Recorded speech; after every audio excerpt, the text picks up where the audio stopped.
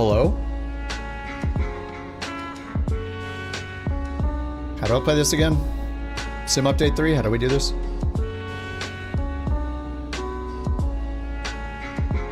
What's up, Ilmo? Hey, Chase, what's up? What's up, Metal Pirate?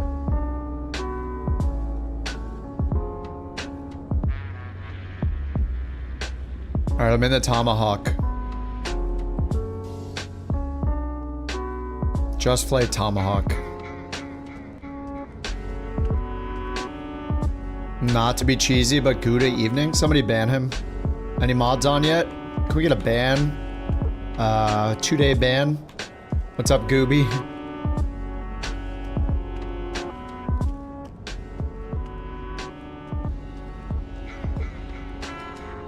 The plane's cute. Yeah, this plane is actually really good. I haven't used it since 2020, but Just Flight updated it for 2024. And it's got a full walk around and everything. It's kind of awesome.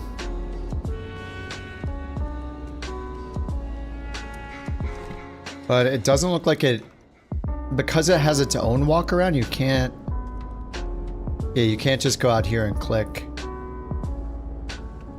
You have to use their built-in walk-around mode on their tablet.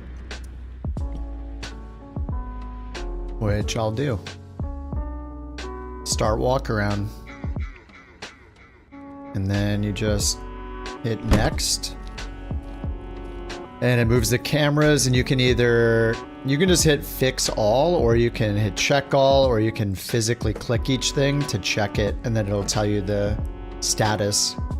Condition okay. Condition okay. Check the fuel. You can refuel it here. It's almost like a toilet flushing sound. It's beautiful. What's up, Geek? Yeah, the Comanche. Yeah, exactly. And then you can just hit next and move on to the next side. The weird thing is, when you click like the pedo head cover, and then you have to go down here and click toggle cover, then click the tie downs. Toggle tie down, click the shock, toggle shock. Tire pressure is good. Strut is good. Check the AOA indicator, the stall warning indicator. Or what is that called? The stall vane? Anyway, that little stall instrument. It's basically a little AOA checker, right? Or you can just hit fix all. Oh, fuel strain. No water. No water. Sweet. Next. Fix all. Check all. Fix all.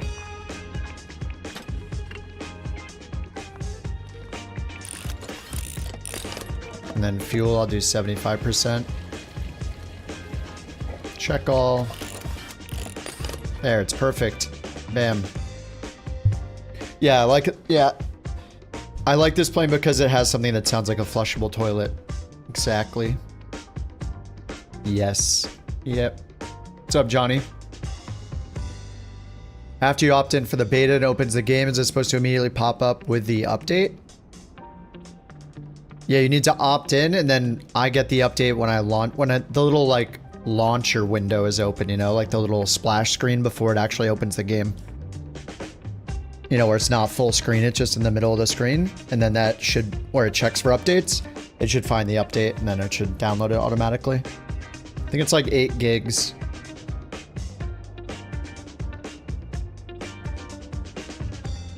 Oh, state saving.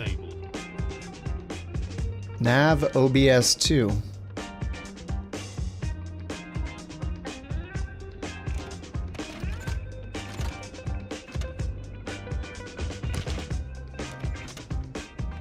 Oh, there you go. You can put another one in over there. Okay, only if you have dual GNS. I guess that makes sense. Well, kinda. We have a Nav 2 radio, don't we? Oh no, this one has no Nav 2 radio. Okay, in the 530 installation. Alright, sweet. Random condition, overhaul aircraft, wear and tear, and failures. Forgot about that.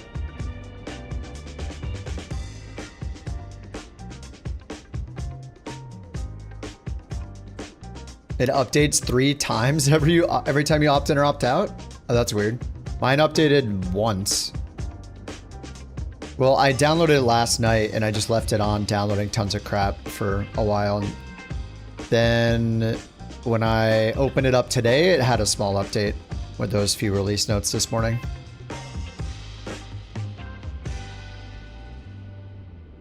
I have not checked the drone bug fix. Let's see. Yeah, it's not throwing me in the air, so that's good. This is a drone. So yeah, I guess that's good.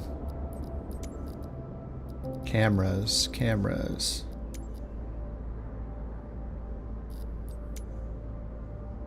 Okay. Give this a, whoops. Give this a little tug here. Give it a little close. That's weird. This doesn't. Oh, that's why.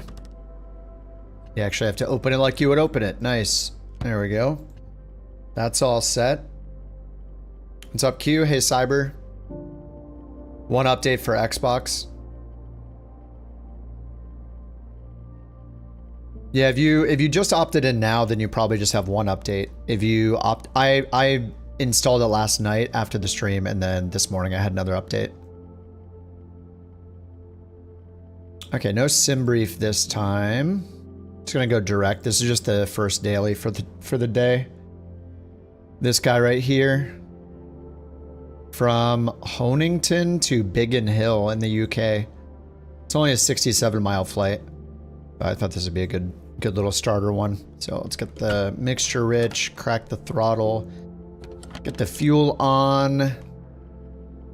I noticed that when I use the instrument camera and then I right click, it moves most of the time, except when there are ones like this. Like, this is so weird. Shift 1 and 2 work fine. If I hit Shift 3, it looks at the 530, I right click, and I can't move the camera. This is what it does when I right click and drag. Whoa. What the? It just snapped back to middle. Oh, there. Now it's moving. What the heck? Now it's stopping again. I don't know what it is. Some cameras are just so weird, but yeah, I have no idea.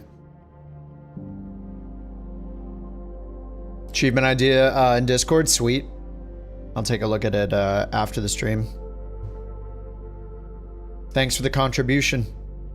Okay, so yeah, let's get this thing started. Fuel pump. We'll get battery, fuel pump, anti-collision light. Okay, and where's our fuel flow? Oh yeah, we got tons of fuel pressure. All right, let's just turn it on.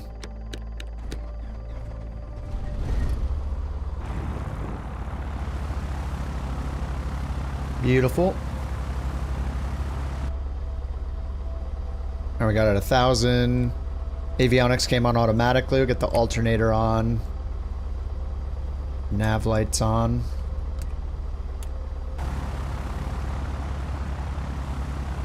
And nav lights are right there. Okay, yep. Okay, so I can get anti-collision off for now. Landing, anti-collision, pitot heat, fuel pump. And this thing doesn't physically have an autopilot in it, but they give you a little mini autopilot in here you can turn on for altitude, heading, and nav.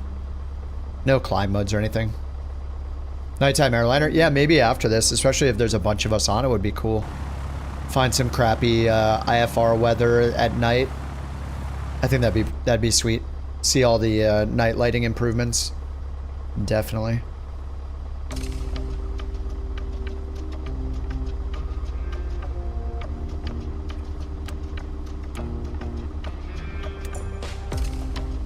Oh, nice. You can actually change the 530 light in this.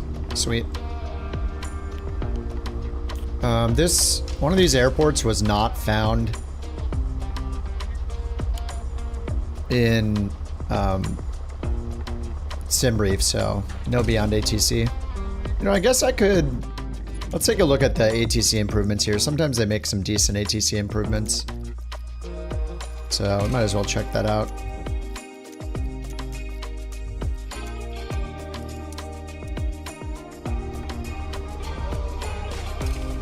Tune traffic. Announce taxi. Yeah, EGXH, yeah. Hotel traffic. Couchtree 2 Tree is taxiing to runway 9er. Simbri fail.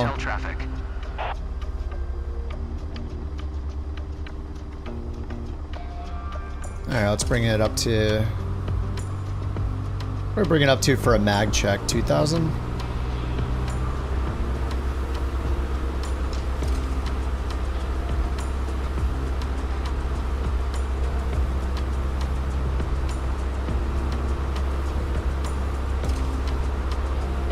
Give a little mag check here. Alright, drop of about 100. No difference between the two. Back to both.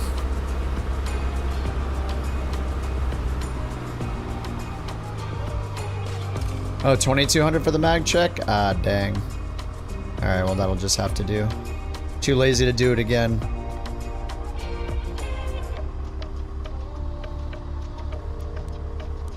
Alright, then we just got a direct tour out here. This is pretty short. A little quick test flight. Runway 9 to runway 21. Weather at the destination's VFR. With 4 knot winds, 2-1s recommended, 6,000 feet. Excellent. Alright, parking brake off and landing light on because we don't have another light. What's up, Jim? How you doing?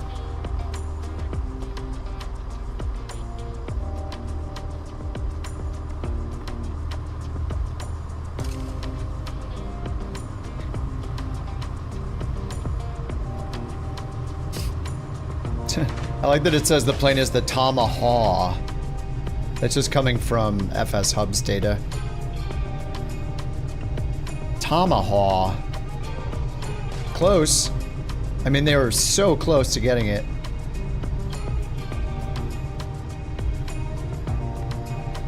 Oh yeah, it's super slow, yeah. Yeah, having this kind of plane is so awesome, but it's, yeah, it's like... Even if you're just starting out in the sim, I mean, you could fly other ones, but it's good to have, you know, as many planes as possible, obviously, is like the best. Chance that somebody would want to, is this a this is not a taxiway, is it? Just in case somebody's training in one in real life and they want to have a similar plane in the sim. Kind of cool.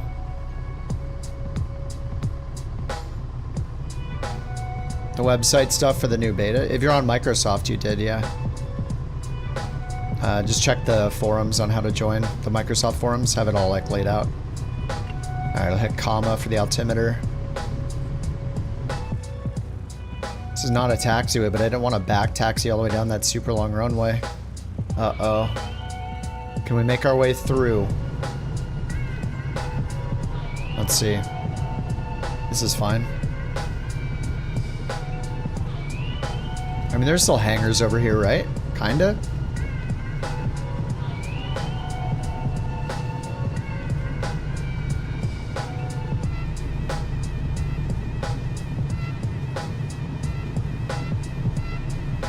You've been having a blast with the Starship? Nice. Yeah, dude, I love the Starship. It might be a parking lot, yeah, but I mean, it's, you know, we're going over to the runway, so. I guess this is a ramp. I don't know, there's a fuel truck right there. It looks kind of weird. There's a fuel pump. There we go.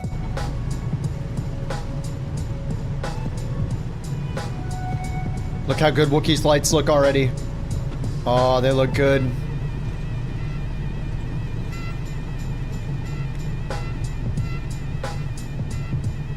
Yeah, do I have, let's see what I got here. Let's turn the rendering quality. Oh, I do have air traffic on Ultra, okay.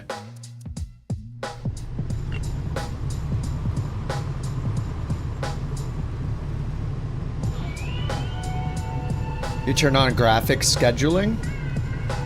Oh, yeah, I think you have to have that on to even use,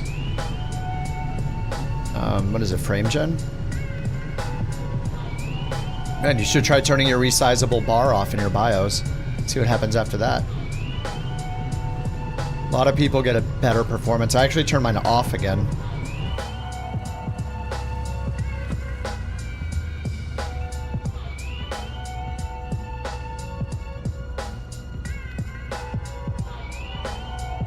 Alright, let's turn this music down. Actual improvements? Well, I just hopped on Sim Update 3, so we'll see. I mean, the main improvements in Sim Update 3 are night lighting and downloading the content. Hoping to see some model matching improvements, but, you know, the last few times we tried Sim Update 3, it was not great.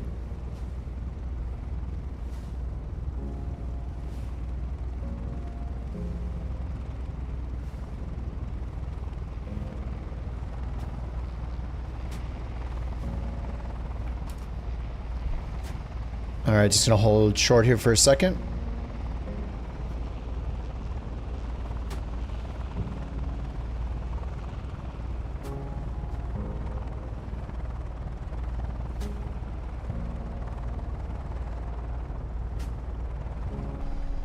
Do I think it was delayed? I don't know. Maybe? I mean, you know, we're just guessing. But yeah, it's possible it was delayed for Sim Update 3.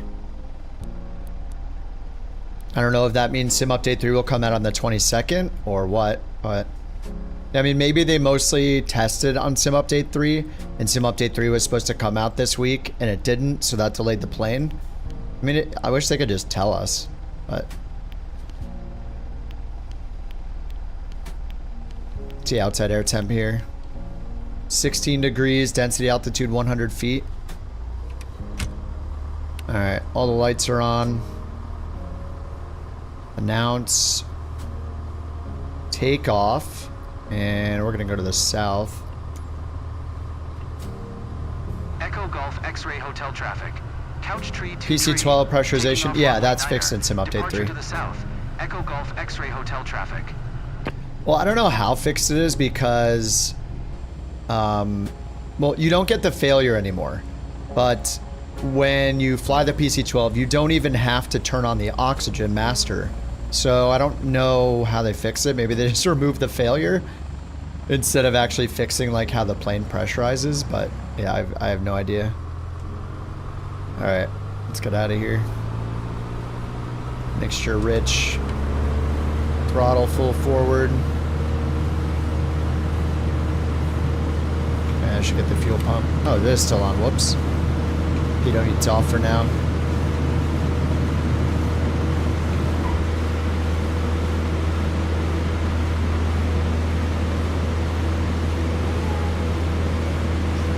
Yeah, night lights. Oh, you can already kind of see them. Like, see how small the lights are on the ground?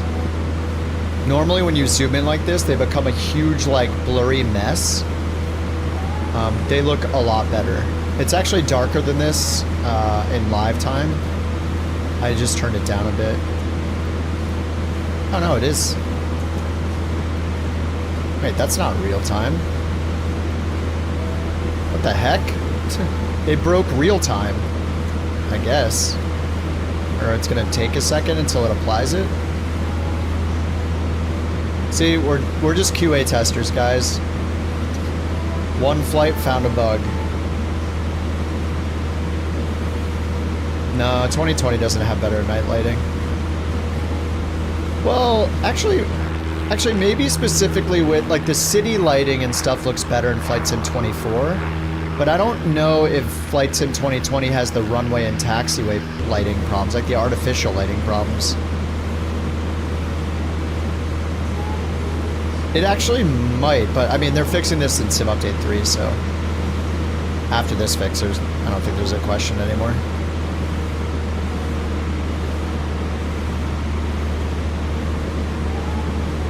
So yeah, I guess they broke the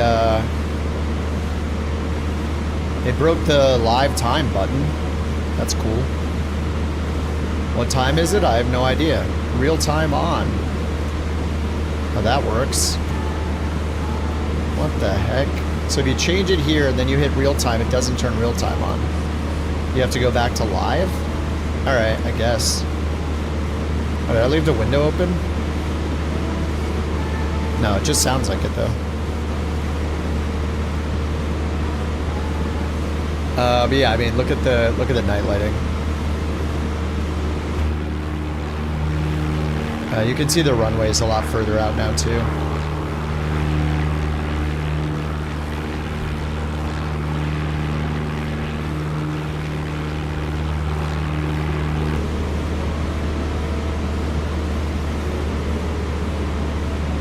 Doesn't it sound like the door is open or something?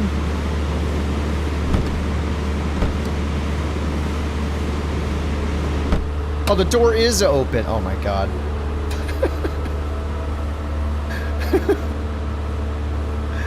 Yeah, I mean, this looks really good. And look, if I turn off the nameplates, that's Ilmo's light right out there. You guys can probably barely see it, but right above my mouse cursor, you can see Ilmo's plane.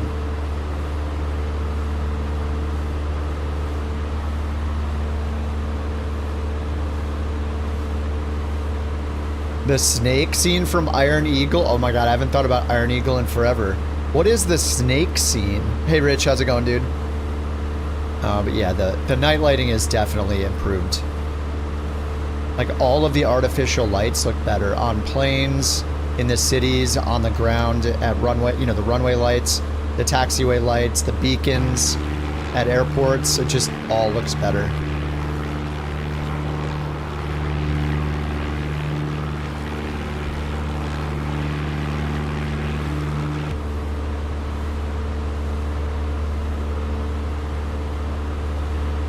Alright, let me, you know, do what I always do and turn on nav mode and autopilot and altitude hold. Why not? There we go. Now I can really just take a look at the night lights and chill. You're flying in VR. The latest beta clarity is mind-blowing. Nice. In VR, yeah. I gave away my VR headset to a friend of mine because I use it so little, but yeah, I'm sure it looks incredible. Lucky I didn't get sucked out. Luckily, as long as there's airflow, I guess it's gonna hold the door shut. But yeah, you have to hit this and then up here. Oh wait, actually, can I open this all the way? Yeah, well, let me actually open it. Forgot about that. We're good, we're good.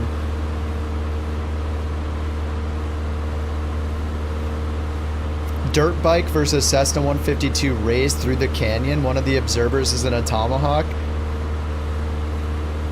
I should go watch that movie. I don't remember the last time I saw that movie. I feel like I was too young to remember anything that happened in it, but I know the name of the movie. 2K? I play in 4K with it, the render resolution turned down a little bit. When I get the new video card, I'll probably play in 4K all the time. But just for the sake of this stream, I just have it pulled down a little bit. I usually have this pulled down to like 1440.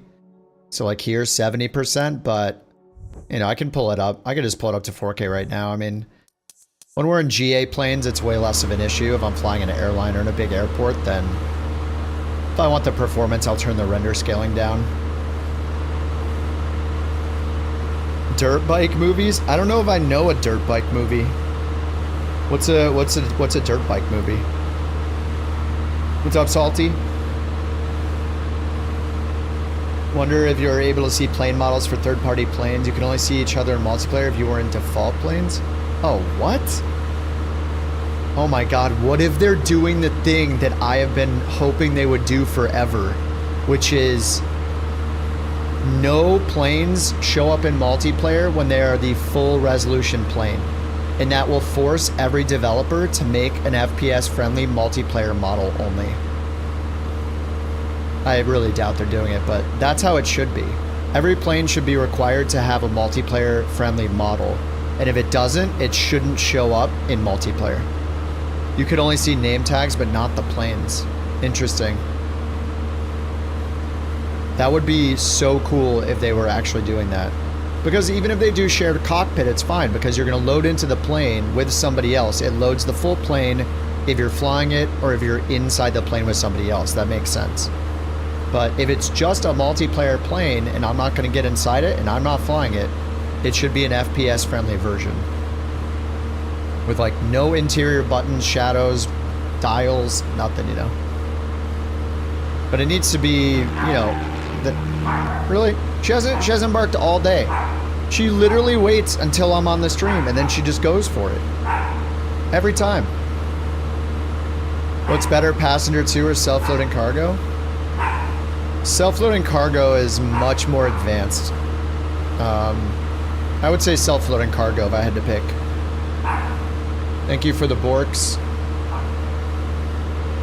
Passenger 2 was okay. It just... Passenger 2 is like if you want to literally manage all the passengers and like set food prices and stuff. So if you want to play like sim... If you want to play sim flight attendant almost, like that's what Passenger 2 is. If you want to be the pilot and just happen to know about passenger things and hear the passengers load in and all that kind of stuff, then I would use self-loading cargo. Passenger 2 is if you want like a mini game for setting your popcorn prices and how much the Biscoff cookies cost and stuff. It's kind of weird. I don't know what the target audience is personally. Like,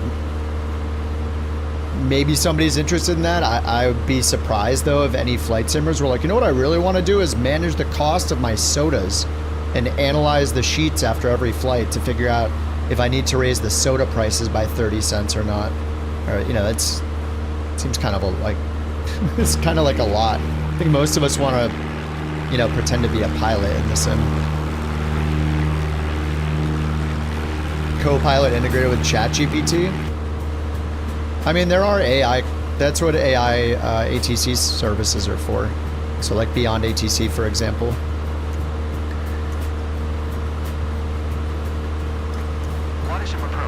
But yeah, it would be nice.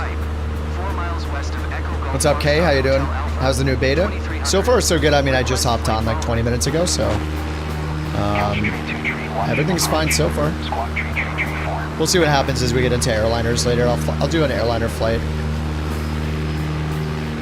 Just knocking out a really short flight, a small flight in the Tomahawk first. Do we have any sweet dome lights in this thing? Do we have a red light somewhere?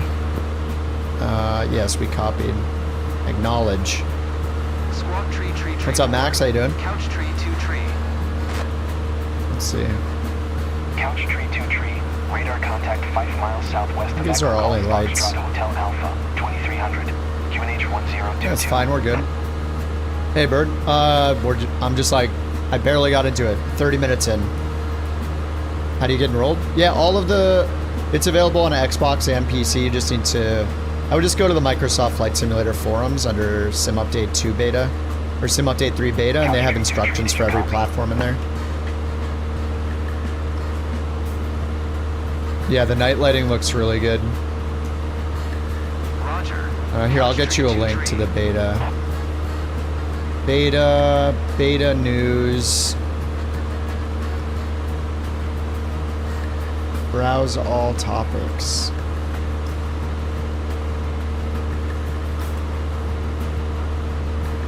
Yeah, here you go. Here's the link to the post of how to join the beta.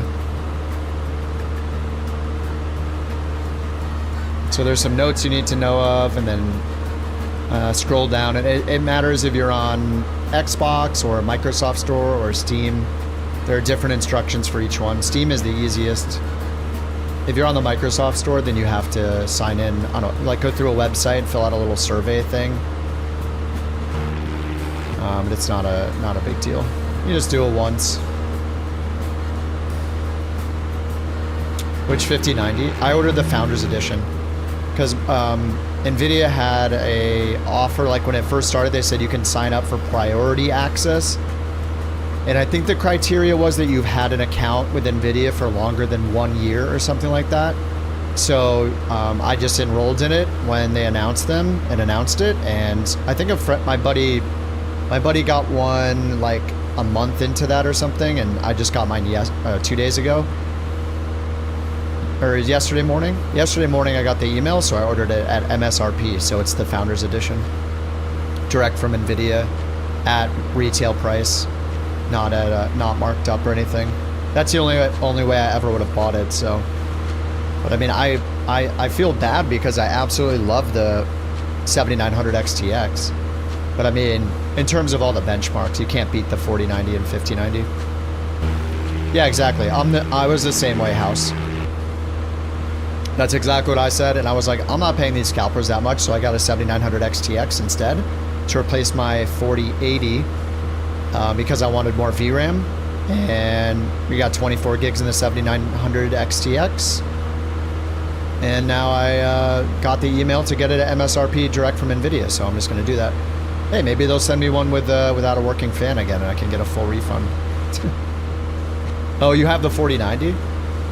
Hey man, if you got the money to burn, then make somebody happy and give them a good deal on the 4090 and upgrade to the 5090, you know? And then be the anti-scalper and sell it to someone at a really good deal. You know, pay it forward to the other gamers. How am I able to learn so many different planes in the systems? How long does it take? I mean, the concept is the same in pretty much every plane, but, you know, and there's always a checklist, right? So the first time you fly a plane in the sim, it's going to take a while. It takes me a long time to just go through the checklist for the first time. So like me flying the Aerostar like last week or two, the first time took me forever. I'm barely able to get that started. The Starship took me a while to get used to and get that thing started, read through the checklist. So I just do it on the stream every time, so you can literally go back and watch the replay of me struggling at the beginning to learn a plane.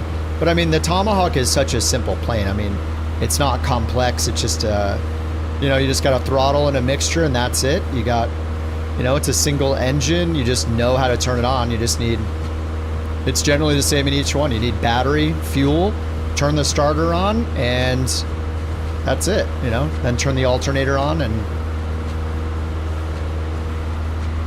it's pretty straightforward in a small plane like this. But yeah, each one is going to have its own quirks and things to know, especially if it's got realism for things like flooding the engine or fouling spark plugs. And dude, I hardly know anything about that stuff. So when those times happen, then I do what everybody else does and ask somebody how to fix it.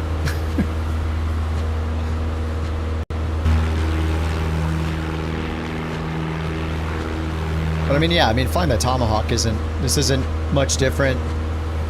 The basics it's not much different than flying any other single engine piston.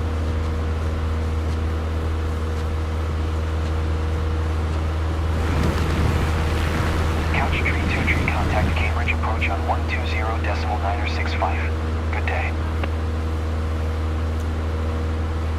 We're just gonna look at a lot of night lighting today. Couch tree 2 tree. Just a troll, you're gonna get a 5090, use the 4090 as a paperweight? Yeah. Just use the 4090 to build like a second PC that just runs like Netflix, and that's it. Oh, well, a bird, bird, bird. A bird's a word, well, a bird, bird, bird. Well, a bird is a word, well, a bird, bird. A bird's a word, well, a bird, bird, bird. Well, a bird is a word, well, a bird, bird. A bird's a word, well. Thanks for the bird, Mac. Using ChatGPT to teach you about all the aircraft you fly. Yeah. Yeah, I think ChatGPT has, I think it's got a good use when you're just using it as like a Google replacement, right? Like that's pretty much where the data is coming from anyway. I use it pretty often for like comparing things, like what's the difference between the 182, the 172, the 152, the 210 and the 320 or whatever. It's pretty nice for comparisons. See, look how good that airport looks from a distance. The airport lighting looks sharp, and I'm zoomed all the way in right now. So like normally when you zoom in like this, things look pretty crappy, but that looks a lot better. The lighting looks a lot better. Dual Threadripper. Any specific settings regarding oversaturation of the lights? What do you mean? Like you think they're too red, too green? I don't do any settings that change my colors or graphics in any way, really. I mean, I don't have any filters on. I don't use like game filters or anything like that. I don't use reshaders. Like, I don't use anything. Oh, the exposure? I mean, you could try that exposure setting in graphics, but I have mine on 0. Yeah, the improved LOD curve is turned on by default now. So yeah, we did see that in the early beta builds. If you go up here to debug, see right down here, new LOD curve. So this is ticked by default now. I remember checking that before in different builds, but yeah, now it's on by default. And as far as my frames, I guess we're doing 70 frames right now. which is not that great. 118.475. Oh, limited by GPU, that's why. So this is where I go down here and I turn this down to 70. Tree to tree. And now we're up, you know, 7, 8 more frames. Now it's only limited by main thread. I mean, that right there, I've talked about it before. We've talked about this in the chat before, but like, if you want to raise your frames, if you're limited by main thread, then you're probably as maxed out as you can get. Like, you can turn off live traffic and stuff to help with the CPU side.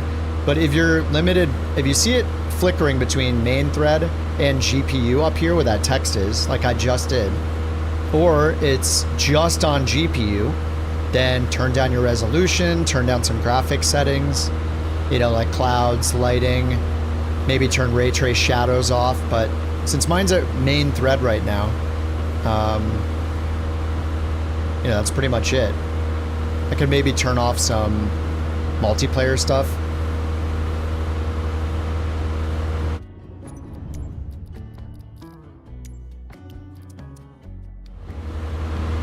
Oh no, I just forgot to turn the FPS off. Advanced, there we go. Debug, FPS off, dev mode off. Okay, now we're back in.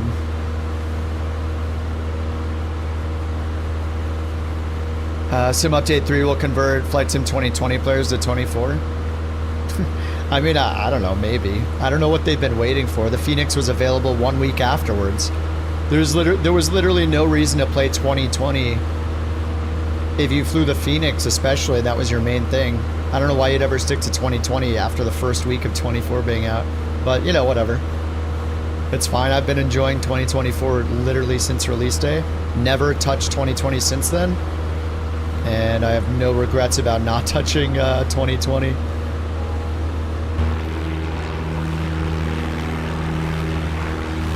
Yeah, the moon was looking pretty cool. I guess it's maybe behind the clouds right now. See how far out we see their lights? They must have changed the LOD on multiplayer too. See those little tiny lights out there? Look, 1, 2, 3, and now I'll turn nameplates on. Yep. I don't really see Salty, but he's further out, but we see Scanned, Dirk, and McCrab out there. Like, I see their lights right now.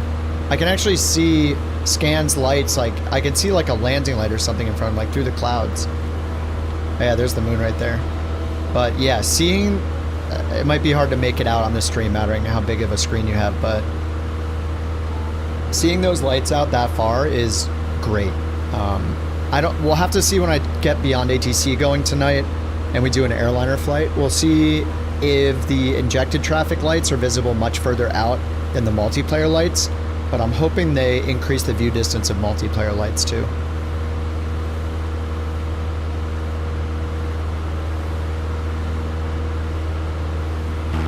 .2020 is superior in some areas. Oh, Niagara Falls. I guess. I mean, I'm not gonna pick, I would not pick having the older sim with the older lighting model and the older ground detail because of one area in the world. If you fly only in Niagara Falls, then sure. Yeah. I guess 2020 is better, but I don't just fly in one area. So I'll take all the things that are better every single flight, which is the lighting model, the ground detail, all the new biomes, the weather and cloud improvements. All the lighting improvements are nuts. You should see fog in this game compared to 2020. Like, it looks incredible. So yeah, I pick the things, in general, I pick the things that affect every flight I do. So 2024 affects every single flight I do every time. So for the better, I think. So yeah, I just never looked back.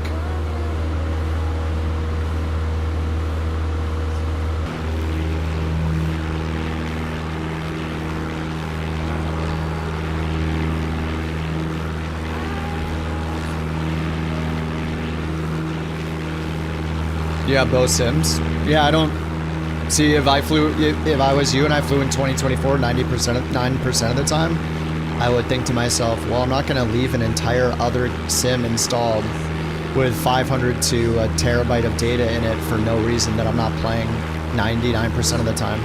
So I just uninstall it, you know?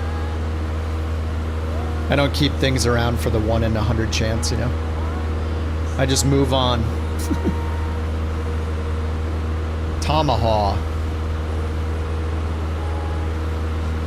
I think that's part of LRM. Like if I go to LRM and I go to AeroPad and open that, that's here from aircraft monitor. Yep, look, aircraft. Just flight P8 38 Tomahawk. The Tomahawk. That's where it's getting that data from. And it actually gets it from here, from the data. There's just this, it's hosted locally, we just point it to this data. And there it is.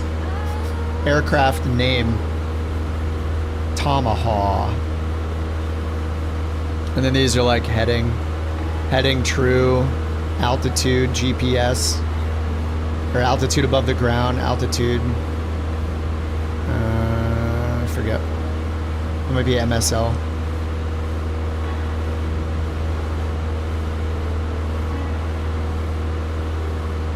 But yes, we're in the Tomahawk today.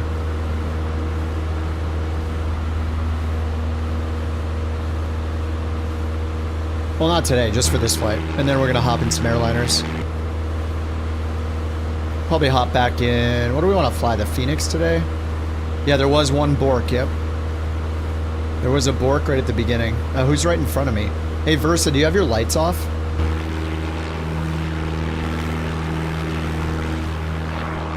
Versa, do you have your lights off right now? Oh, no, he doesn't. Okay, nice. Whoa. Okay, come on, that LOD sucks. How can I not see his light from here, but I get a little closer? And there is his light. Look at this. This is the new LOD. Light on, light off, light on, light off. And for some reason down here, I can see these lights. I can see Brian's lights way further. I don't know, maybe it's just a one plane. So there's my light. I don't see Chris with any lights on. Here's Brian with full lights on in the B-36. Chris was in the Cap 10. Oh, okay. Chris, do you have your lights on? Maybe he doesn't have his landing light on. So maybe it's just certain planes. Let's see it. Flash us. I'll never ask you this outside of the game. But please flash me the lights. Yes, they're on. Oh, yeah. Oh, wait, leave it on. Leave it on.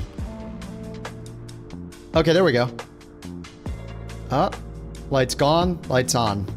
Wait, can you leave it on, Chris? Oh, yeah, look at that. Yeah, it's just more LOD problems. I'm not even that far away from him. Oh, wait, is he flashing it? Okay, it's getting really confusing when he's flashing it. I can't tell if it's because of my camera or not. I think this is because of the LOD, yeah. Like, it's on and then off.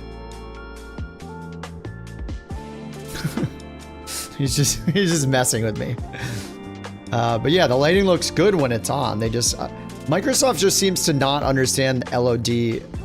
Like, so many problems in the sim are LOD-related problems. Like... That is like gotta be the bane of their developers' existence. Like whoever decided to implement all this crazy LOD stuff that we never had issues with in 2020. They need to hire somebody that knows, hire the person that worked on 2020 LOD, because that was not as crazy as it is in this. But yeah, when you do see the lights, they look good. What's up, Bobby? Alright, let me get back to that beautiful showcase. Oh my god, they still haven't fit. Look at this. Why does this automatically close? I'm gonna click and not move my mouse.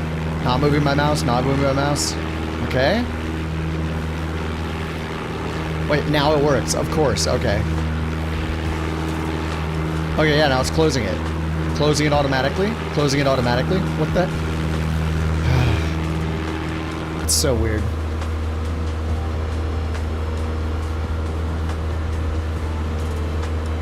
Alright, there's the runway right there. I think it said we want to land on, was it 24? Oh, it's got us on ILS 22. Okay, runway 21.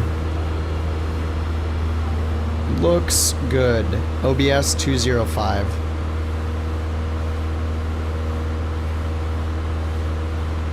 Two zero five right there. OBS. Line me up with that runway. Ah, thank you for the glorious crab.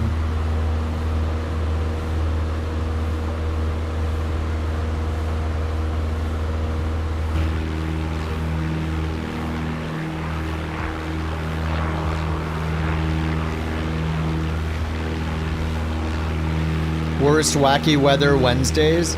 It's the www.wackywednesday worstweather.com w/w. That's the official name of it. But yeah, we should actually find some bad weather at nighttime today, and just enjoy all the night lighting.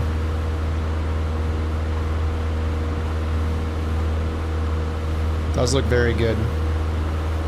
Hello, JT. Hello. JT's ready to get banned again today. Everybody, mods, get ready.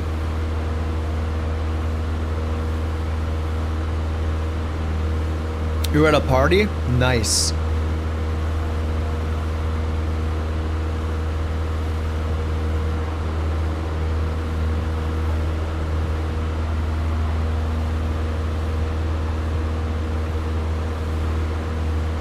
Law, thank you for 10 gifted memberships. Why is the alert not going off? Did I turn the alert off? I customized some alerts. Hold on, maybe I turned off the gifted one by accident. Holy crap. Fail.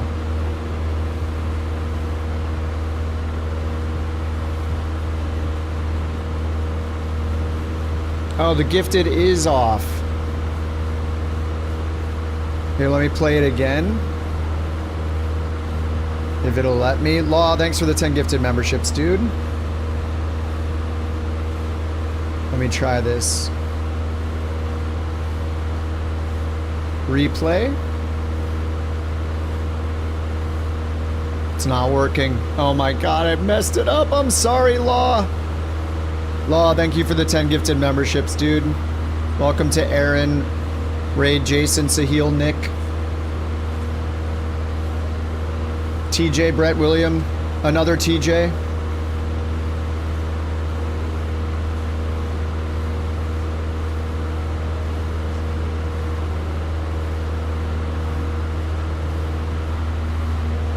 Looks like you hit 6 months today. Nice. I did make, I worked on some new alerts, like totally custom ones for, I didn't do the gifted stuff yet though. I don't know why it didn't show up.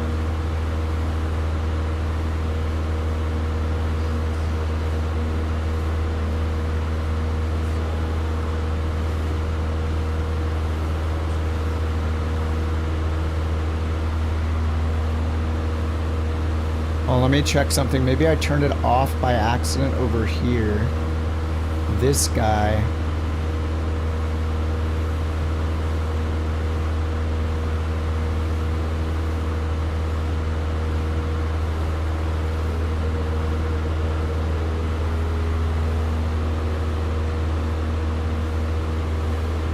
Hey, Telling Lady. Huge shout out for being a couch captain for 18 months. You're like the superhero of chill. Keep rocking that couch life. Yes, there it is. I made little badges. There it is. I love that. Tony, thank you for 18 months, dude. Oh my god, it worked. That was the first live one. I tested it a lot. Well, maybe not up to bird standards, but... Tony, thank you for 18 months, dude. Holy crap. I need to fix it a little bit too, because like if somebody's a new member, it like says thanks for being a member for a month instead of like welcoming them as a new member. But there's some work to do there, you know. All right, is that the runway out there, or did I pass over it yapping? I know it is out there.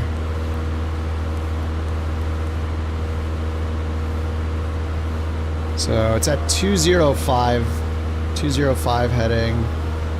We're at 205 here, right? Maybe I'll go one more that way. Yeah, we need to be 1 degree to the left.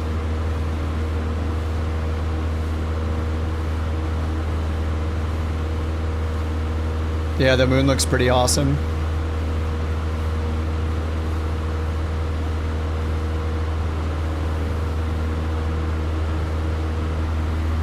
Yeah, nighttime is one of the main improvements for Sim Update 3.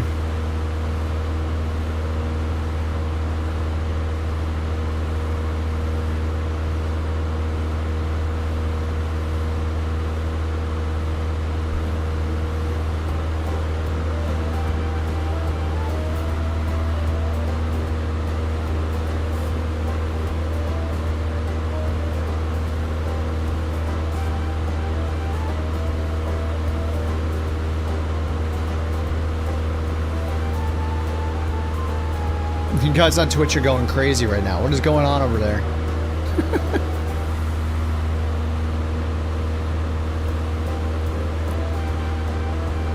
See you in 10 minutes, JT. Bucket, we'll see you in 2 minutes. Take a little nap on the couch, guys. What server? USA West. Good job, couch bot. Alright, we're going to land here and then we'll get into some airliners to see some night lighting. And we'll look for some bad weather at nighttime like we did yesterday. That'd be fun.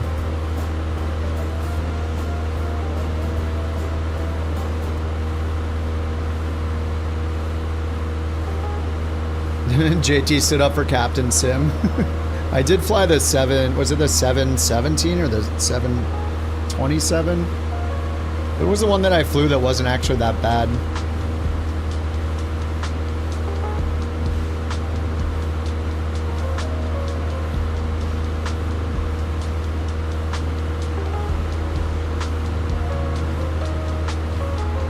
You think Sim Update 3 looks great? Runs better than Sim Update 2? Yeah, I think a lot of people are saying they have better performance in Sim Update 3. I don't know why I was having such bad performance the last time I used it, but it was kind of noticeable. I did turn resizable bar off again.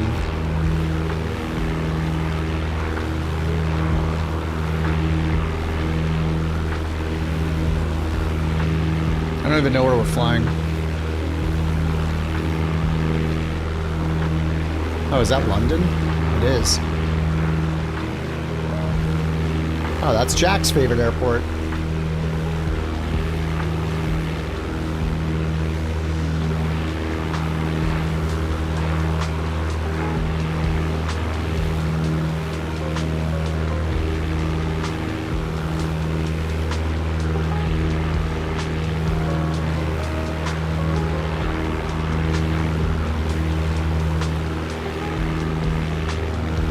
Looks like a giant Christmas tree right there. I don't know what that is.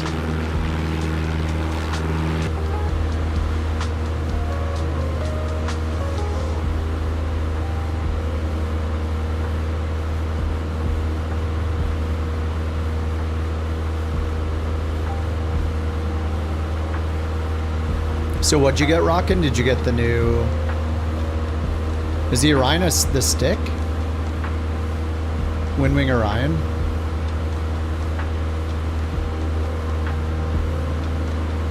Or is it the throttle? Oh, it's a HOTAS. Fly a ferry flight from LA to Hawaii in the 172.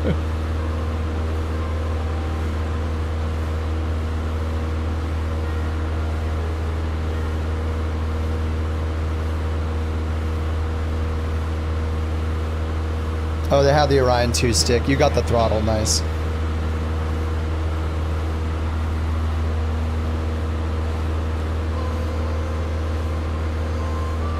Yeah, I mean, the throttle looks similar to what I have with the,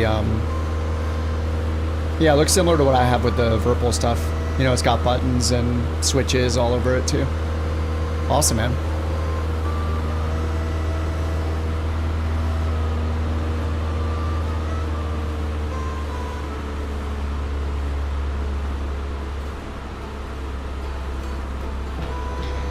All right, let's get the mixture rich. Got the fuel pump on. Lights are on. Should Probably go to the left tank. It's a little more full.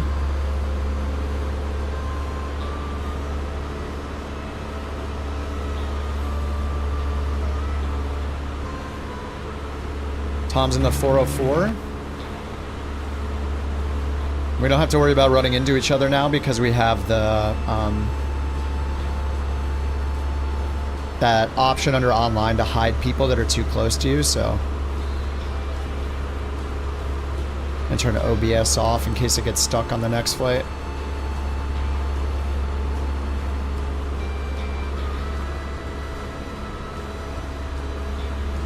Oh, thanks, Salty. Holy crap.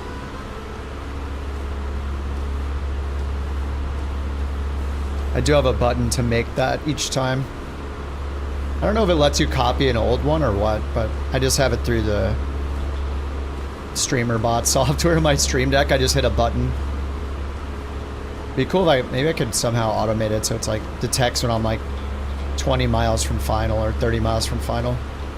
But there's two different ones. It matters if I'm in a Airliner or not. I mean, in the Tomahawk, it better be under 200.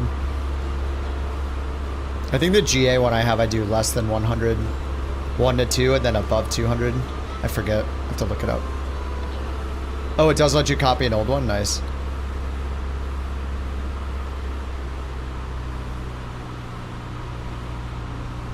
You can change the brightness on the 530 in this plane. So there are two knobs down here. This is your nav lights and the like interior instrument lights, the panel lights. The second knob, if you bring it all the way down, it does max brightness, but as soon as you turn it up, it turns on the night lighting, and that's the darkest you can make it, and then you can turn it up from there. So yeah, one little mouse wheel will get you the darkest 530 you can. But it is very plane dependent, it seems like there's no brightness control on the 530 itself, so it's through the plane. And the Tomahawk it seems to work in. But yeah, it just matters which plane you're flying. Some of them you're not going to be able to control it. So if it fails with like auto brightness, then yeah, it can suck.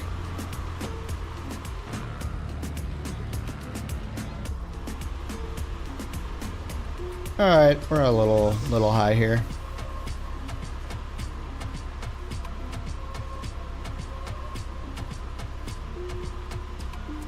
Was that flight last night where like the approach lighting system didn't show up until the last like, I don't know, 10 seconds of the landing? I was like over the approach lighting system and then all of a sudden it appeared.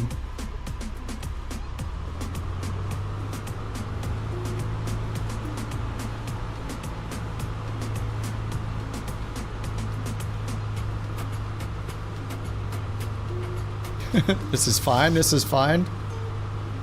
I don't have wake turbulence on, unless it turned it on again, but unless it turned it on automatically.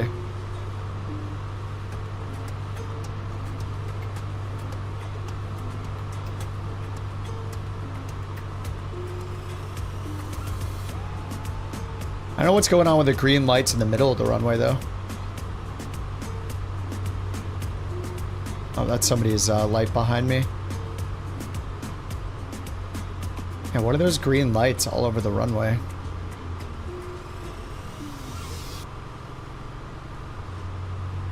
What are those?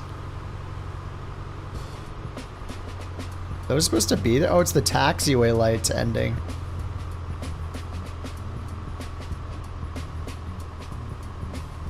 Those are pretty funny.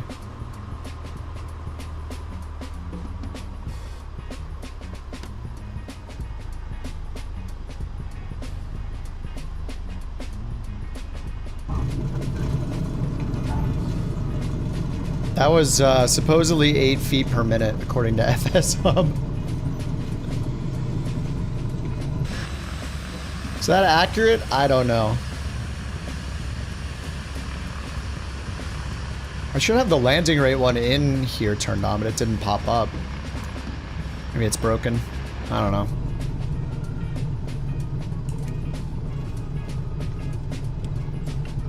It was a no flaps landing.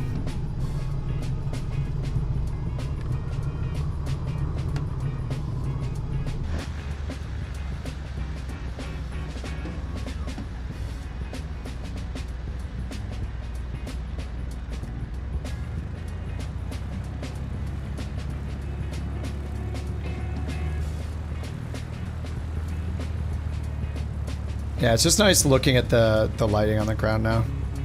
Taxiway lights, runway lights.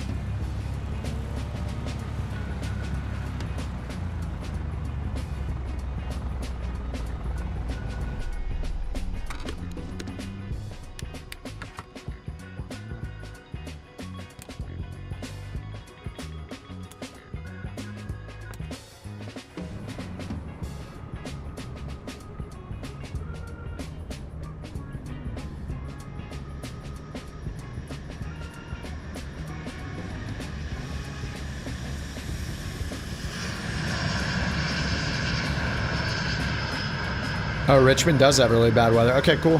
Yeah. I assume it's dark there already, right? Yeah, it's like 10:30 in Richmond.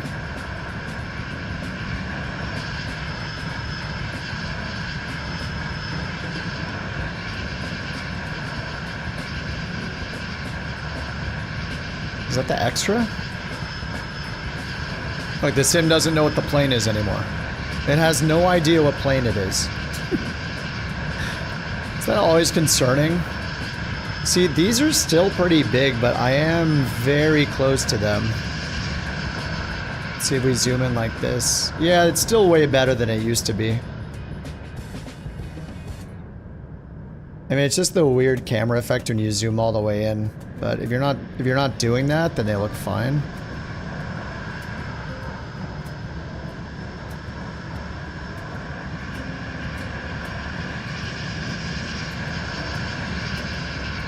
Taxiway lights look pretty funny though.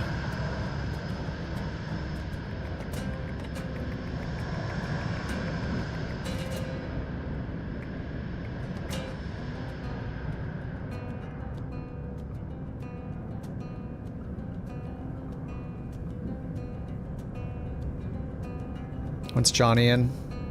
Dakota.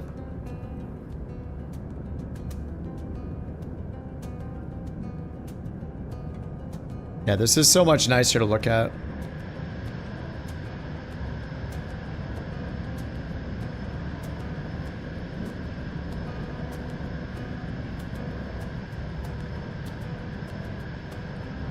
You can see the plane a pretty good distance out too.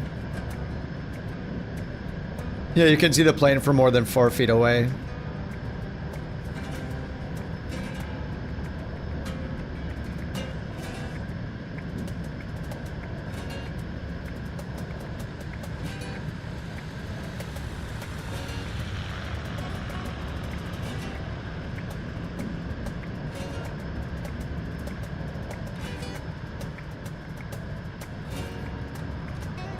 Alright, let's see how far out we can see Deadly. So we don't see Deadly yet. He's only 4 miles away. Cyber is 7 miles away in the Tomahawk. Deadly's in the... I don't know what he's in. He's in the Diamond DA40NG PC-12. But I feel like we should be able to see him. Oh, there's his light. Okay. We do see his light, so that's okay. I mean, 3.8 miles, it's still not that far, but... Hey, look, the light disappears. I can't see it at all, can't see it at all, can't see it at all. Now I can see it only when I zoom in the max zoom level. So if I'm in my plane, I still can't see him. Which is kind of weird, like... I should be able to see him 3 miles out. I mean, the weather is not horrible. Alright, we'll see how far out we can see his plane. So did they say what the new LOD even... The new LOD curve, what counts for the LOD curve? Is it other players? Is it scene? Is it, you know, like... terrain stuff? Like VFR objects? Like what does the curve determine?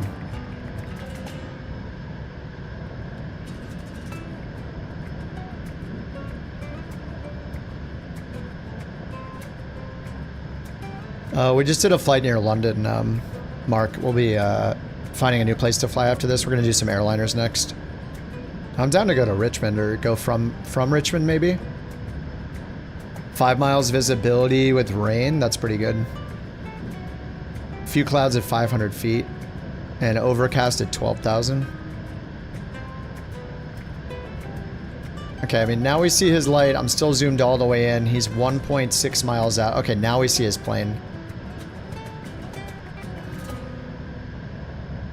I don't know, like 1.5 miles out. It's better than 0.2 miles out, I guess. It's like a floating light. He just has one light on his invisible left wing.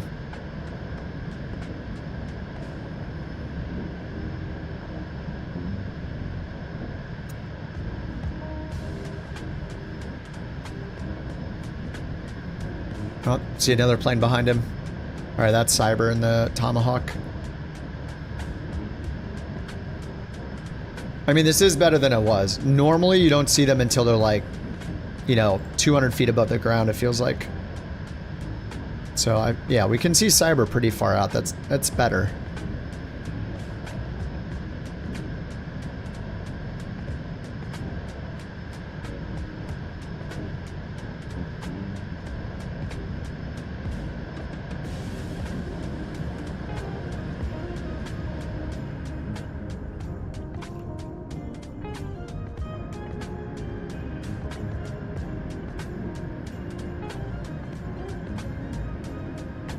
What are all those balls?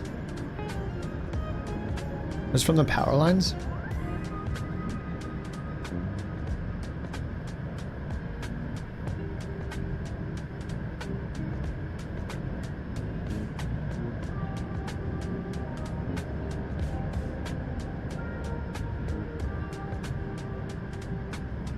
He's glitching.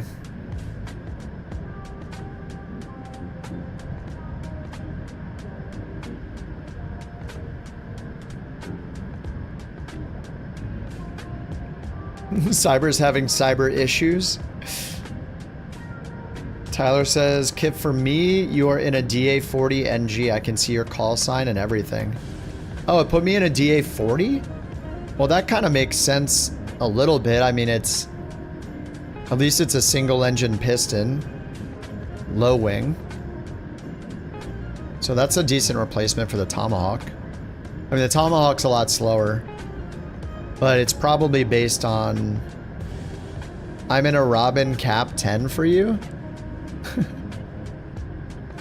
What the heck? Is that an SR-22, Jake? Oh no, it's the Cap 10. And here's Cyber in the Tomahawk. So, yeah, I see Johnny in the Dakota. Yep. That is the Dakota. It's loaded fully in. There's my plane. Tyler said he sees me in a Diamond. But I see him in a Bonanza, right? Oh, that's a Dakota as well. Oh, that is another Dakota. Sorry, he's in another Dakota. Ilmo, it's showing in the DA62. I guess that's what he's actually in. Hopefully it shows the... Is this the right livery? I don't even know what livery this is. What is this star livery? Oh, it says Ilmo on the back. That's cool. These issues have been going on 5 years. Yep. It's true. It's ridiculous. So Slevin, it's showing me a DA40. He's half disappearing because he's 50 feet away from me. Deadly's invisible now, even though he just wasn't. Cyber's in the Tomahawk. Jake is in an unknown plane. Is that the Cap 10? Why does it keep forgetting what planes people are in? So it's showing Wookiee in the DA62, but it says B222. Meow. Look at that, a grown man role-playing as a kitty cat. You're in a DA40? Shows Raccoon in the DA62. It says Portal.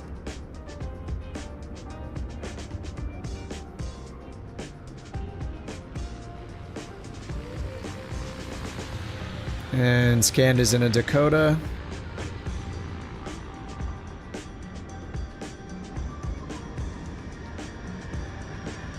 The Life of Brian and Spaceballs. Oh yeah.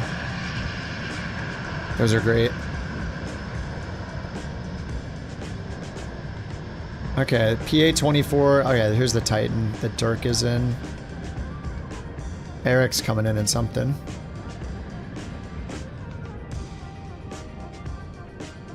See what it shows Eric in. Says he's in the Vision Jet, so hopefully we'll see the Vision Jet. It's completely invisible right now, though.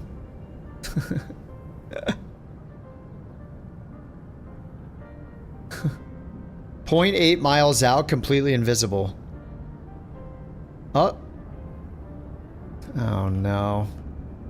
Okay, there it is. No wings still, half a mile out only. Are you not entertained? He was standing perfectly on top of the terrain. Beautiful. Nice placement.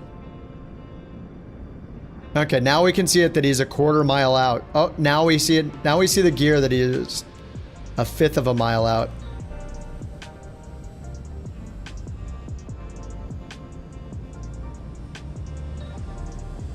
No tail number.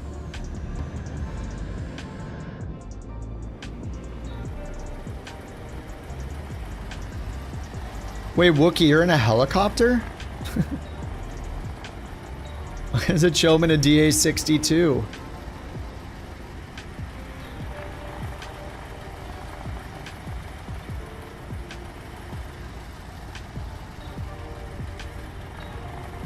The beta feels smoother to you? Nice.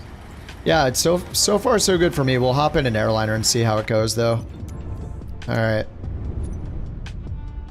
I guess we could do the medium flight. Alright, Poland to Greece. Well, let me see if the weather's bad here. If it's not, we can go to Richmond. I don't know, the weather's good.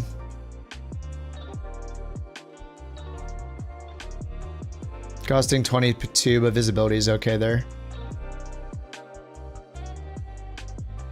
Okay, so if I, let's see, search a route, we'll depart from Richmond.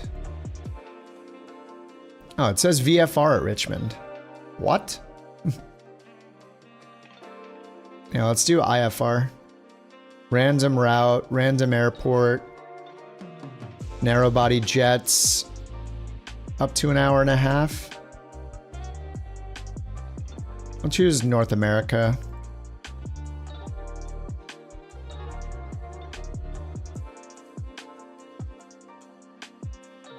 Oh, this just chooses a random.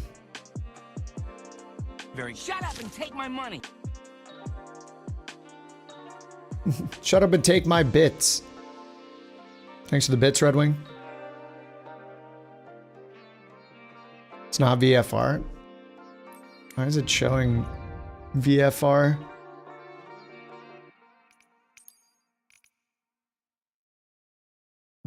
Richmond VFR. Yeah, it looks pretty cloudy. Let's load it on the ground. We'll see what it looks like. Gate small. Do I dare fly the default Asobo? I think I will. I'm gonna fly the Asobo Max.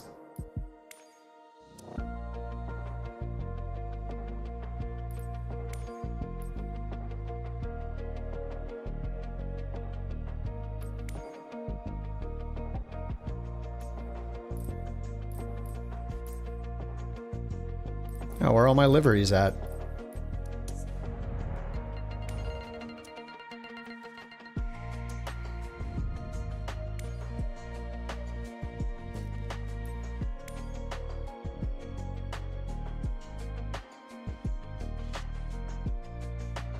Captain Cinema is definitely not better than default.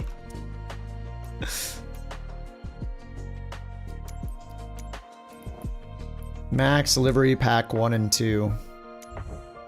Oh, there's a new cockpit as well.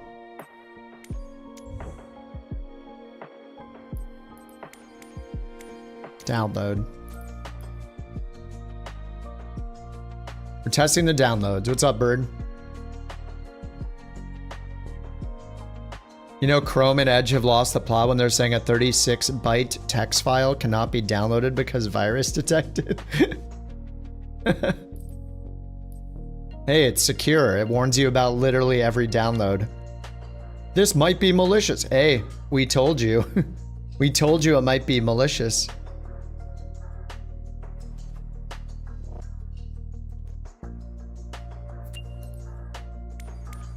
All right, install.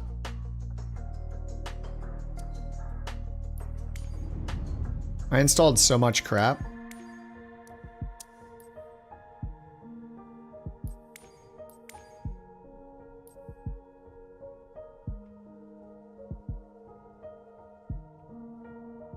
Delta? American. Alaska. We'll go Alaska. Alright, default 737 max. We'll see how the trim feels now. I mean, the default is fine except for the trim. Like, I mean, that's a big deal because, yeah, the changes, when the changes to the horizontal stabilizer are so fast, it's really hard to control that thing. Alright, we're gonna go from Richmond. Well, I'm just gonna load in at Richmond. We'll see what the, see what it looks like down here. Live, should be alive still.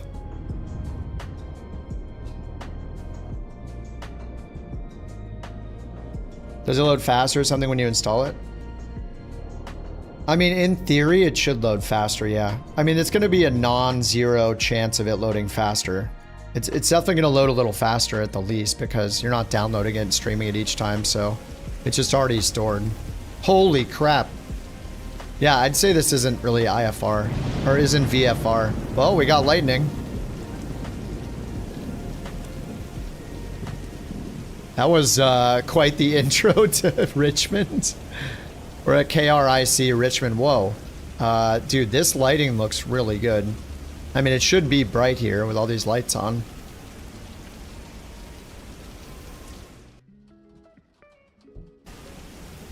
Yeah, Cyclone wasn't lying. Is it just me or do the lights right here look nice and soft? I don't know, they look good. Oh, I don't have an airport for Richmond, do I? We gotta do this airport justice. Sorry guys, I'm gonna go back and see if I have a Richmond.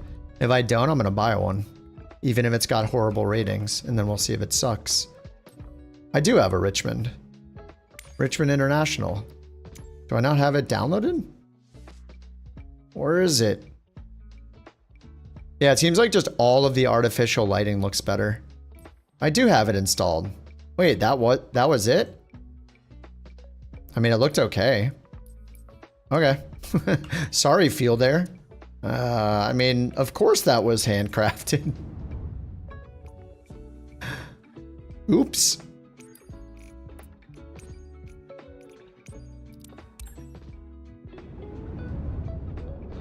All right, let's find a destination from Richmond.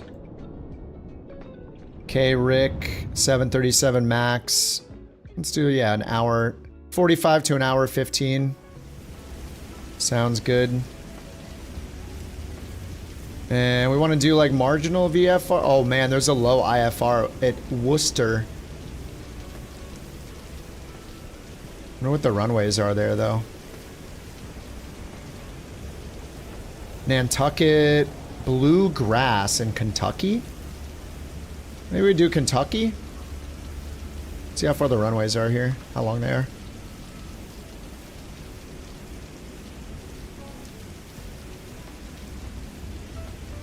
$7,000-foot runway. Oh, that's Fliggety's home airport? We're coming after his VA. We might as well visit his home base.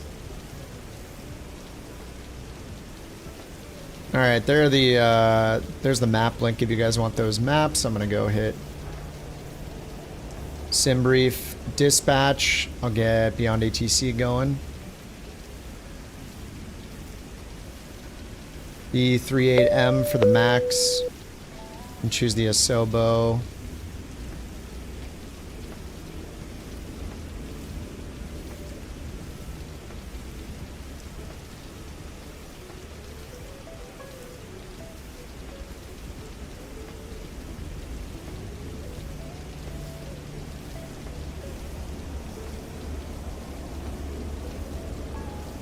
Alright,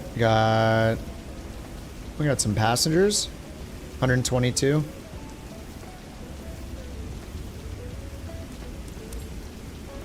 Beyond ATC. Does GSX work with the default max, I wonder? Unknown. Okay, Simbrief okay. The lighting looks good. Is it... And I have the exposure compensation set at 1, so this is the default exposure. Whoops. Wrong button, sorry. So if it was underexposed a little bit, you know, we'll get it to look like this or something. So we could go in and like turn the exposure down here. Let's try like minus 0.5. And now that's the default. Yeah. I think it's like a little overexposed, like this looks a little better. But yeah, you know, it's like personal preference. I think this looks a little bit better.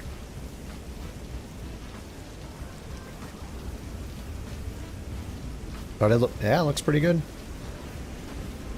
Lighting looks good.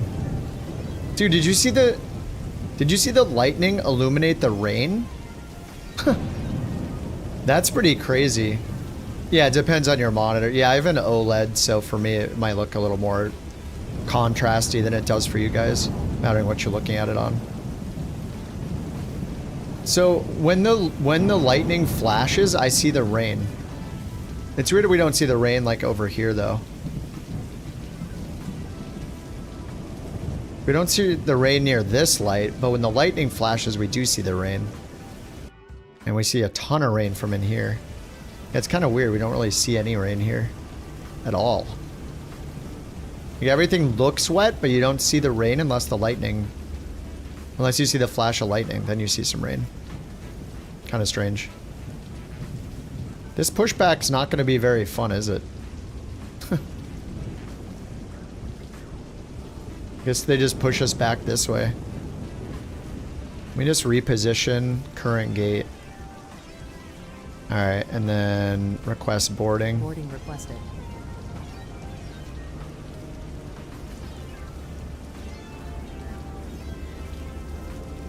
I don't know if the fuel truck worked or what.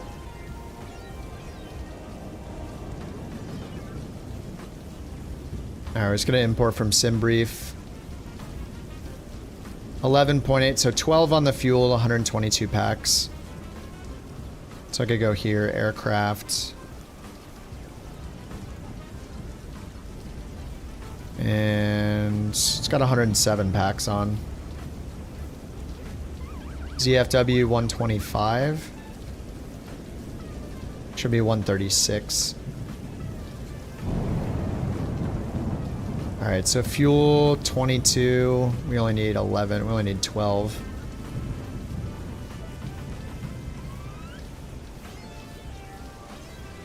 $12.3. And zero fuel weight should be, it's 125. Should be 136. Yeah, at about 11,000 pounds. So I'll bring this up to about 18 something.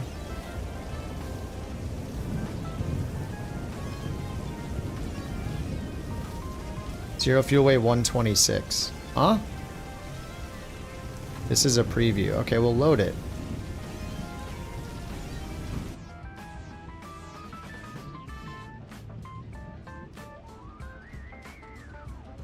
Oh, boo. Oh no, the packs are loaded. That's why frames went so bad. Okay, so if you're gonna fly this plane and load it up with the EFB, it is gonna load the packs in, and these avatars will destroy your frames. So the only way to get rid of them, I found, is you go here into your graphics settings, find where it says characters quality, and turn it to low, which actually means off. And then you will suddenly get all your frames back. Oh no, maybe not until I reload. Load immediately. Oh no. Oh no, they're already loaded. Let's go to 0 packs. Load 0. There we go. Now load 127. Ah, okay, good. It weighed it down, and those packs aren't there. It'll absolutely wreck your frames.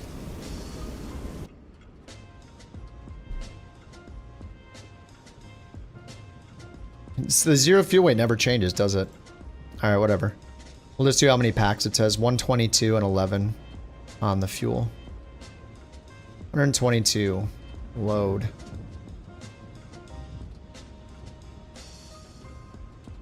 All right, shift 8, I guess. Let's get battery on, emergency exit lights, steady light, ground power on. Okay, ground power's on.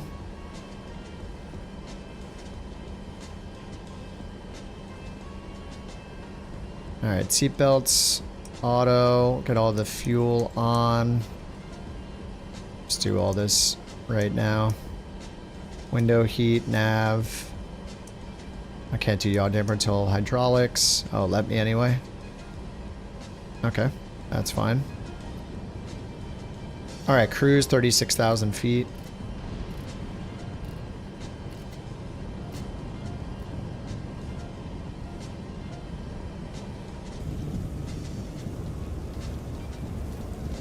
Yeah, they are loading. That's cool. I wonder if it actually changes the weight. I'm guessing that it doesn't.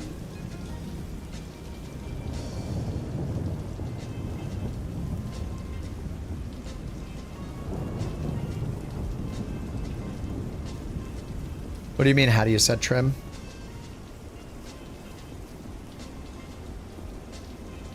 With your trim wheel button? What's up, Psycho? What do you mean, JT?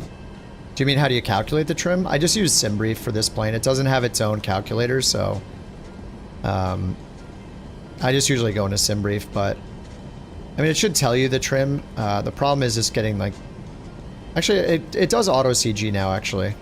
Well, let's see how it goes. Position init, page 2, grab our IRS, paste it in, where? Oh, it's already got our position. All right, we'll clear that.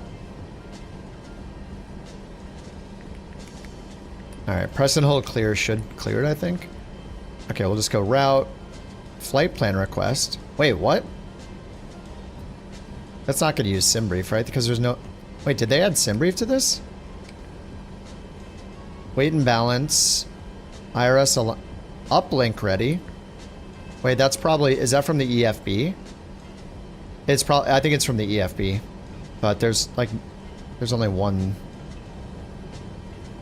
Oh, we do have the departure procedure, okay. Let's see what that does then. Load. Uplink loading. I think it just pulls it from this EFB. I don't think it's a SimBrief thing. Activate, execute. Alright, Richmond runway 16. Cool. Let's go to clearance. We'll let her get our clearance for us. Couch 323, ready to pick up IFR. I mean, it's kind of cool that GSX will work with the default. Couch 323. I don't think it's changing the weight or anything, but I mean, there's a lot of planes where it's only cosmetic anyway, right? Like even the PMDG planes, it's cosmetic only, so I don't see this going up. It might not be live, but I'm not sure. Yeah, exactly, Sawyer. Yeah, that's what I did. So I opened, yeah, in the EFB, go here for the SimBrief EFB app, hit import, and that puts it into the flight planner here. And then I think this is pulling from that. Or you could hit send avionics. 6536, couch 323. Couch 323, read back, correct. Contact ground 121.9er when ready for pushback or engine start. Alright, so we got runway 16, Cali 7 with the read transition. Altitude clearance is 4,000. Man, my frames are lagging. Alright, 4,000. I think it's gonna probably be everyone else that's loaded in. Holy crap! Yeah, there's a lot of us. And with Beyond ATC, but it's, you know, it's not too bad. It could be worse. I guess what I could do, since we're in an airliner, is just bring my dynamic settings down to 100, so it'll bring it as low as 50. Could help just a little bit. But I do have Ultra on, so it's probably loading in a ton of full planes. All right, so here we'll just double tap ZFW 126. We're supposed to have 136, so I don't know. Actually, let me check menu, settings, weight and balance. Can we just put that in here? Yeah, 0 fuel weight. 108 and then 22. Was it adding them for 0 fuel weight? So here we have 11850 for fuel. Okay, that works. And then 0 fuel weight should be 136,300. What? 136,300 pounds. There we go. Okay, 80% payload. Oh yeah, I remember doing this last time. Look, the CG is all messed up. Because it puts it all in cargo or something. Let's just try all the sim brief numbers. 15,240. 122 packs.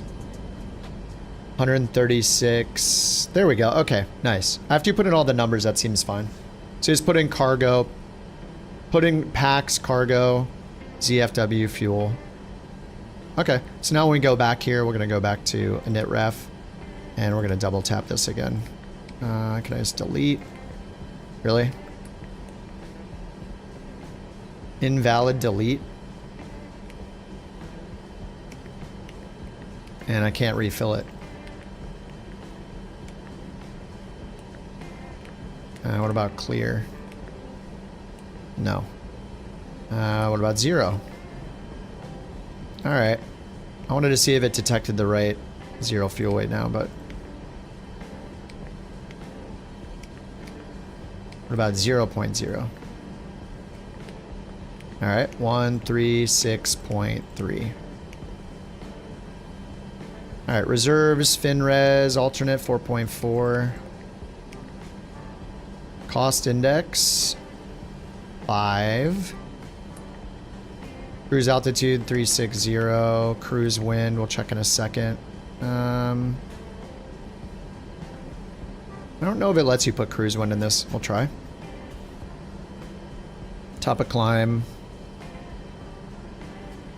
217. It's between these two.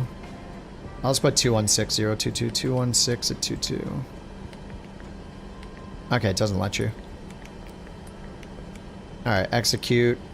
Insufficient fuel. We have enough fuel. So if we don't want to do any performance calc stuff with SimBrief, we can just leave this all blank and do a full takeoff. Full takeoff power, double.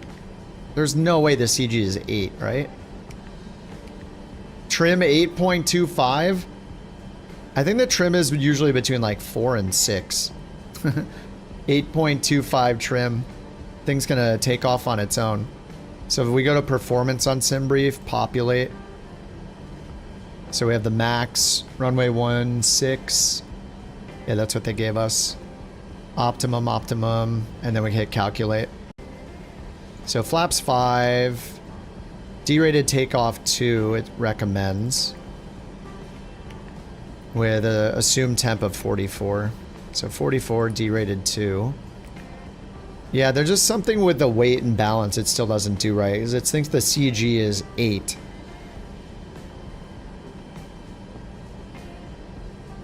So here it says preview, it has not been loaded yet. Even if I say load immediately, it still says it's a preview. So it's just a little weird. 15,000 cargo, 122 packs. Here it says the cargo can only hold 11. 122 seats. What if I do save and open ATC panel? It didn't open the ATC. Oh no. Oh, it did over here. Let's try this. Ground services, passenger boarding start. And then we'll tell it to stop the passenger boarding. And then it should finish the boarding instantly. I'm just curious if this is the right way to do it. The jetway is going to be connected. Oh, it's already connected. Oh, no, it's not. Passenger boarding stop. Richmond ground, couch tree to tree. I am done with the boarding. So now it should finish it. No.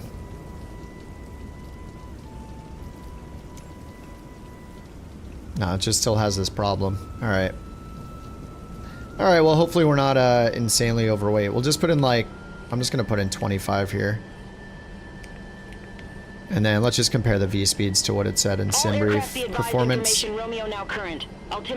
41, 42, 50. Okay.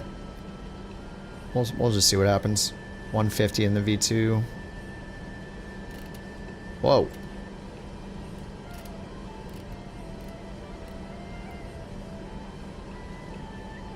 Alright, yeah, I'm definitely chunking in the frames right now. Let's get the APU on. So, fuel pumps are already on. No center fuel. Well, unless it put center fuel in. It did not. Okay, cool. No center fuel, and then we'll get the APU started.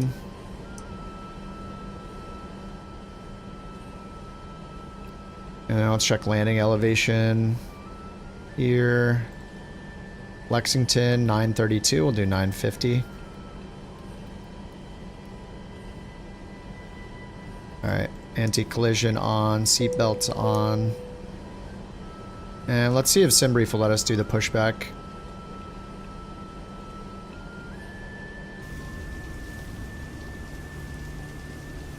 Yeah, alright, they're walking out. Alright, I realized I didn't even do any FMS programming here, so let's do that. Shift 2. Departure arrival, so... Oh, yeah, put it in automatically, nice. And arrival, we have... Where is it here? Nothing, just runway 22. Alright, we'll just choose ILS 22. Insufficient fuel. Target speed 150. Departure checks completed. Bypass pin inserted.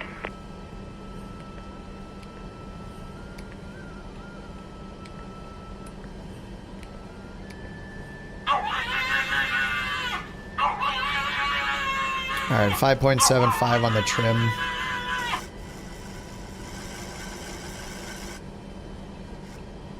Alright, right around there.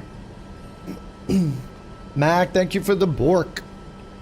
Thank you for the Bork, dude. Alright, let's get the flight directors on. Alright, she's connecting the pin. Locking gear. She's locking the gear. APU's ready. We'll get the gens on. And the bleed on. Ground power off. Okay. Nose right. We don't have another choice. Release parking brakes, please. Okay. Commencing push. All engines All clear. right, good luck. Start at Good will. luck, GSX. All right, start at will. We'll go ground on 2. Oh God, here we go. All right, GSX, don't let us down. I'm sure the pushback will be. The wing, the wing, the wing. Uh-oh, no collision? Oh, okay. What the?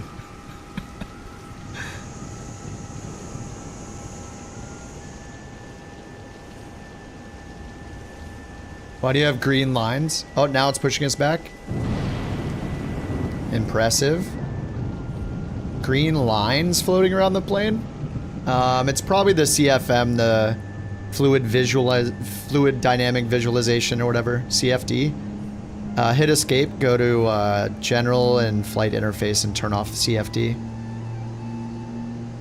Alright, they're getting it done.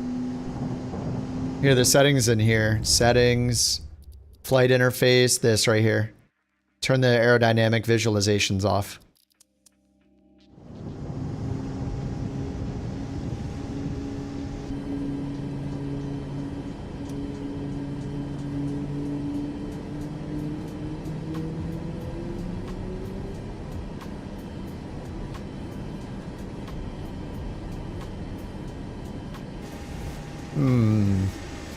Nose right? Folks, I know the pushback guy. He's a great pushback guy. The best pusher backer I've ever seen. I'd let him work on Trump Force One.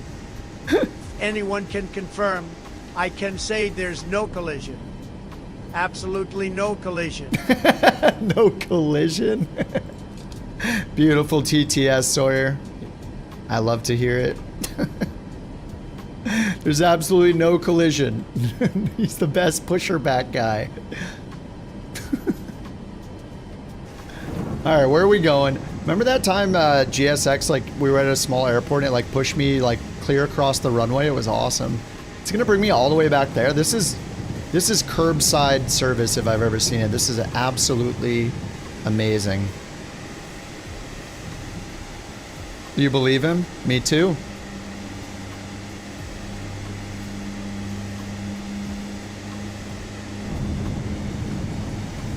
Alright, I should have requested push and start. Set parking brakes. Couch 323. Alright, well, we're not really where we wanted to be, but I guess this will do. An engine start. Couch 323, Richmond ground, pushback and engine start approved. Face south. Alright, push and start approved. Face south, couch 323.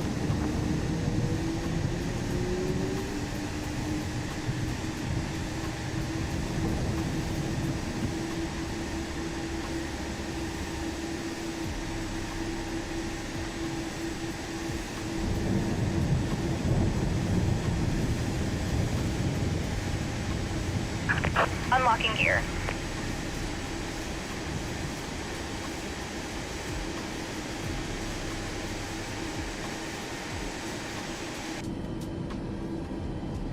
Alright, let's get Gen 1 on, Gen 2 on. Get the bleeds on, packs to auto, ISO valve to auto. Bypass pin removed. Left is clear, right is clear. That looks good. APU can come off. APU bleed off. Whoops, APU off.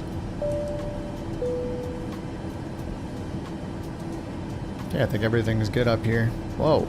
Pressurization's going crazy. Whoa. What the heck? Maybe it is supposed to do that. I don't know. Alright, bye-bye. Dude, the reflections look pretty nice.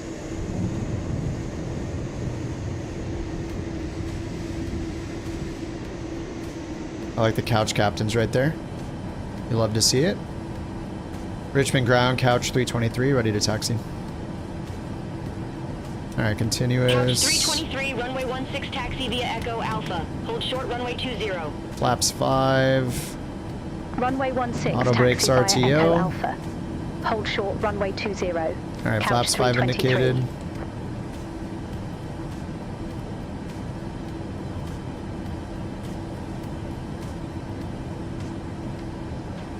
Let's get this centered. Yeah, my frames are getting pretty bad, but it's because I have ultra air traffic, and there are 2,000 of us here, which is excellent.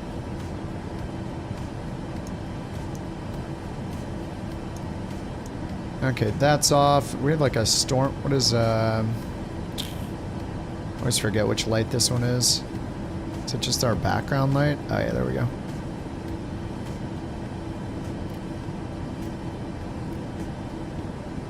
Alright, that's nice. And I forget what squawk code. Hey Richmond, couch 323, what was our squawk code? We're at ultra till 5090. I'm on mostly high end. I just have air traffic on ultra, which is asking for bad frames. Squawk code is squawk 6536. 6536. Okay. Got it.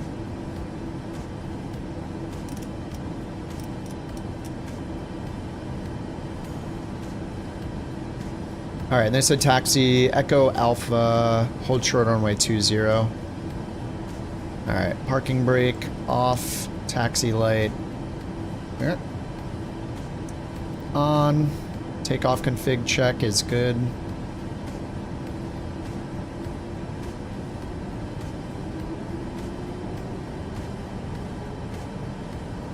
Yeah, it's kind of coming down here a little bit. It looks totally fine on the external. Yeah, see how weird that is? See how when the lightning flashes, we can see the rain for a moment. But when it's not flashing, I don't see any rain in the external camera. Like, everything looks wet, but yeah. I don't know why that is. It's kind of weird. How do you get that good of lighting? I didn't do anything. I'm just on the beta, that's it. I'm mostly on high-end settings too. The only ultra setting I think I have on is clouds and air traffic. The rest are all on high-end. The night lighting is just improved in the beta 3. Sim Update 3 beta. Oh look, wait, what the heck? Oh, what? What a weird bug. Look. There's the rain. Wait, what is going on? If you go behind the plane, the rain stops. It's like, it reminds me of the AnyBuild's A350 where it like deletes all the clouds above your plane. Oh, look, it looks so cool. It's the light? But, I mean, it's so bright. Like, there's light over there. I don't see any rain over there. Doesn't make any sense. It's not physicsing. You want me to turn my taxi light off?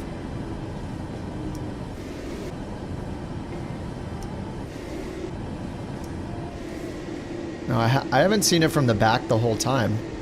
It's only when I swing around to the front. Oh yeah, you're right. Oh, it only shows lights where your plane lights or lightning lights are?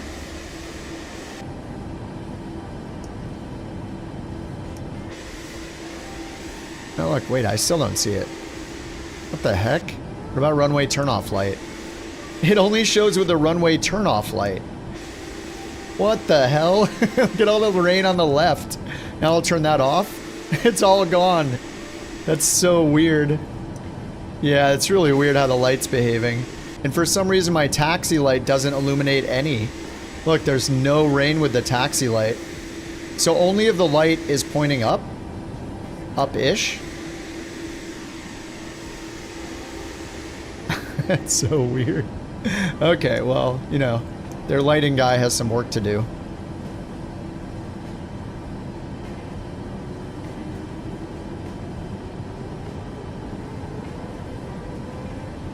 I feel like I'm sitting so high up in this thing. My immersion. No. I mean, still, when you can see it, the rain looks fine. Looks good.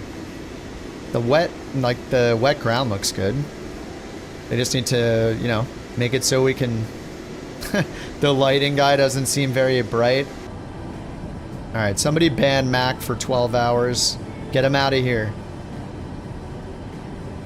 Sawyer will unban him because Sawyer's a fan of puns.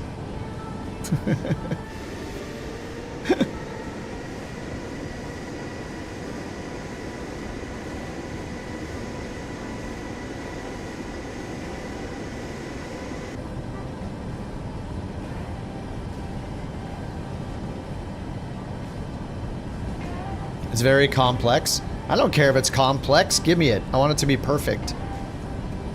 Customer's always right, bird.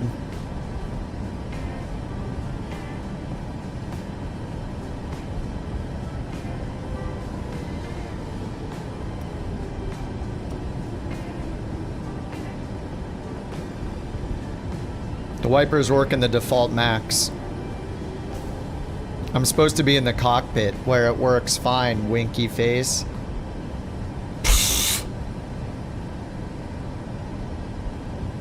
Yes, the wipers do function. They mask the rain off. It's not as cool looking as like the Starship or whatever and ones like that where it has like the streaks shown, but you know, it gets the job done.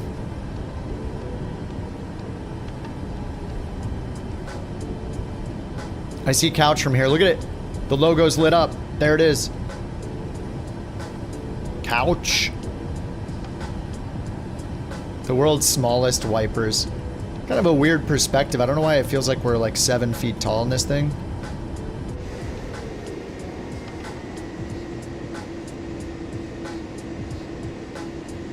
You timed him out for 2 minutes.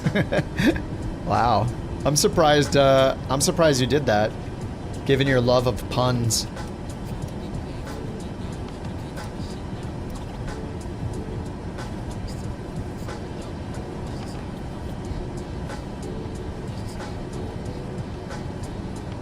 I downloaded pretty much everything, if that's what you're asking, Betho. I downloaded a lot of it. I don't know how much exactly. I just downloaded like all the planes and airports that I had. Holy crap, we have a lot of planes here. All aircraft be advised, information Sierra now current, altimeter 3004. 3004. It says it's 2997, but alright.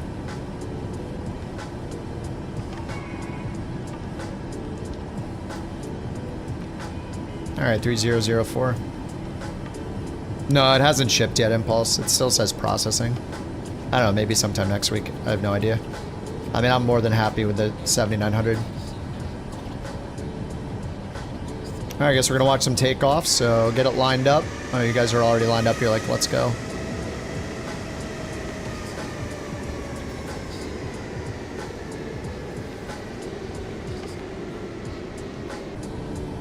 Alright, good enough.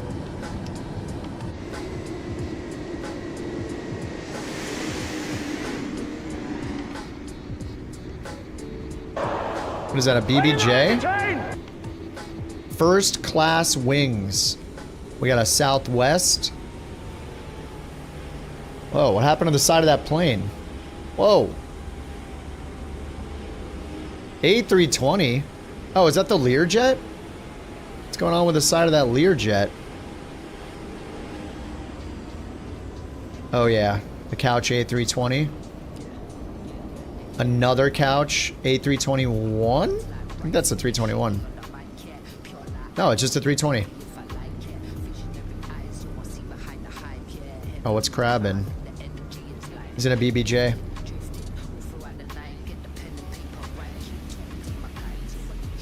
Oh my god, this looks so much better than last night. Yeah, I installed the Lear, but it is, thought I installed it last night. Alright, where's, I don't know if you guys are doing togas or D-rated takeoffs or what. But, this lighting already looks so much better than it did last night, watching people take off. Way, way better. And we can compare it to last night's stream, like when we're watching everybody take off.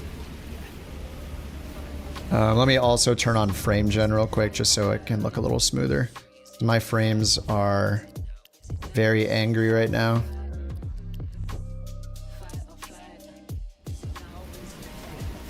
Alright, frame gen active. I think the weather just got even worse.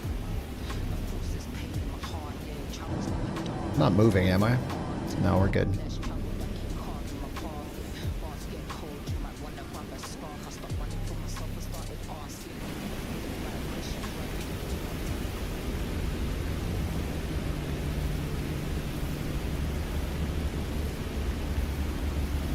Clear for takeoff.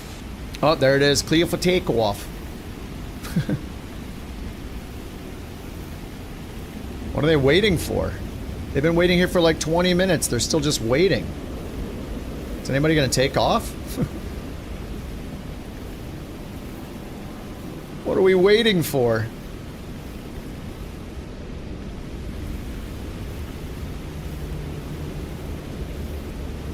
Oh, there we go. We have action. All right, Ilmo's taking off in the couch 320.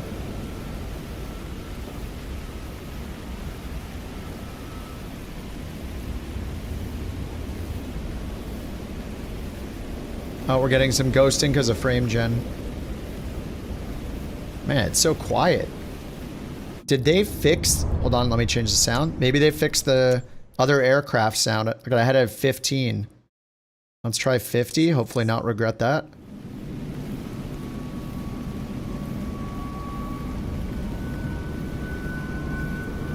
Whoa, holy crap. Oh god. Somebody just went right off. Of course it was JT. Who's going the opposite direction? The 747. Gecko.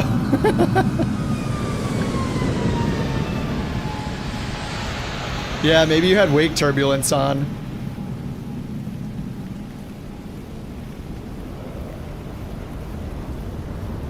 Oh, we can see that. We can barely see the lights way up there. Holy crap, everybody went at like the same time. Nice. Bite me's in Alaska. Well, at least it's showing that. Here comes Jake.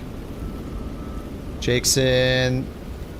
It says 77L, and then it says 737 Max, so it's not replacing it with a 777 generic.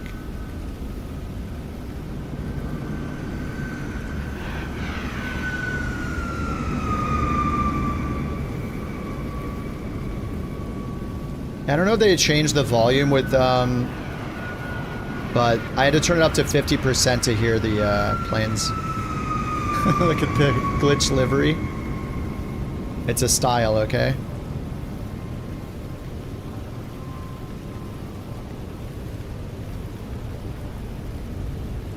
Alright, I see another couch lining up. Alright, Bite Me, Scanned, Crisp, Johnny, Deadly, Overtie. We got a lot of people lining up.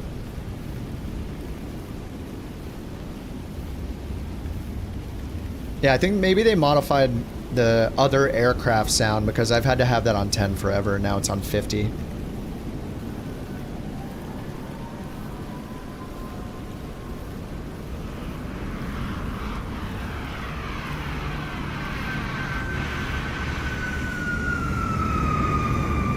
Oh, there go the lights. As soon as the lights aren't facing you, they just disappear. Oh, stealth, well, not stealth.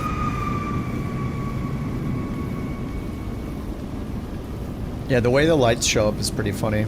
Or don't show up. Alright, here comes Crisp.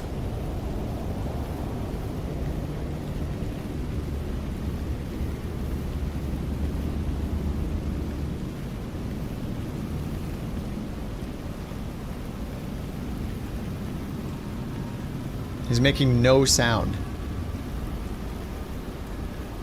Looks like a 320, wingtip fences.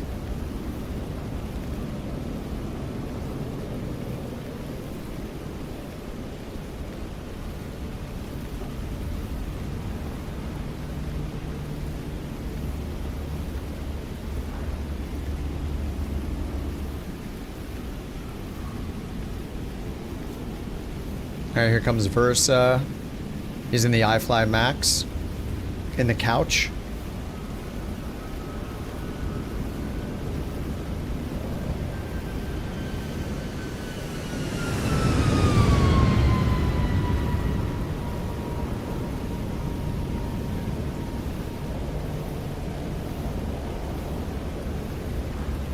You can see the C-17 from more than 11 feet away.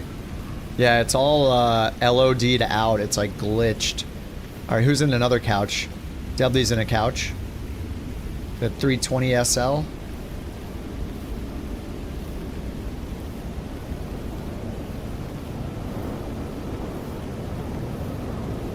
Where the Phoenixes make like no sound.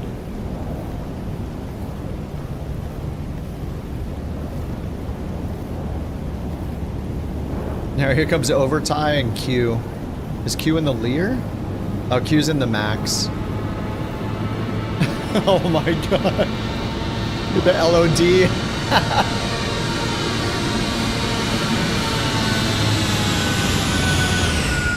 Whoa. What the? Minecraft C-17. Wow.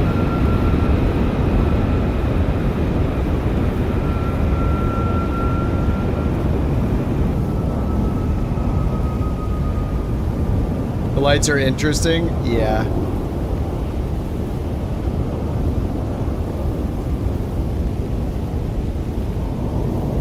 Alright, I think Johnny's been sitting there the whole time.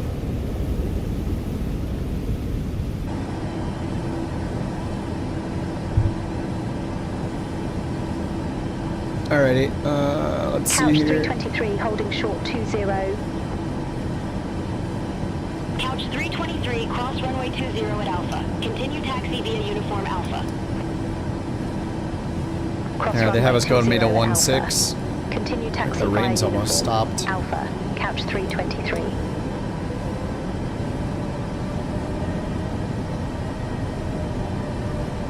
Somehow I still need like 50% for us to get going on the ground in this thing.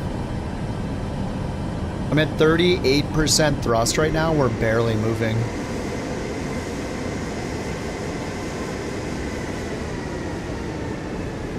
All right, here's runway 16.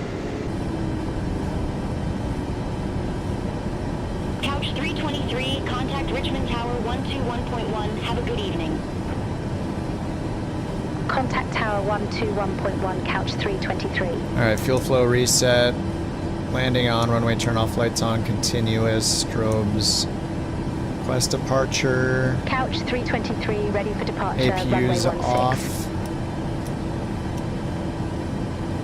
Couch 323, Richmond Tower, wind 210 at 11, fly heading 270, runway 16, cleared for takeoff. Heading 270. Fly heading 270, runway 16, cleared for takeoff. There we go, Couch auto 323. throttle, LNAV, heading select.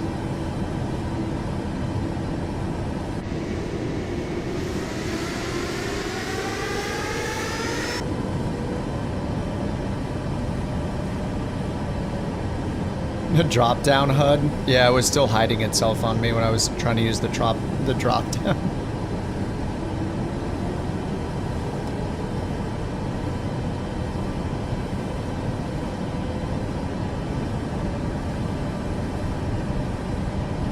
Alright, toga pressed. N1 heading select toga.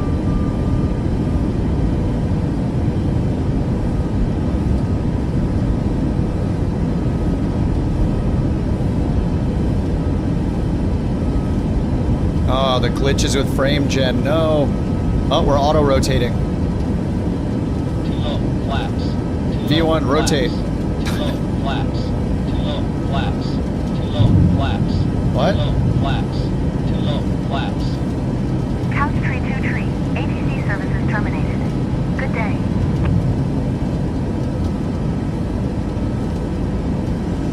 Oh no, do I have wake turbulence on? Couch 323, contact Potomac departure. I don't like the HUD at all. Contact Potomac departure, Couch 323. Take care. I get this thing out of my face. I hate it. Potomac departure, Couch 323. Good evening, 1,800 feet. Couch 323, Potomac departure. Good evening. Radar contact. Clear direct ditto. Resume the Cali 7. Climb, maintain flight level 180. 180, direct Cleared Edo. direct ditto. Resume the Cali 7. Climb, maintain flight level 180, Couch 323. Oh god, we're stalling! I'm dead! No! Oh, we're good, we're good. Ish. Yeah, the trim in this thing feels super weird. Alright, chill, chill.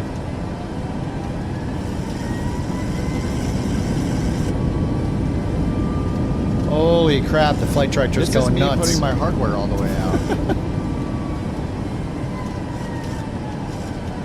Yeah, I think I just need to be really slow with the trim still in this. Like in the iFly, I'm just like cranking away on the trim. What's going on with our throttle right now? Well, we're at 47%. I'm in danger. We're supposed to be climbing. Now, okay, now it's going back up. Wait, what? Okay, we're in FMC speed mode at 166. What is happening? Dude. Alright, I don't know what is wrong with the throttle in this thing. Holy crap! We're dead! No! Oh my god! Dude. It wants me to dive into the ground. I think I'm not going to do that. Let's just take over up here for now.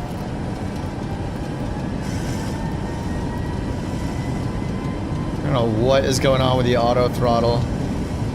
Tell you it's a good plane. The last time I flew it, it was fine. Which was just like 2 days ago.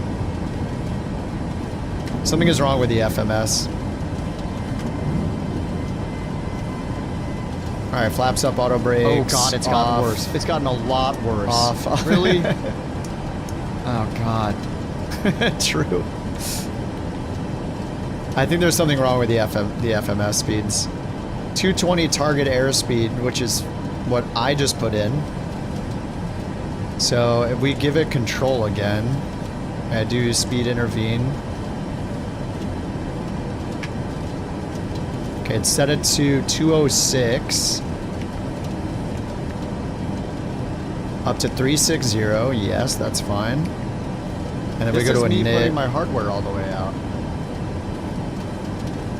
N1 limit is on climb. That's fine. And it's got us at 42%. Dude. Okay, I don't know why it's targeting 200 knots.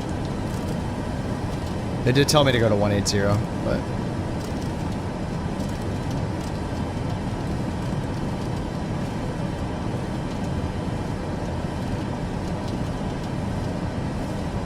Alright, these are distracting.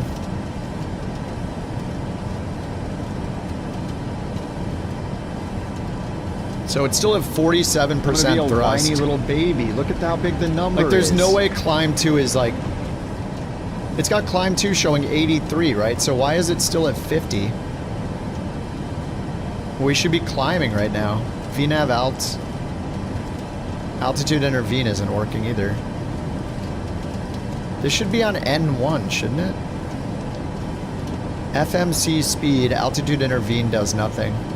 Yeah, this, I feel like it's gotten worse all of a sudden. Oh no! Anyway. Yeah, look, it's still at 50% thrust, 48% thrust. Auto throttle is armed. VNav is on.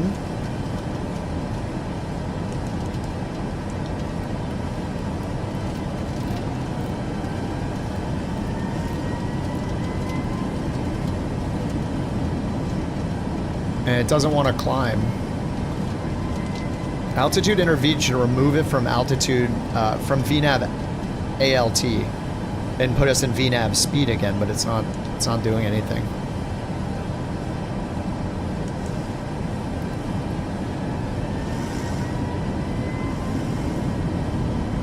Okay. Yeah, I feel like, I don't know what they did with this between the sim update 2 and now, but I did a flight with this like 2 days ago.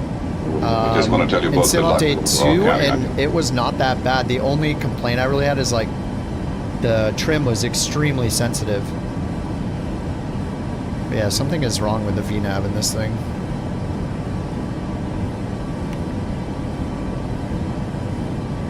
Alright, we're going direct Cali. I'll just clear the discontinuity. Oh, is that the bug? Wait, hold on. Now it's showing, well, it's showing 3,000 or above, so it should be fine in VNav. No, look, it just, you go to VNav, it just pulls the throttle back to 0. What the hell?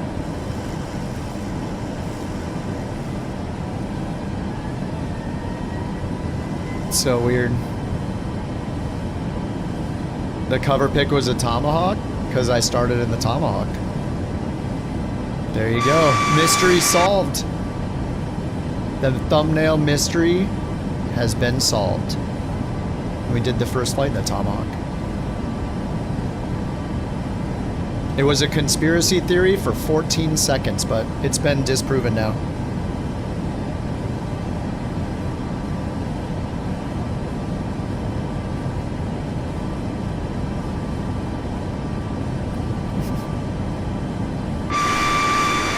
How'd you find the Tomahawk? It's in the marketplace. They Just Flight updated it in the marketplace for 2024. It has its own walkaround in it, so it doesn't use the default walkaround, but...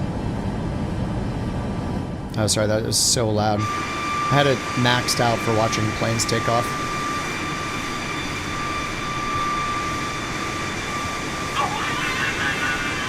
Career mode? No heavy aircraft in crew mode. Shadow, thank you for the Bork. Thanks for the biddies.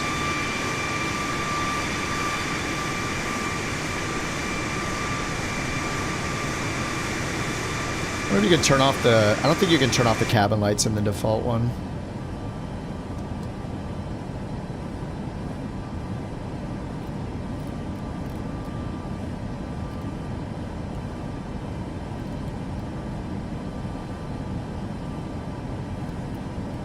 Oh.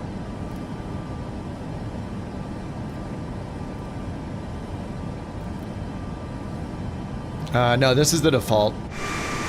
It's a default max, which is why the VNav isn't working. Okay, yeah. Night lighting looks pretty good. I do have it at minus 0.5 on the exposure. Yeah, I did a flight in this like 2 days ago, instead of using the iFly, like off stream, and it went pretty well. The biggest problem I had with it was just on final, just the hand flying was rough with how sensitive the trim was. But this is definitely worse than it was than when I flew it like a couple days ago. Like, I don't know why when I hit VNav, it's in climb 2 thrust. It's showing climb 2. It's showing the climb 2 target right there. And then when I hit VNav, look, it's pulling us back to idle. It's pulling it back to idle thrust. Center on What the hell? 1875, couch 323. Washington Center. I don't understand. Let me turn this off and back on. So it just says ARM. It should say N1, shouldn't it? 180 direct read. Couch 323, Washington. Yeah, it should say N1 right there. Climb and maintain flight level 360, couch 323. Anyway, something is wrong. Air Shuttle 6043, contact Washington Center 120.65. Yeah, it's just an ARM now. What if I right... Center on 120.65. Middle clicking on these doesn't do anything. Let me hit Toga again. That does nothing. Why is it... This is so weird. It just doesn't want to use auto throttle now. Oh yeah, you hit... Yeah, hit N1, it pulls it back to idle. What is happening here? N1's on a climb, full climb. We can even do reduced, it's fine. 190 knots. This is so weird.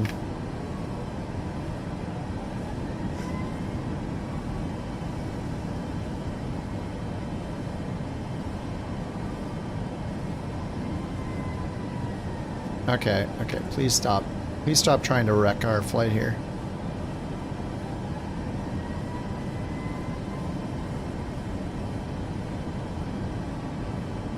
No, this wasn't happening in Sim Update 2. I mean, I just flew it the other day. It was all hands off. I just VNav climbed it all the way up. Anyway, I think I can do level change. Okay, look, now it's showing auto throttle when I do level change. N1. Yeah, VNav just brings it back. So level change, N1 again. Yeah, it's just something is messed up with VNav and the auto throttle. But I used VNav, yeah, just a couple days ago. Anyway, rip. Definitely still can't make a tutorial for this thing. It's fine though. We'll just do flight level change, like we're flying a Cessna. Maybe we speed up a little bit. United 1054, descending via Aldon 4. You've been using level change on climb? Yeah. United 1054, Washington Center, roger. Very weird to have to use level change. Alright, they set up to 360. Washington Center, American 2259. Alright, we need some new music here. American 2259, Washington Center, radar contact. Couch 323, contact Washington Center 127.75, see you. Center on 127.75, couch some of my wing 323. views got reset. Alright, let's see if they added any good cameras. Couch 323 through 16,100 feet for flight level 360 direct read. Couch 323, Washington Center.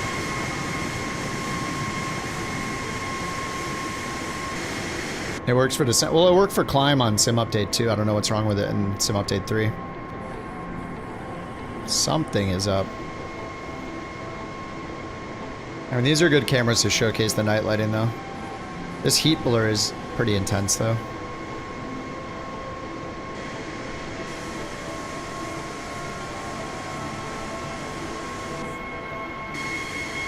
I don't know why these are so close to the plane. These look weird. All right, let me set the custom one. So we'll go up to camera, slide all the way out to the right. We will hit cockpit, pilot, co-pilot, and jump outside the plane. Shift F5, Shift F1, and now we can fly around. 23, turn right, heading 320. Oh, the lightning in the distance. Dude, that looked awesome. Turn right, heading 320. Yeah, they could make it the the cabin lights be able to be turned off. That would be sweet. All right, that'll be camera number 2. Couch tree 23, contact Washington Center 135.4. Contact Washington Center 135.4, Couch 323. Have a good evening. All right, camera 4. Washington Center, Couch 323, through 17,400 feet for flight level 360. Up and over. This will be camera Washington Center. 3.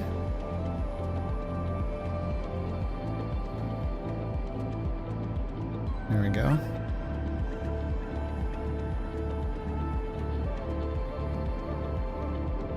Wow, I can't even turn it with the... Oh my god. How do they mess up the cameras so much? I don't understand. I can't even, like, turn it with my mouse. Alright. What is this? X-plane? Alright, this is camera 3. Yeah, they're I don't know how they keep breaking the camera system, like, so badly.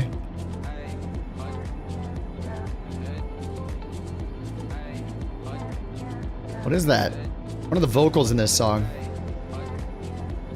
Couch tree 23, turn right, heading 010. Turn right. They need help with the lighting. They need help with the rain. They need help with the cameras. More than anything, it's the cameras that are... I don't know what they're doing with the cameras. Alright, this will be camera 1. Okay, I think I got them set now. I mean, if they just set the good fixed cameras, I wouldn't have to do all this. All they have to do is add these cameras that I just made as fixed cameras, and we're good to go. Like, I shouldn't have to do this for every single plane I get in. It's... Oh, sorry, that's so bright. Sorry, I'm hitting the wrong one now.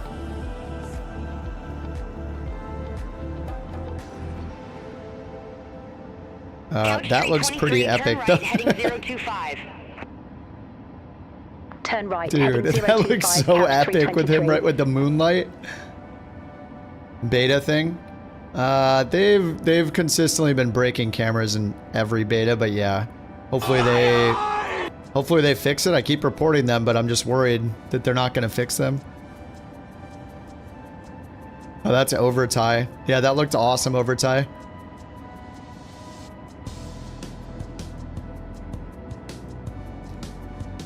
Yeah, but like if you fly a PMDG plane or you fly the fly-by-wire, those guys know how to make really good fixed cameras, so you don't have to set any custom cameras because they just look so good. So you just go to showcase, go to the fixed cameras, and they'll have like a perfect wing view from the passenger's perspective, like 3 to 4 of them on each side of the plane, and you can just pop back and forth from the cockpit back to that, just like this, with the fixed camera. And like even Asobo doesn't, like, what is this? Like,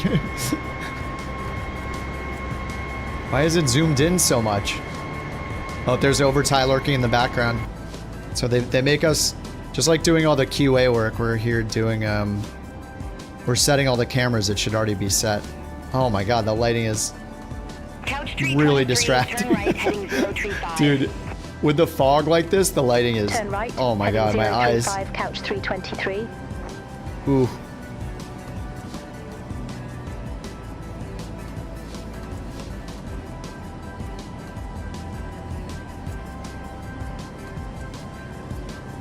So it's still only doing 82% on the thrust in N1 for some reason.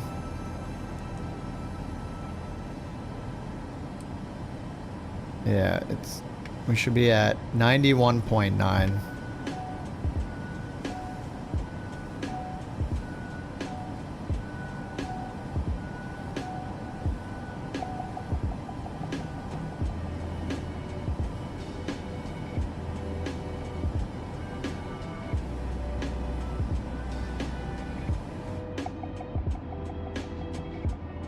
Alright, it's not too bad when we're away from the fog, but this looks fine.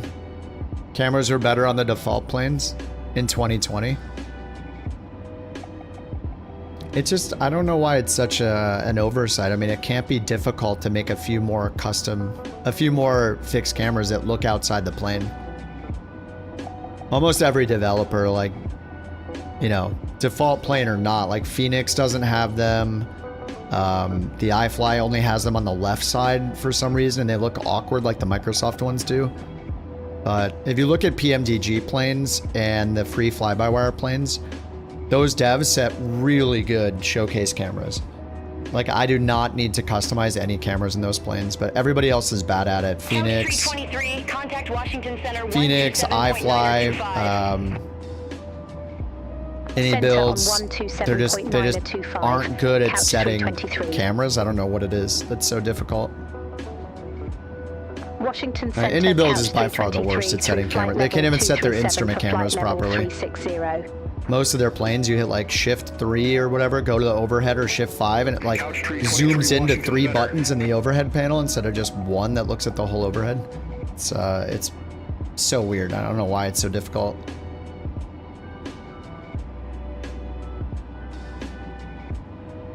The toilets, yeah. We got the toilets though, and the slides. Dude, that looks so cool over tie. God, I wish I could turn the cabin lights off. It's too bad he looks like half Minecraft still, though. Look at this. Oh, there it is. Zoom out. Oh, it's gone. They just need... I don't know what, like, whoever... I hope whoever on their team that decided to, like, do this LOD strategy is not doing the LOD stuff anymore, and they're fixing it. Because, holy crap, it's just... What is going on? Like, why? Why is that a thing? It doesn't make any sense. It just looks so... bad. I mean, yeah. I don't know, man. It's definitely worse than it is in 2020 with multiplayer LOD stuff. I mean, he's like right there. I'm pretty sure I have this plane downloaded too. Like, what exactly is it saving me by making it look like that? It must not be saving too much performance, because the moment I zoom into it, it literally instantaneously shows the full resolution of the plane. Like, there's no lag, there's no delay, it just instantly loads it. So what? It's very strange. Alright, I'll stop crying about the LOD. We'll look at the beautiful lighting. What's up, ZK? Oh, see you, Bobby. Have a good night, man. Yeah, I mean, it's been pretty smooth. I think on the ground, having my aircraft's air traffic turned to ultra, that's gonna kill my frames every time, because it's loading in, you know, my plane, it's loading in the Phoenix 320, it's loading in the full iFly plane. Like, I'm loading in 3-4 planes instead of 1 full plane, so it's just always gonna kill your frames. That's why if you have multiplayer on and you have really bad frames, turn air traffic to low. That'll force it to use as many generic planes as possible, even stuff from FSLTL. It'll just save your frames massively.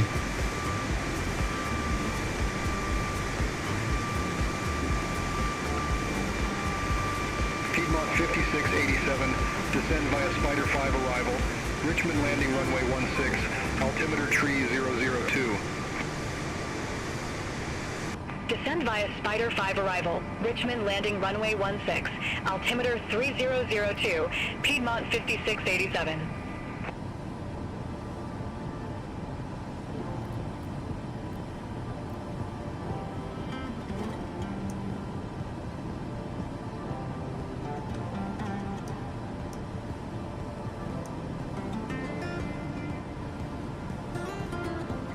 Gonna make it all nice and cozy in here now.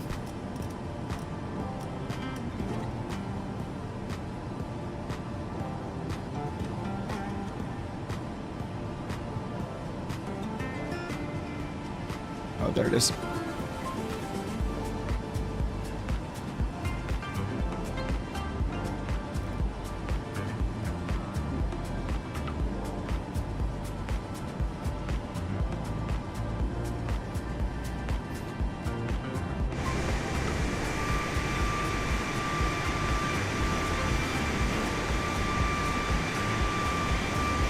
My terrain level detail is probably pretty low too.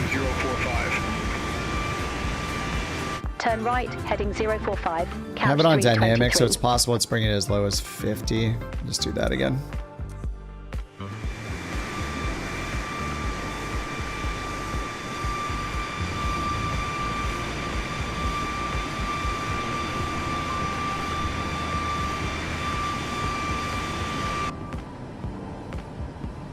Told me to turn right heading 045. What? We're not gonna do that. Is that the bug? Is it telling us to go backwards? 045. They want us to go. 323. Contact Washington Center 1, tree 4.4. No, we're not doing that. Contact Washington Center 134.4, couch 323. Washington Center, couch 323. Why is that Good highlighted? evening. Through flight level 310 for flight level 360. Couch 323, Washington Center. Moxie 236, contact Washington Center 127.925. Center on 127.925, Moxie 236.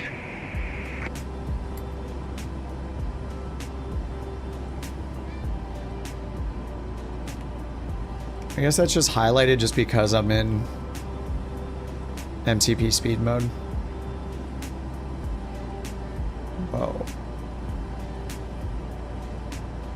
I have frame gen on too. It definitely feels like I have frame gen on because every time I try to move the camera, there's like a half-second delay. That's why I usually have it off. It just doesn't feel good.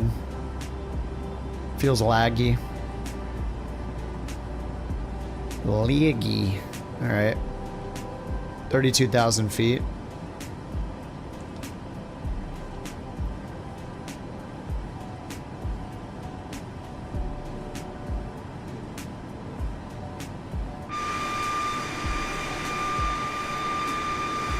Sim Update 3 better.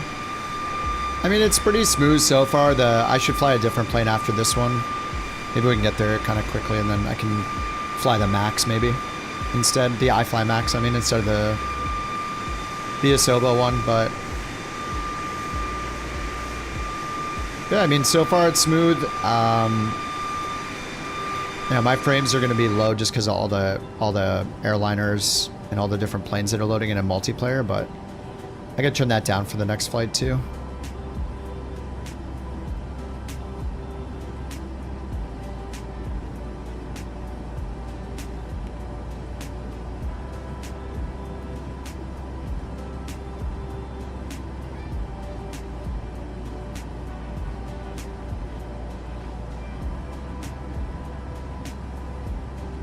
Alright, airport facility chart. Oh yeah, we can click the chart name now.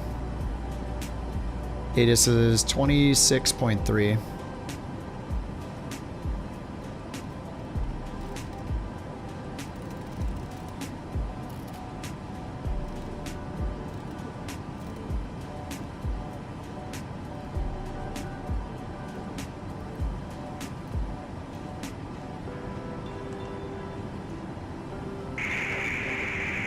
Alright, too far out. And it's showing VFR 3001, runway 22, 7,000 feet long. Okay. And do we get runway 22 in Simbrief? Yes, we did. Alright, Lexington runway 22. And let's see what approaches we have. ILS 22, we'll pin that. Got ATIS tuned in already. I'll just get this in now. 11175. On nav 1 and 2. Actually, there's no DME on this localizer. If there was, it would have a little D before the frequency. So we need to get DME off of something else, which is... I assume it's going to be the Lexington VOR. FedEx 1624 Heavy, Washington Center. 1.6. Climb, maintain flight level 300. Climb, maintain flight level 300. FedEx 1624 Heavy. Yeah, so here it's showing everything's based off Lexington VOR, so when you're on their 342 radial, that's how you identify Bridle. Bridle. Oh, it's bridle. Bird mod on the mine. So 112.6, we'll put that in over here. 11260, activate. Now let's turn our VOR 2.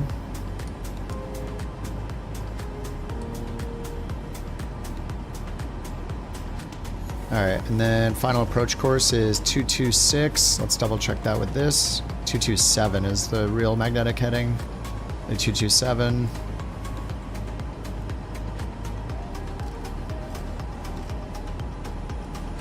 FedEx 1624 heavy, descend and maintain 227. feet, altimeter 3007. And then TOD. Descend and maintain 15,000 feet. Altimeter 3007. FedEx 1624. Distance to go 192, so we got 204 until Lexington. And we're almost at 36,000 feet. So 36,000 feet, airport's at, is it 900 feet? So we're gonna want to lose like 24, 25. We're gonna lose like 32,000 feet or something. So 32 times 3, 90, you know, 96, about 100 miles out TOD. So we're about halfway to the TOD from this point.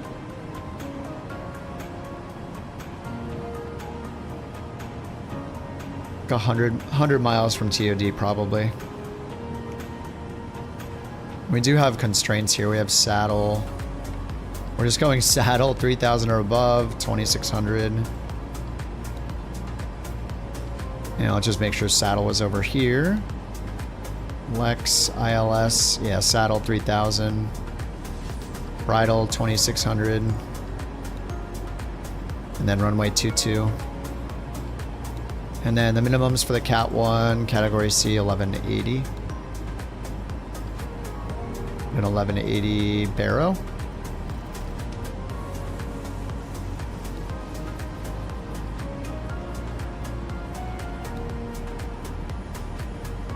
What's a caution for?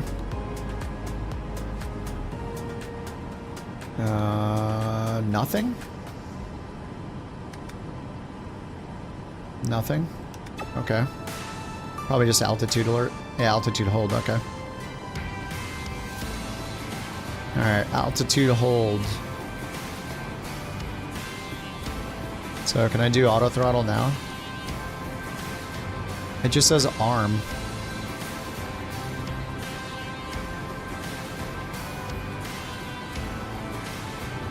It still says climb. Did I not have 360? Like what? I swear I put 360 in the init, right? Index. Yeah, we got 360 for the cruise right there.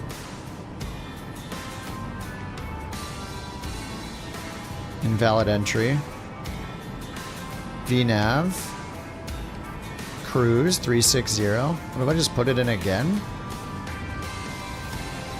Couch 323, contact Indianapolis Center 119.475.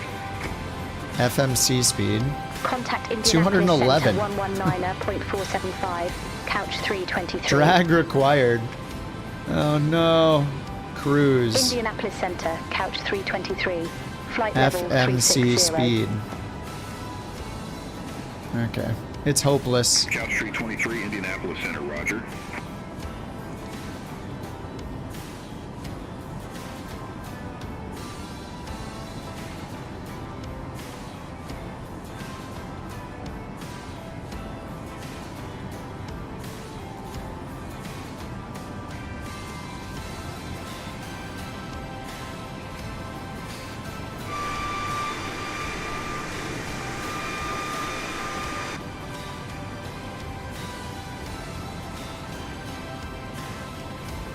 Alright, no TOD yet.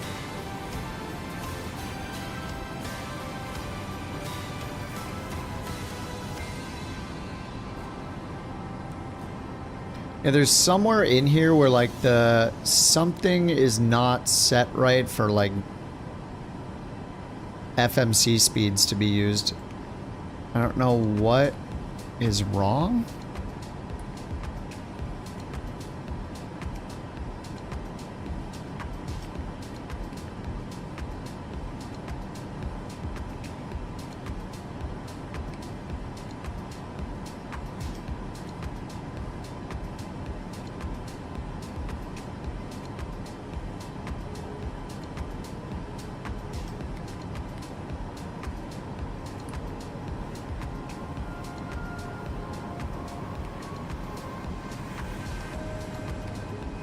Drag required for cruise.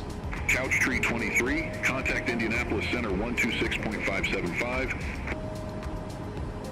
Contact I'm not Indianapolis sure. Center 126.575. What's up, Chase? How you doing, man?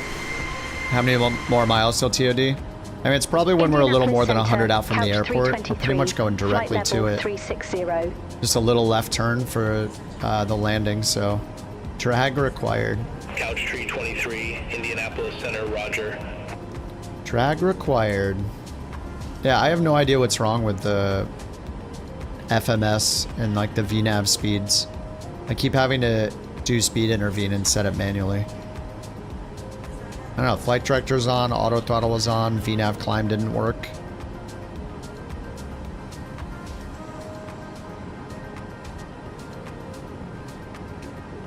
It's very weird.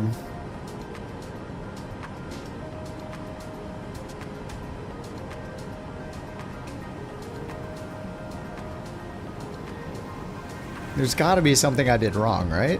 It can't just be the plane. I mean, I can, but yeah.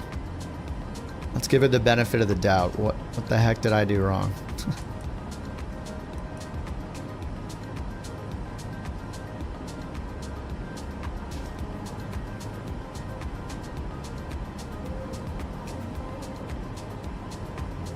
The engines are on, right? Yep. Engines are on.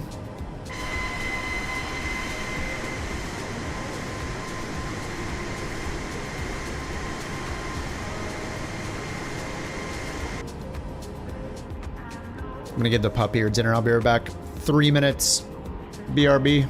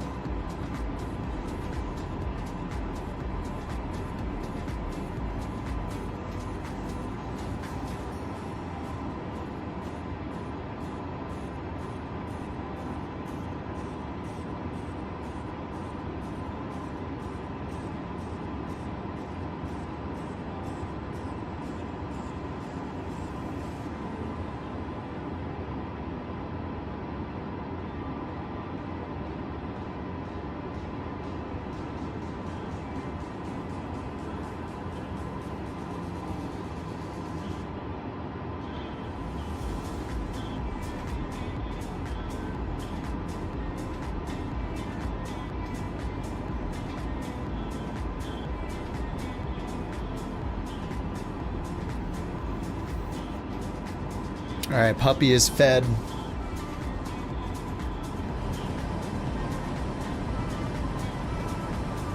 Alright, not seeing a TOD yet, right? 121 miles till saddle. It's just like VNav is completely broken.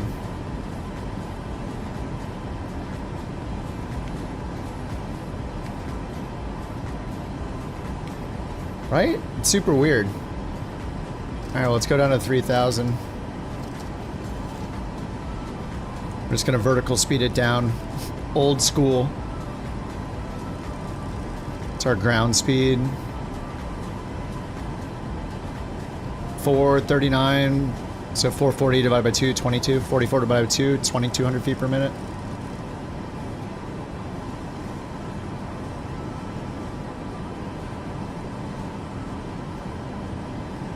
No, it's been saying drag required ever since I got into cruise. It's weird. I don't know what it's doing. VNav is just not working at all. I don't know what happened. Something. It's very strange. Couch tree 23. You were assigned flight level tree 60. I show you at flight level tree 49er. This guy sounds tired. Flight level tree 60. Uh-oh. Wilco, climb, maintain flight level 360. We will not go. 323. Won't go? Indianapolis Center, FedEx 1217 Heavy, flight level tree 50. FedEx 1217 Heavy, Indianapolis Center. Yeah, I don't know what's going on with VNav. There's no TOD. It's like it doesn't understand our flight plan at all. What if I just go direct saddle again and hit enter?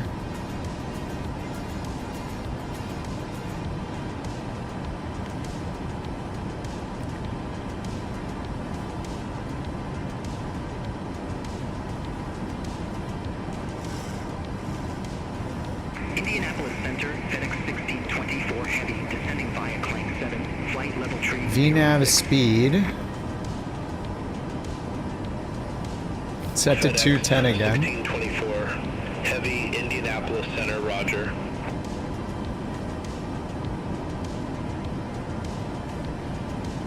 Yeah, it doesn't understand the flight plan. I don't know, something is weird. I mean, from the start, I couldn't use VNav to climb, so I don't know. We had a departure procedure in. I don't know, maybe the import messed it up?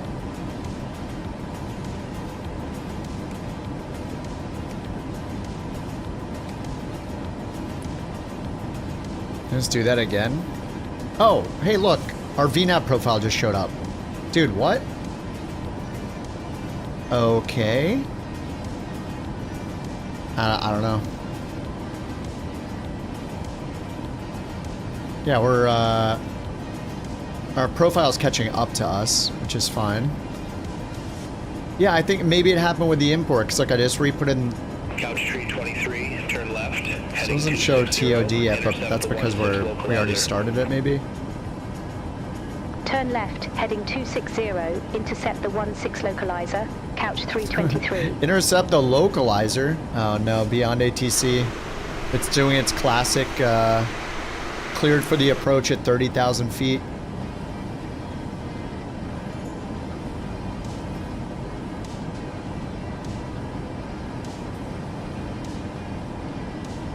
Hi, I see you've descended and you're at 31,000 feet now. Why don't you turn left and intercept that localizer? Right away. Right away, we will. FedEx 1624. Heavy contact Indianapolis Center 127.4. Alright, yeah, after this I'll fly the... I don't know, we could get in the Phoenix or the iFly.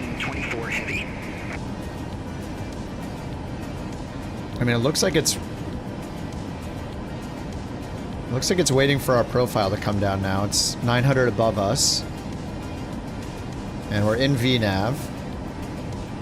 I don't know why it has us at 210 knots though. I mean,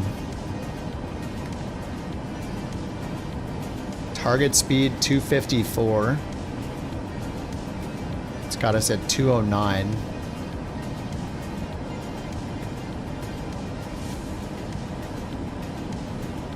Maybe it'll speed up once the profile gets here? I don't know, it's strange.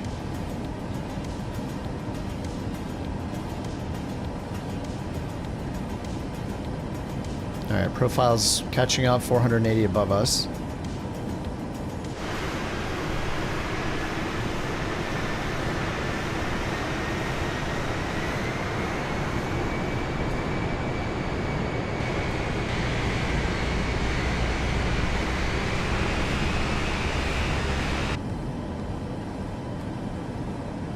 Sounded like the engines were spooling up more, but we're still at 25%.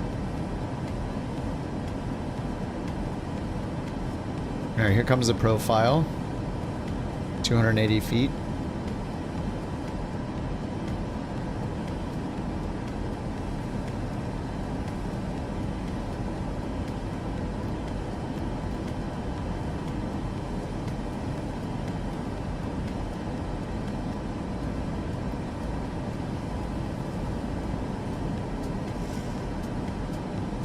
Speed still at 209.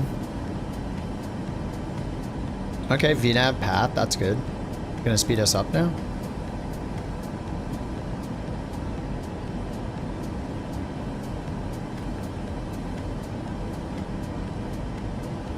Still 209.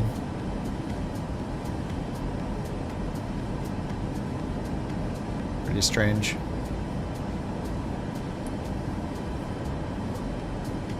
Alright, we'll just put in flaps, 30 for the landing, 140. 140 for the VREF speed. And weather, 4 knot winds from the south. Alright, 22, it's recommended. 11175. We already had that in. ILS, IGNJ. It's right there, 224. Okay, 226, and the runway is 227, and 227. Okay. This says 224.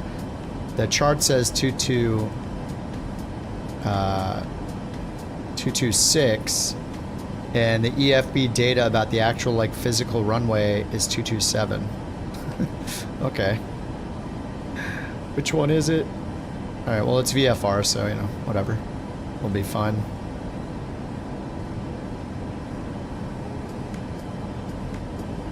Yeah, 225.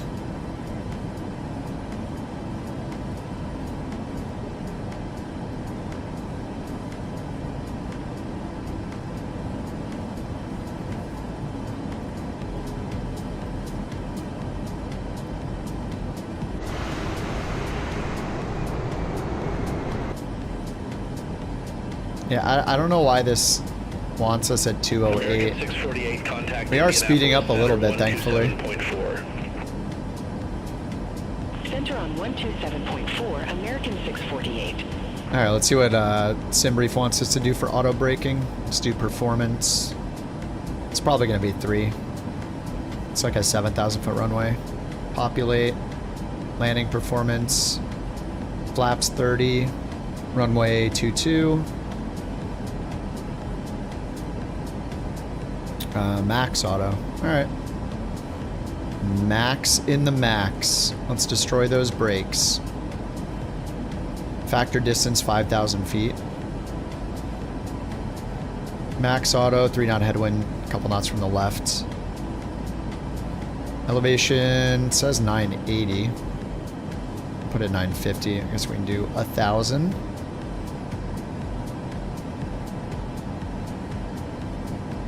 Get some stutters a little bit. Alright, 3001 for the altimeter.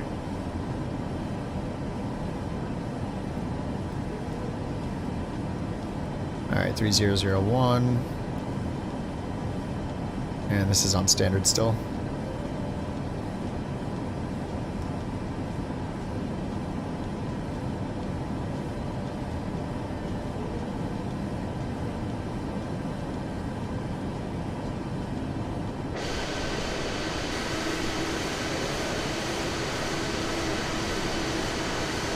I see your guys' lights way behind me. Like I see 1, 2, 3, 4 of them. Looks awesome.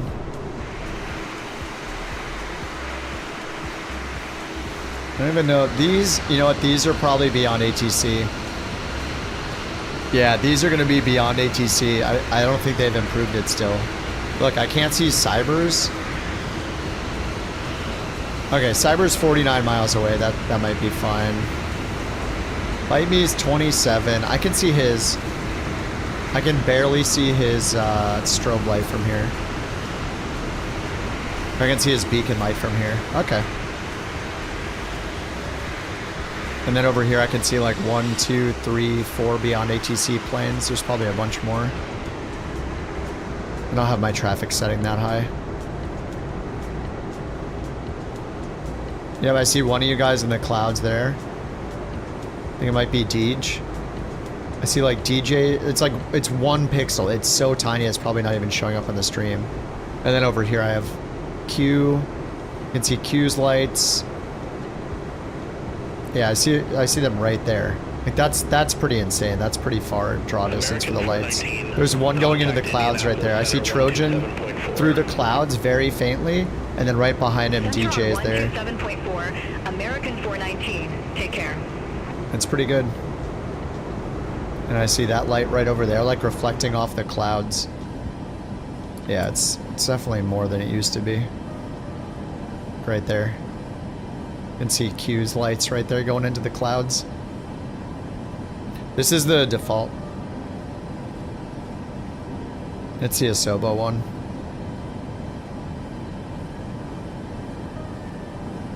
Yeah, I don't know what happened on the climb out, but something is weird with the speeds too. Like,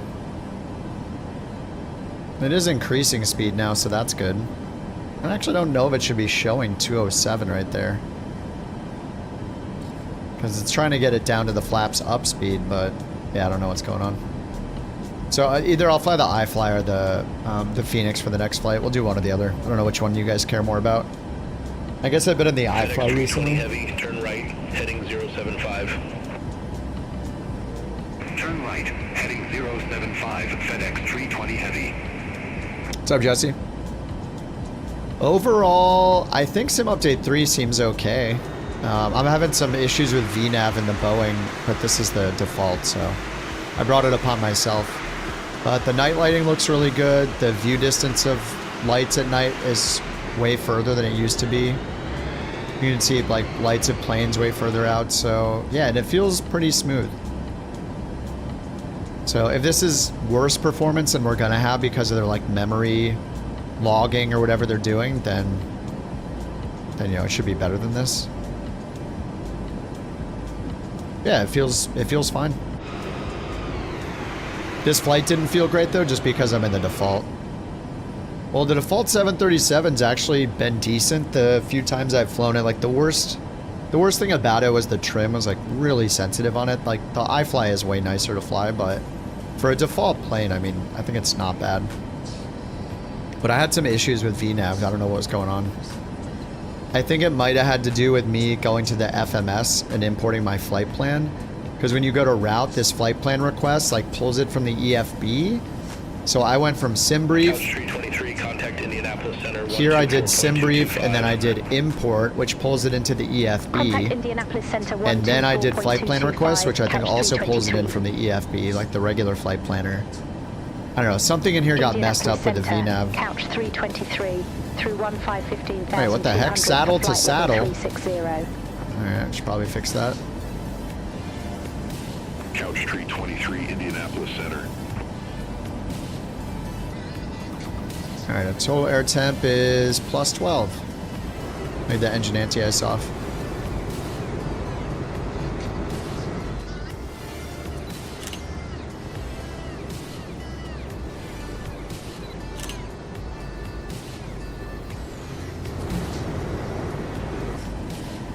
Wait, what?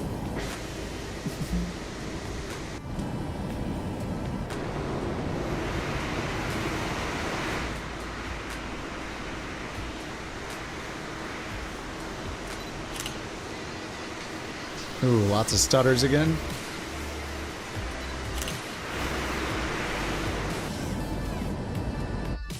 think I'm gonna turn frame gen off. It's just so laggy feeling, and then let me get air traffic to low. Which is what I would normally run if we're flying airliners.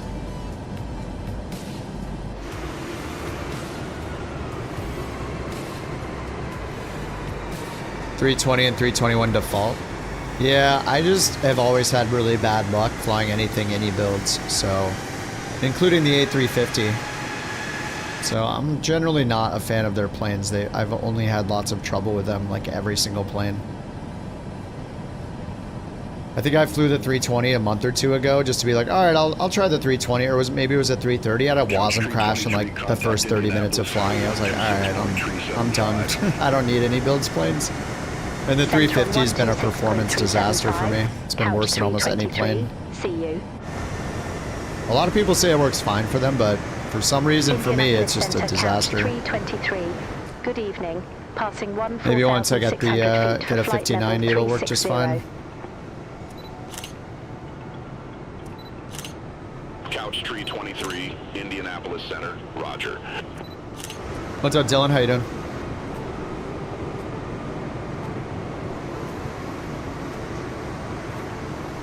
The Starship with the strobe light effects.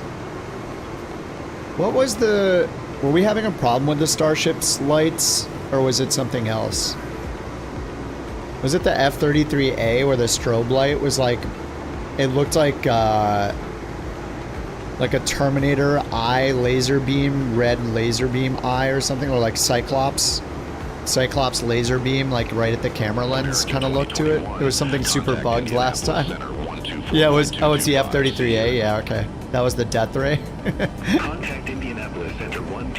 Dude, that thing was ridiculous looking the last time yeah. I think that might have been the last time I was in Sim Update 3. That was funny though.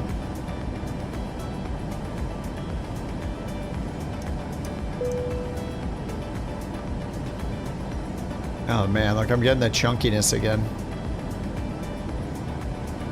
Oh, what is it doing?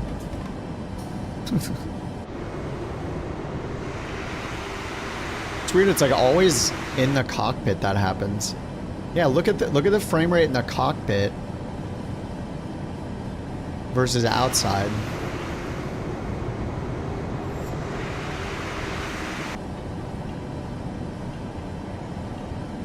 Are the screens really like wrecking it that much? Oh man, it feels really bad right now. Center, American 839, flight level 230.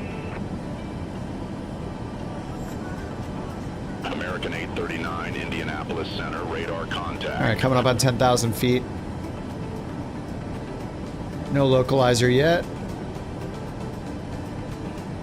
No, hopefully this doesn't crash me, but I want to turn multiplayer off and back on because I think that's what's killing my frames with having... I had Ultra turned on. Let me load back in. I don't know. Maybe that's not it. Yeah, something... Every time I look back and forth, it gets really laggy.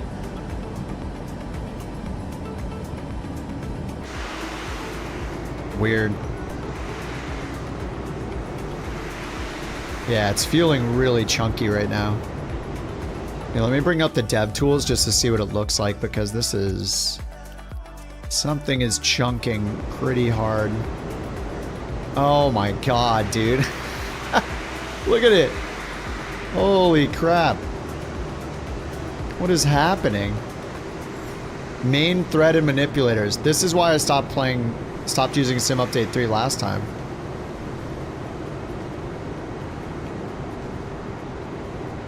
What is happening?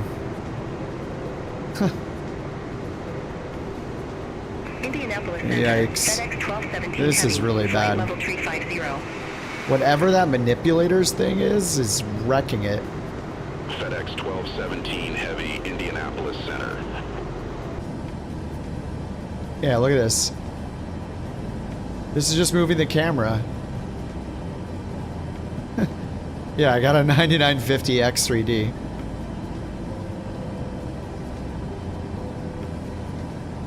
I mean, it'll eventually, I mean, something, you know, it doesn't matter what you have. You could have, something will limit your frames. gonna be either the GPU or the CPU. It's gonna be something. You think it's live weather? My god, even the menus are super messed up.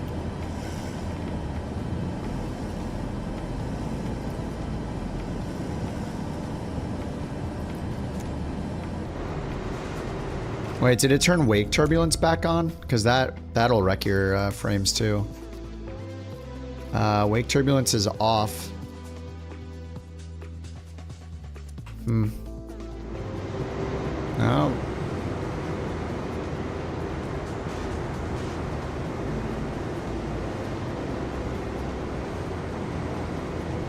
FS Hub doesn't count random flights.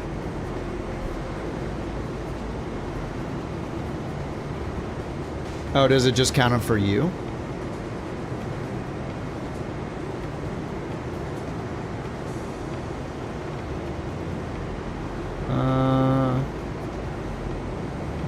Now look here, I did this one earlier.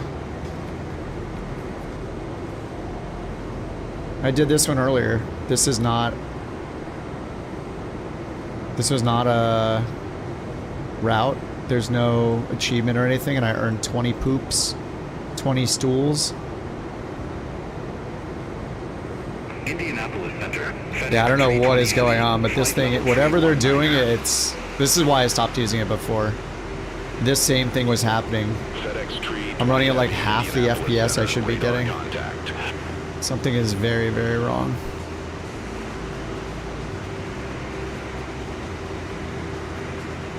Holy crap. I mean, it's not the live weather. Have a good evening. Center on 121.325. FedEx Still in the low to mid 30s, between 25 and 35. We just get in and look around.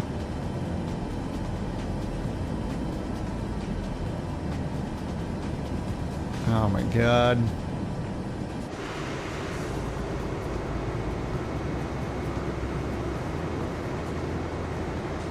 Yeah, it's looking bad. Yeah, I cleared the rolling cache. And I reset my rolling cache to 64 gigs. Because it puts it at 16 every time, but...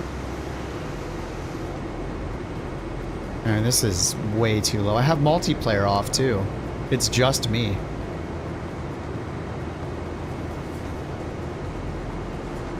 Yeah, it's not VRAM. I'm only using 7.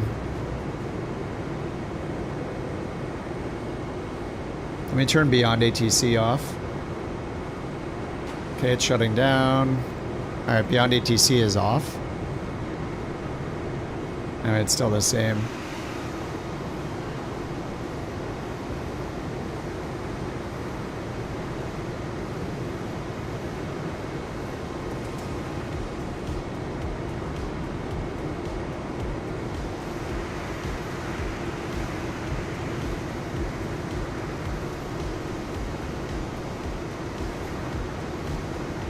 Yeah, not great.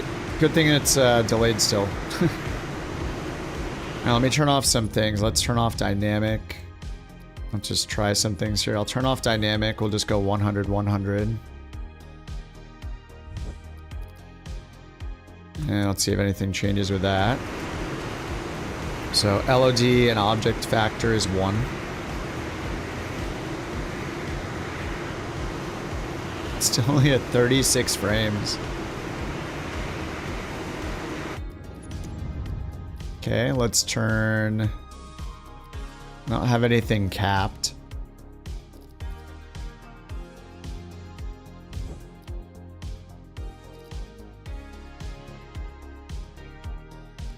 Let's do cockpit refresh rate to low.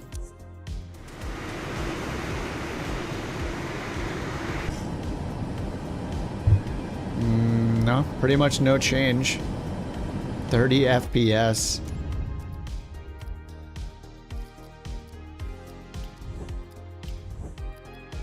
And I mean, we turned off weather, so it's not going to be clouds or anything. Like, nothing changed. I don't know what it is. Should I try FSR 3?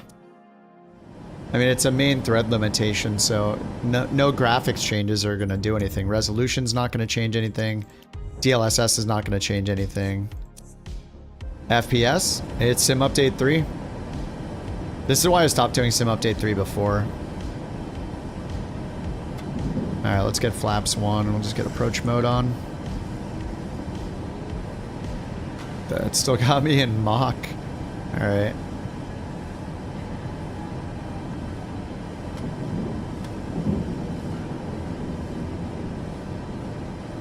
Alright, flaps 5 and flaps 5 speed. Yeah, it's just chunky. It's super chunky. Overclock. I mean, I use PBO on my 9950 and on level 3 or whatever. Buy me a new rig. Like, once the 5090 gets here, I pretty much can't have a better rig. So maybe Intel works better. I don't know. I mean, I'm not even streaming. Like, I have a mini streaming PC now too. Like, I literally have offloaded everything. I mean, the only thing that's really running on my gaming PC now is like the bot. OBS runs just to mirror it, but it's not actually doing the encoding. It just mirrors it over to the capture card. That's about it. Turn everything down. You want me to go to low preset?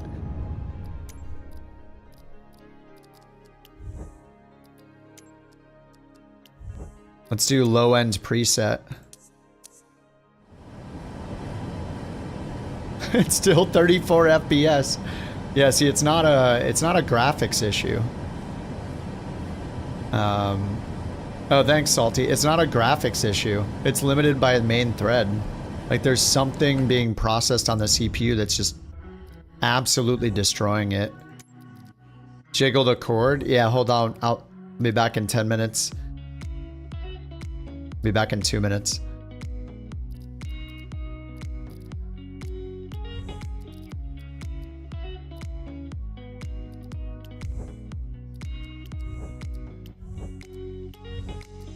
Character quality, air traffic. I pretty much had all this stuff off too.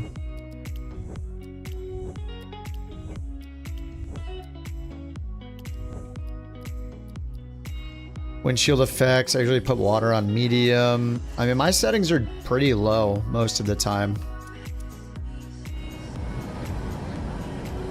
Yeah, let me get multiplayer back on. Photogrammetry.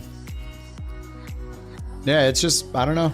There's something with Sim Update 3, something they're doing. Oh no, motion blur is on. Oh, that's so weird.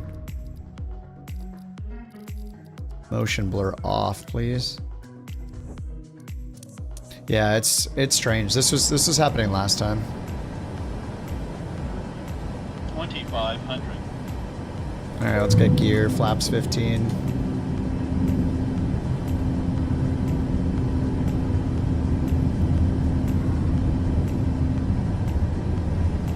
All right, 145. We got auto brakes max. Speed brake armed. Looks like it is like 1 degree to the left, doesn't it?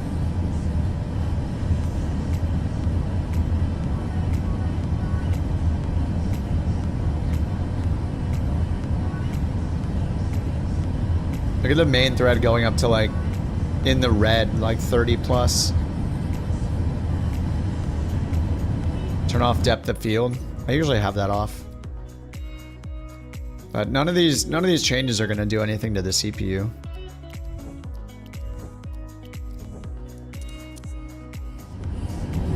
I mean, there's just something absolutely wrecking it with the something is, yeah. I mean, this is the opposite of what I get in Sim Update 2. Sim Update 2 does pretty good. Photogrammetry off. We ready to wait for it? Let's do it. It could take like 5 to 10 minutes to turn it off. You have it off. I usually have it off. I mean, that shouldn't, it's just, I don't believe that's gonna really do anything. There is something like outside of my control. Dude, it got worse. Well, it's probably clearing the cache or something.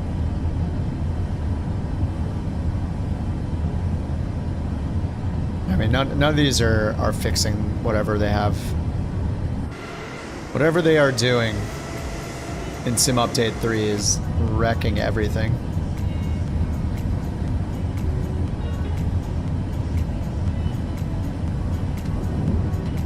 Alright, flaps 30. Almost at 1,000. Full SSD. Yep, I got a Samsung 990 Pro.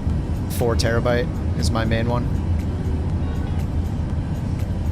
And my other drive's another M4 NVMe drive, just for extra storage. 1,000. I did turn resizable bar off like 2 days ago, but that's generally been better for me.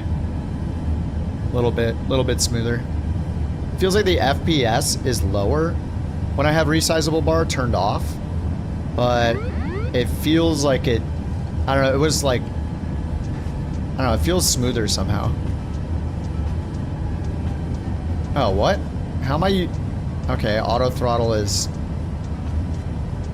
reacting to my throttle changes with the auto throttle on. That is weird.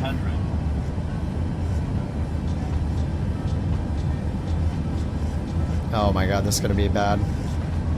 We're getting the tornado on final, and this thing handles so bad. The iFly does feel like a dream compared to this thing. 200.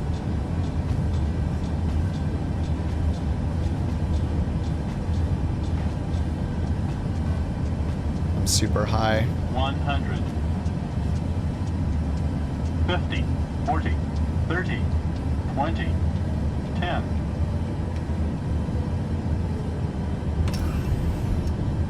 278. I don't know why the trim feels so weird on this thing.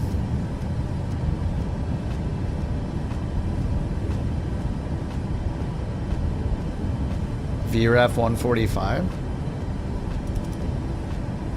Yeah.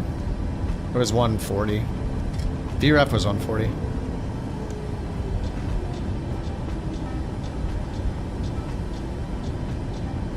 What was the SimBrief VREF?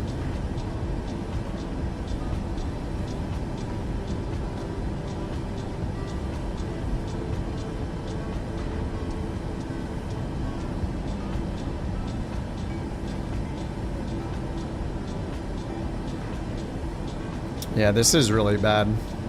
I regret reinstalling everything. I had it going for like hours to reinstall the content again too, just like, alright, let's see what it's gonna be like when we install everything. The airport? No, I mean we had bad we had bad frames. What's it called? In cruise. And way further out. It is not good. You have everything streamed?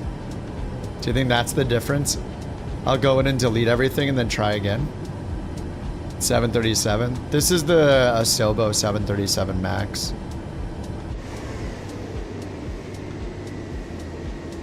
Reinstall Windows.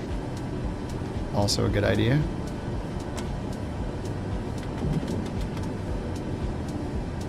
I mean, there's no way that streaming is gonna change anything, right? I mean, even in like the Tomahawk, in the Tomahawk, I should be at 120 FPS, like refresh rate capped in the Tomahawk, in the middle of nowhere.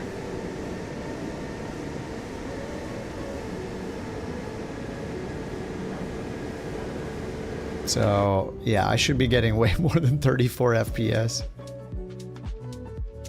Out of curiosity, what if I change this to 1440 and then 100%?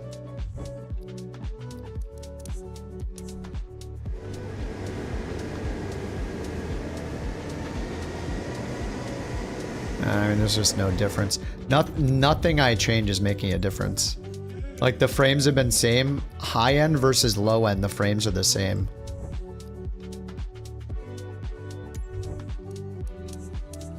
It's very weird. You think you have better performance while streaming? Yeah, whatever the manipulators are, they're wreaking havoc on everything. I don't like, look, if I just run it, if I do like the Cessna 172 at just a tiny airport. Hey, what is this saying? Oh, nothing. Okay. Classic.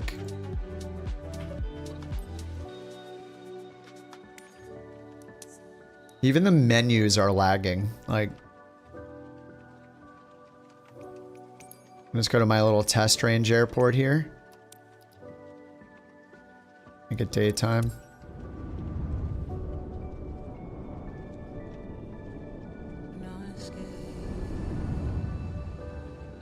Oh, are you out, Gorsey, man? Yeah, I mean, when I'm getting half the frames in Sim Update 3, it's hard to want to use it. I mean, I'm at the ground on the ground in the middle of nowhere with a 172 and I'm getting 45 FPS? What the hell? Dude, that is so crazy. How? I did some performance stuff like last week or whatever when we were talking about resizable bar. I was literally on the ground with the Phoenix getting 115 FPS or something like that. At this same airport in the Phoenix.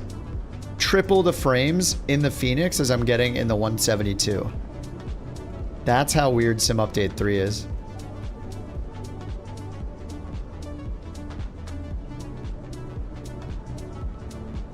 With air traffic on.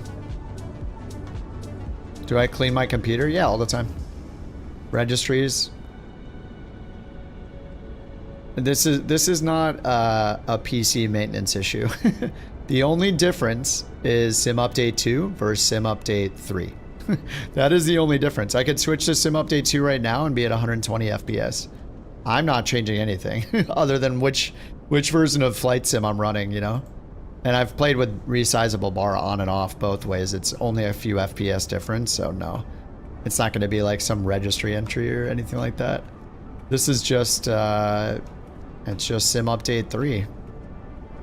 42 FPS. I'll restart the sim at the same airport and then we'll see what happens. So if it is, yeah, if it is like a, I don't know, some crazy memory leak or something like that that's happening, with live traffic on, or, you know, who knows, maybe, I don't know, maybe restarting it will clear it out. I have no idea. Zinnertech stuff? I can check.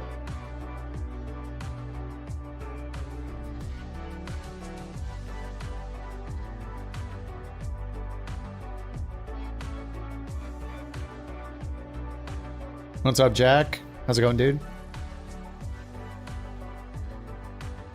I already closed Beyond ATC. The Verdict, I still have horrible performance in it. I'm just restarting to see. I'll just load it into the 172. We'll see if it got any better. But it's as bad as it was the last several builds for me. It's a third of the FPS as I get in Sim Update 2, so they're doing something very wrong.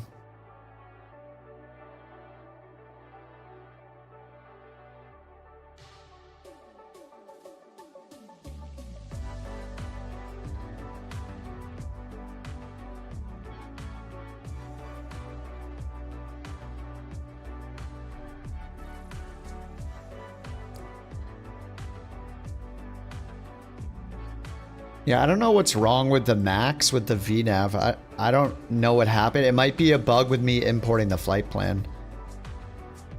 But I swear I imported the flight plan from the EFB like 2 days ago when I flew it. But I'll just turn on dev mode. We'll just do some FPS testing here for a bit. See if it's anything I'm doing. I don't think it is.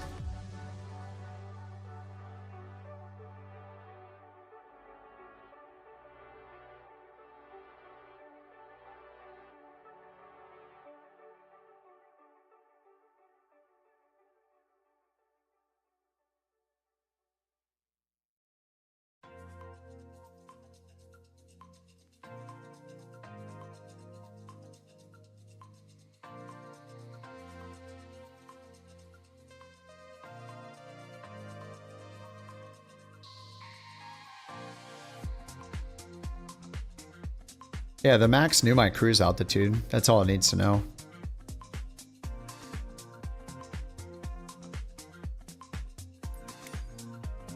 It was very weird. I mean, it might have been because of the import through SimBrief. I have no idea.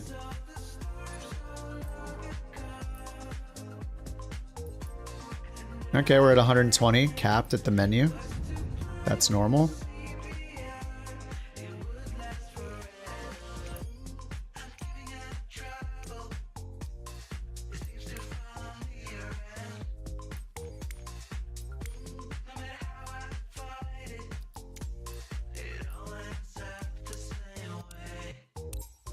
All right, 172.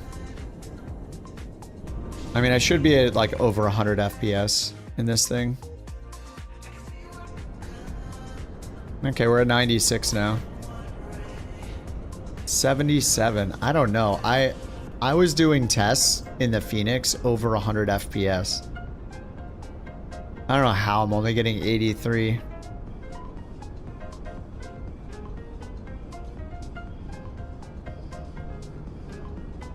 Like, I literally did tests like last week. I did resizable bar on and off tests as well.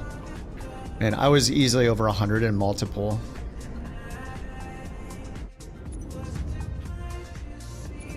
Multiple airliners were over 100. I think I had 120 to 130 FPS in the PMDGs. I turned VSync off to test it, and yeah, like, how am I only at 87 right now?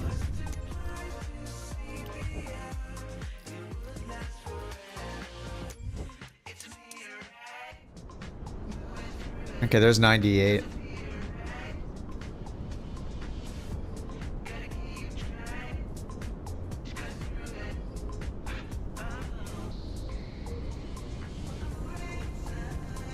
So now it says limited by GPU quite a bit, so...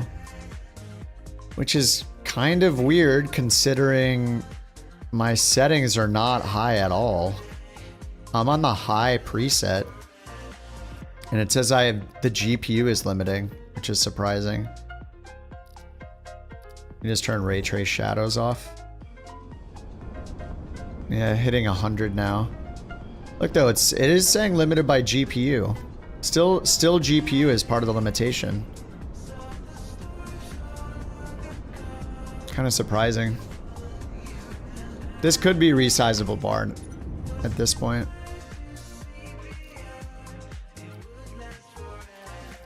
But I mean, I'm on high. Everything's on high. A lot of this stuff's on low. It's pretty much the high-end preset. Yeah, it's surprising that the GPU is shown as any limit right now. Like, there is nothing loaded in.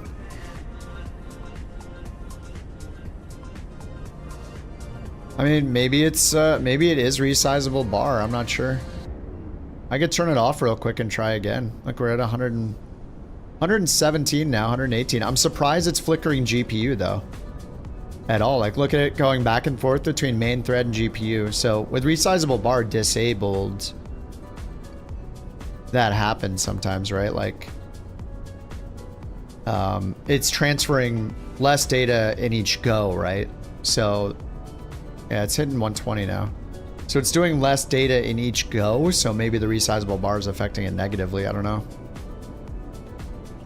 That's how it works, right? It's smaller chunks of data going more often between the GPU and CPU, right?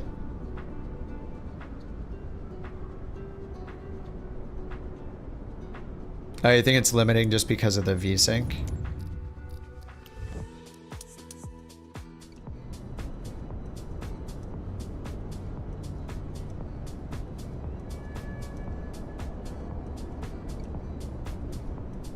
Oh, did I have frame rate cap on? Max frame rate is turned off. VSync is off. Frame gen is off.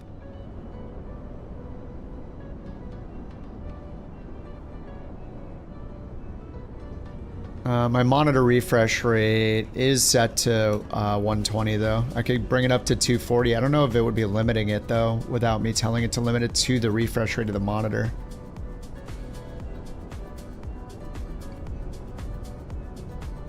Okay, monitor refresh is at 240 now, but that shouldn't have anything to do with it.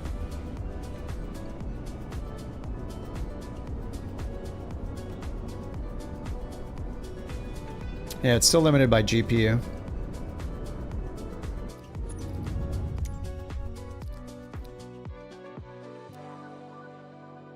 Well, I mean, I need VSync if I'm not going to have screen tearing, so. But I had it at 120.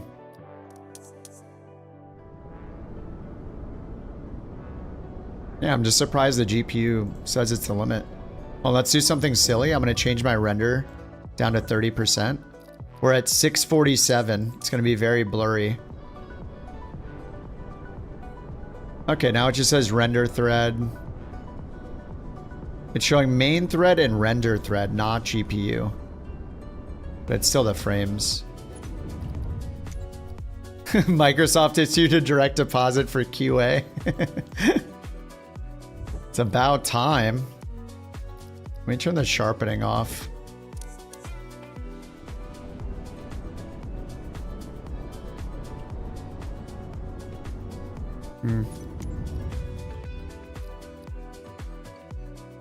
No, I have a separate streaming PC. I got a little mini streaming PC that's doing all the encoding. It's just, it's basically just mirroring my monitor to the streaming PC through a capture card.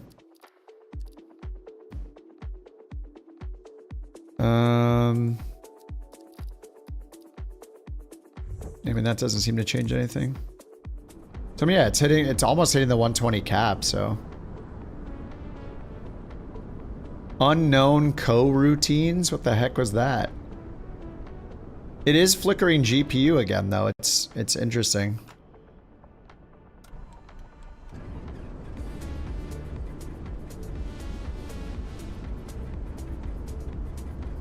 I don't really expect it to say GPU up there ever. When I'm running at like 1440p, you know?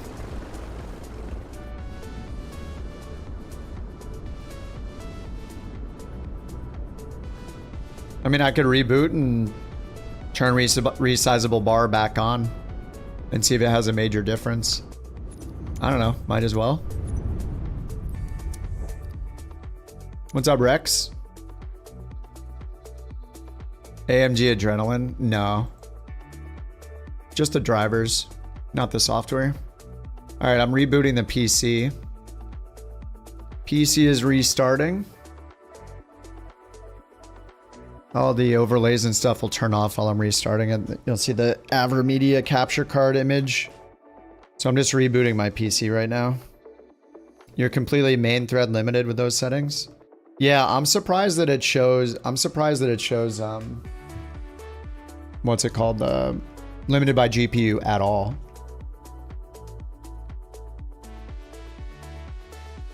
All right, spamming delete.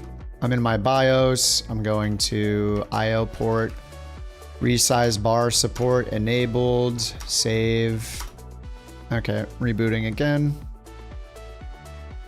Smash that delete. I'm doing it. Add some volts. I'm gonna put another volt in there. Absolutely.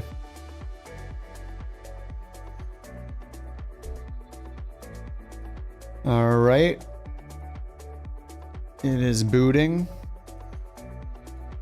I'm on the Gigabyte Aorus screen.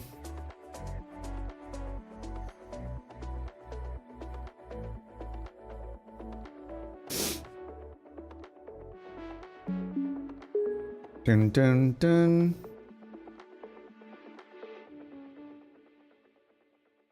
Okay, I see Windows.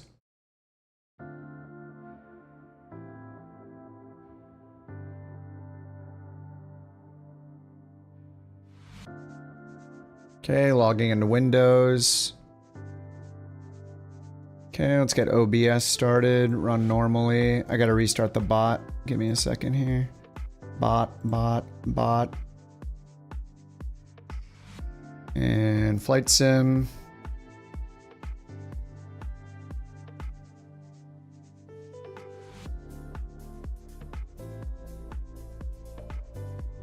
Okay, almost back.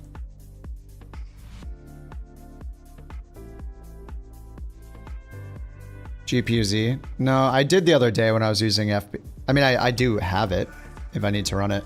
I had it running automatically for FPS or auto FPS when I was using it, but now I'm not using auto FPS again. It has nothing to do with my PC. Like, this was happening before resizable bar stuff. It's just literally only because of Sim Update 3. Like, I'm not I'm not making absolutely massive changes to my hardware setup or configuration in between switching from Sim Update 2 to Sim Update 3. Like, that's all I'm doing.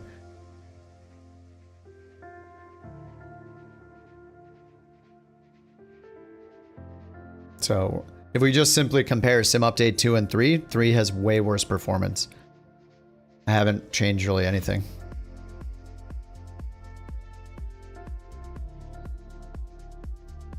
Yeah, AMD and Sim Update 3 don't get along. Well, that's good timing then.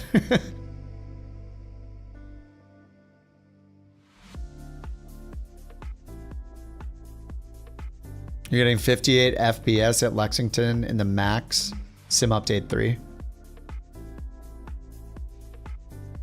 Yeah, I could do the full test right here if you guys aren't too bored. I mean, I just turned resizable bar back on. After this, I could literally just reinstall Sim Update 2 and restart it, and we'll just see the difference right now. Like, I'm not changing anything else. You're there, the worst you can get is 40. Why does Flight Sim say it's limited by CPU? Oh, it's not working the CPU hard. I mean, it just doesn't take advantage of the CPU. My CPU is at 21% right now.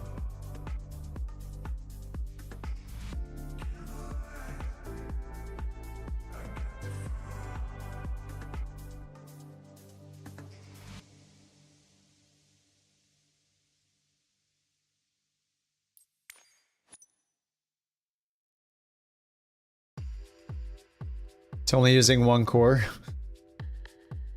How do I look at the details in here? I don't even remember.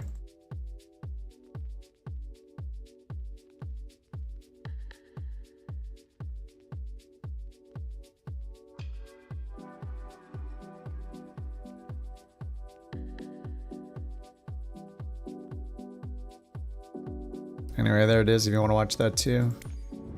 Free flight, 172. So the only difference is resizable bar. Debug, FPS. Okay, at parking.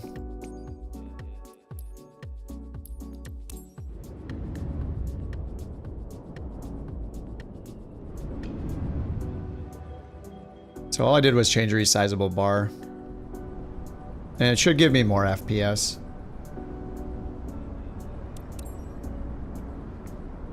And I had the live weather off. What did I do? No live weather. Clear skies. 8 a.m. is what I had last time. So pretty much that.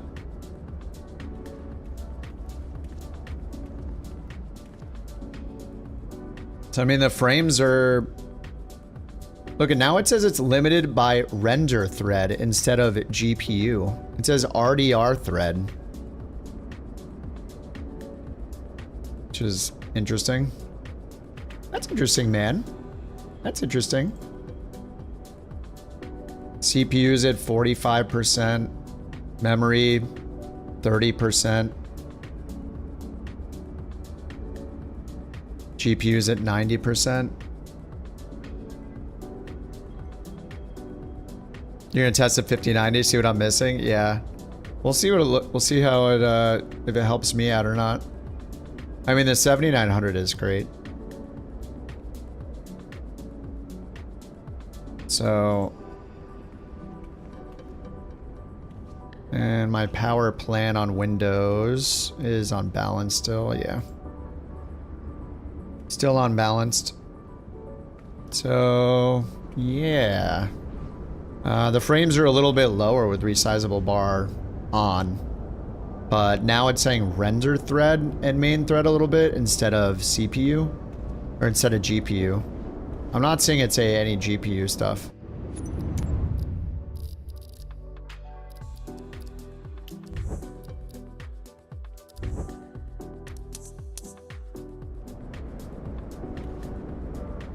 And I'm just going to change my display back to 120 Hertz.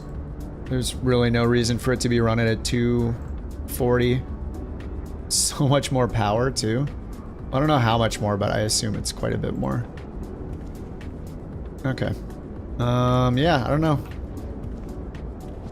So, I mean, I'm at 112. I can turn on multiplayer, I guess, spawn in at you guys and see if it just destroys it again.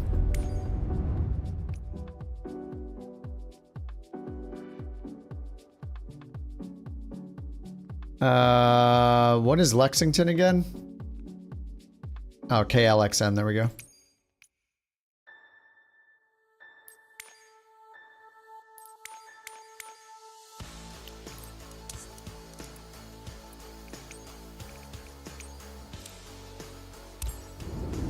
Oh, it's KLX?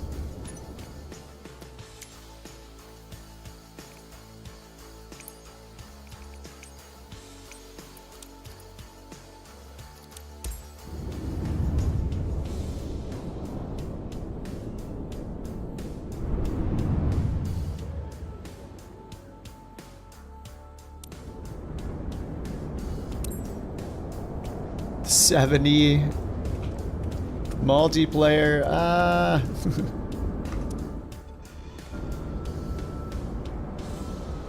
This airport is so boring too.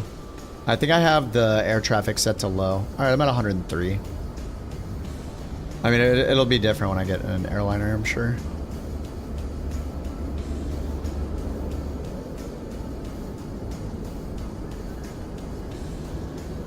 Look, I don't have to get an airliner. This one's loaded. Look at all that stuff loaded. Not in my plane.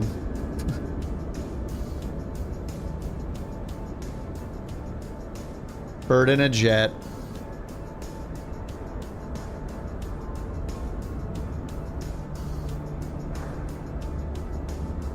This is why we can't have good performance.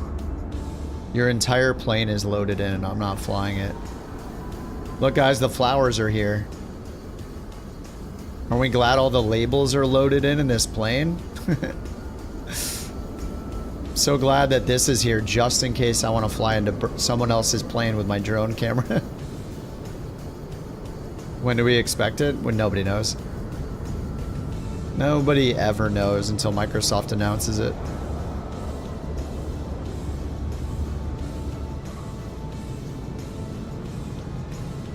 Should I switch to Sim Update 2? Put it to the ultimate test? Or should we just do another flight? Should I hop in the max? Do I have air traffic on ultra? I have air traffic on low. And it's still loading in the entire max. And the entire BBJ. Like, I'm flying a Cessna 172. You're getting 10 more FPS loading, going back to Sim Update 2. From 58 to 68, yeah. Not surprised. I don't know, I guess we'll just do another flight. I mean, I'll probably be back on Sim Update 2 tomorrow, but... I mean, it won't take me that long to switch over if we really want to switch over and see. No, I generally don't use frame gen. The ghosting is weird and I want to have good real performance, not fake performance. I don't know, what do you guys think? Do we want to go back to SU2 and just see how it goes, or just do one more flight? You're already back on Sim Update 2? I mean, I'm down to switch right back. Try Sim Update 2. All right. So I'm just going to go to Marketplace. I had downloaded a ton of stuff. You don't want to talk about your frame rates? Yeah, frame gen adds input delay. It can be bad. So I'm gonna go to installed, select all, and uninstall. Because if you don't, then things get a little weird in Sim Update 2. Yeah, I'm gonna go back to Sim Update 2. Camera issue. I did have it still. I think I only saw it. Yeah, maybe they fixed it. I only saw it happen in the Tomahawk when I zoomed into the GNS 530 and then tried to pan with my right mouse button. It didn't work. So I'm not sure why it didn't work on that one camera, but I didn't complain about it the whole flight on the Max, right? So yeah, I guess it wasn't happening if I wasn't crying about it. I would have noticed it really fast because I right click pan all the time. It was a little wonky when I was outside setting the exterior cameras, but that's fine. We're doing the weird stuff. I had other things to worry about, yeah. Yeah, we're gonna go back to Sim Update 2 now. And we did 2 flights in Sim Update 3. My performance got as low as like 25 FPS. So I'm gonna switch back to Sim Update 2 and then just look at my performance in I'll just fly the Max again. Just so I'm in the same plane. Or what I can do is load into yeah, I should just fly the Max too. Or the Max again. Yeah, the night lighting's good, yeah. Will we assume that performance will be better with the official release? I'm not going to assume that. No, I'm going to assume we're getting what we're seeing in the beta. I'm glad they're not releasing it yet, considering how bad my performance is. Yeah, performance is the reason, yeah. But I'm just deleting everything I installed. I think I installed like, I don't know, probably 500 gigabytes of stuff. Or gigabytes, maybe more. But I'm just uninstalling it all. I'll close it. I'll delete all the temporary files, caches, all that, and then switch back to Sim Update 2. I mean, it won't take that long. I bet it'll be like 15 minutes.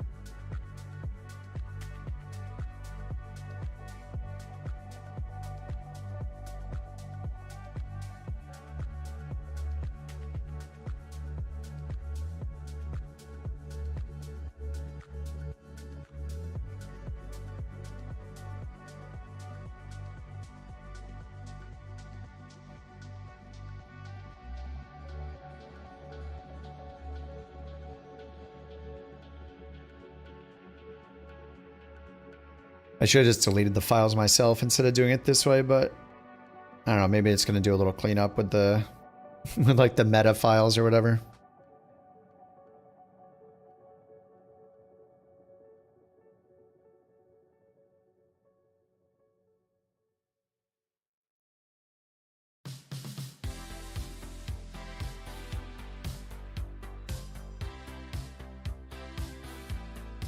Any day now.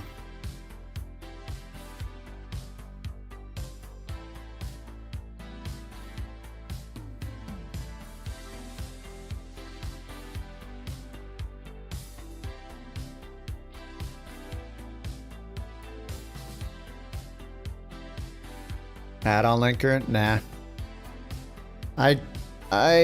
Everybody always tells me to get it, and I don't plan my flights out that much. I know like people love being like, I'm going to fly this plane between these 2 airports today.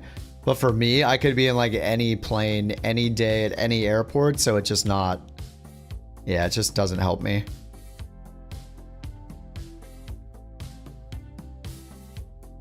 Did I notice much difference downloading them all? No. I think like theoretically it should be able to load stuff faster than streaming it and then loading it into memory or whatever, right? If it just doing it locally should be a non-zero improvement. That's really the only reason I did it. But there's not a crazy performance increase or anything like that when you do it. I think I watch other streamers do it too. Like Cowtown does a lot of testing, and I was watching him do it when it first came out, and he was testing a bunch of stuff. And it really wasn't a big improvement for him either, if I recall correctly. So yeah, it's just nice to know that it's not downloading it constantly. I mean, if you have the local space, the local storage to download it, you might as well. But yeah, I didn't notice any difference in performance. It's also hard to say because it's still in the beta, so it's like they have that memory, whatever they're doing with the memory stuff, like that could be the only problem. But I sure hope they turn that off and we can see for sure that we're gonna have good performance before they actually release it, you know? All right, I'm opting out of the beta right now. It is pending.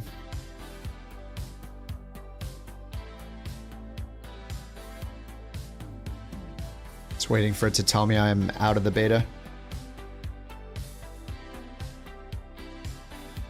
Yeah, I think the other thing about installing that's nice is that you know when things are updated. Because right now, when things stream in, you don't even know what got updated from one to the other.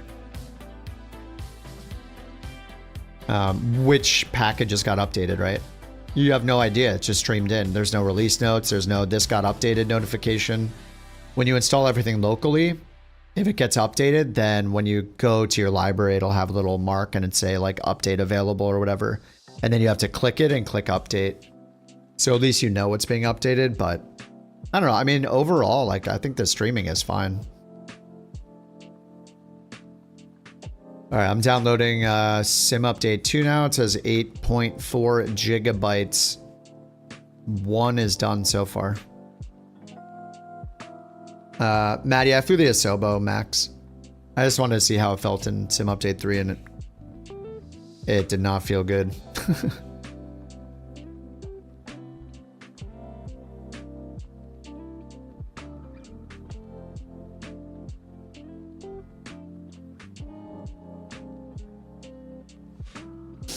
Process lasso? What's that?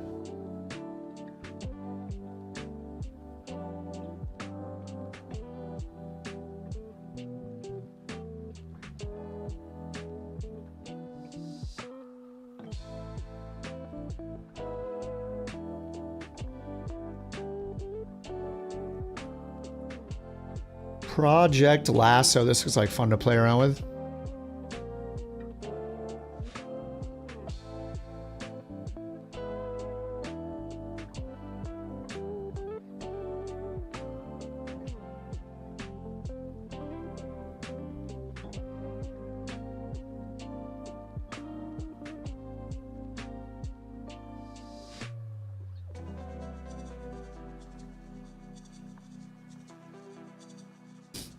That's cool. You can assign processes to each die separately.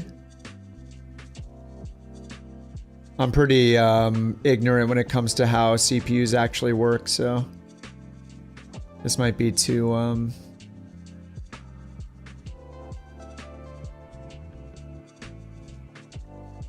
might be a little too crazy for me. It sounds cool though. How much of a performance difference do you see doing it? Yeah, you stopped using betas. Yeah, I mean, if I didn't stream, I probably wouldn't even use them. Like, I could save you guys time by showing you what the beta is like, right? So like, I'm glad to do it. Like, that's part of the fun of streaming.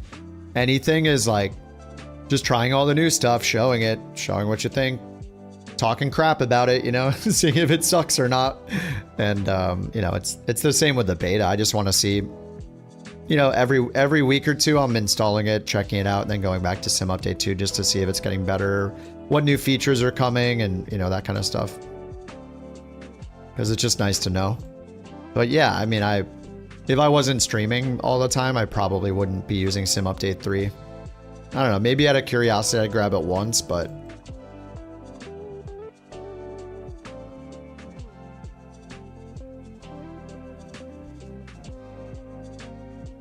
Holy crap, this Project Lasso thing looks ridiculous. Okay, what am I... I'll try this out today, too. This could be fun. I don't know what to do, though. I see my processor usage. Alright, I'm at 5 gigs out of 8 gigs right now. What's up, Josephine? Helpful to see. Yeah, I mean, I like to see what's new, right? So I can go to active processes and tell it which CPU.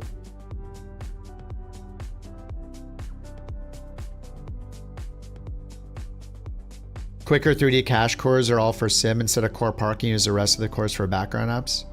So this is an alternative to using core parking because I do have mine set on the balanced. I have mine set on the balanced settings, so it should be doing the core parking stuff automatically, right?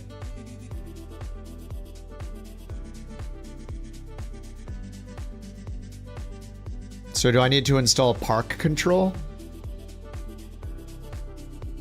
You installed it last week. It works fine. You use ChatGPT, give your PC specs to give you steps how to set it compared to your specs. Huh. It's just software that runs on Windows. It's not in the BIOS. It's just this app Hans is telling me us about right now. I guess Collimator uses it too. All right, it's almost done updating. 8.3 out of 8.4. All right, 8.4. Okay, it is launching the sim. Probably just hop in the iFly Max at parking and just see what it looks like. Actually, the first thing I should do is hop in the 172 at that test airport again. 7800 X3D? I think it would. I think it's 7800 X3D, 79. Or sorry, no. No, I don't think it does. I think it's just 7900, 7950, 9900, 9950. I think it's just those 4 chips.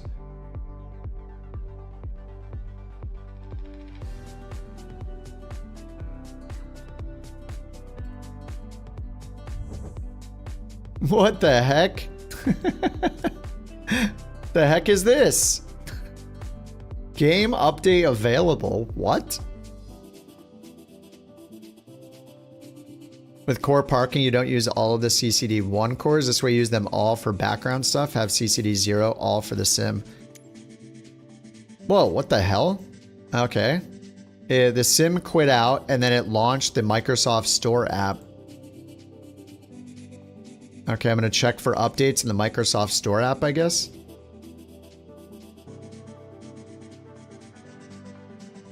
No, there's an update to the snipping tool and Microsoft Photos, though. Yeah, I don't get it. It says Flight Sim 24 was updated. All right, I'm going to launch it again.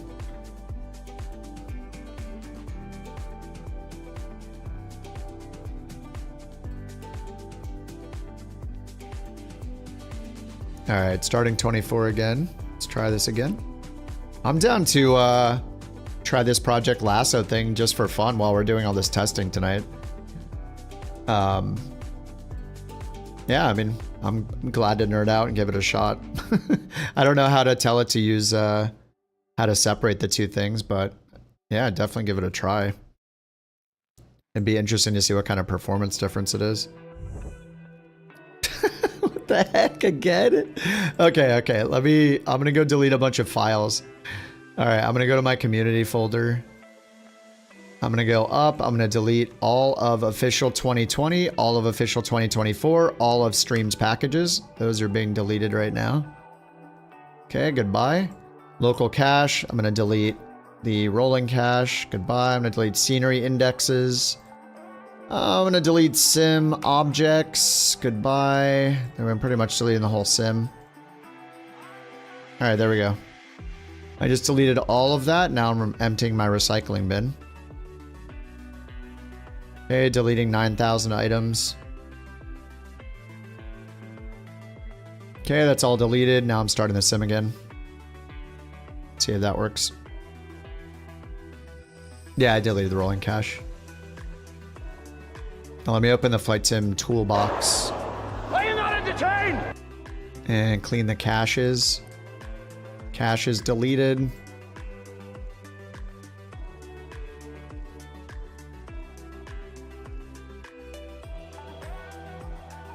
All right. Here we go. If I try Project Lat, I already downloaded it. Set up a rule to assign the CCD1 by default and then assign flight sim to CCD0. Okay, let me copy that into my notes.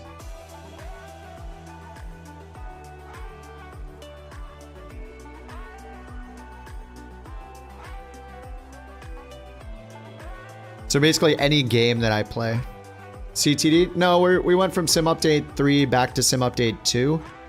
We're just sitting here staring at FPS numbers right now, so. Isn't it bad to bind it to one core?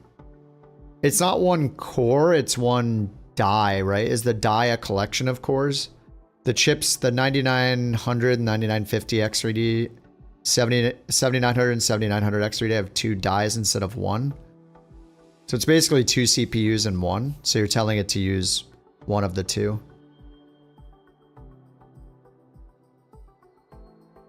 So you're just telling it how to do it and instead of it doing it automatically.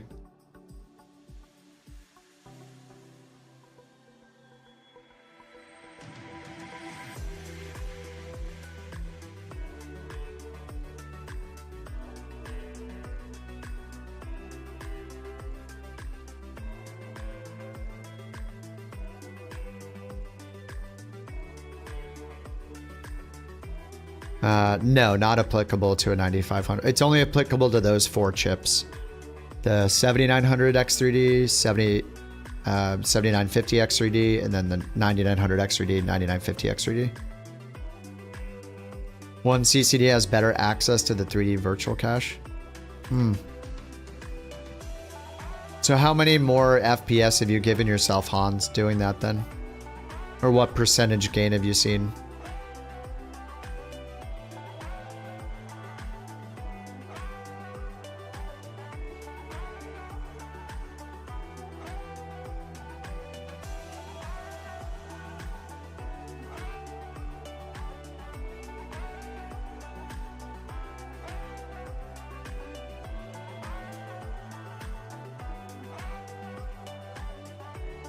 Well, it's loading this time.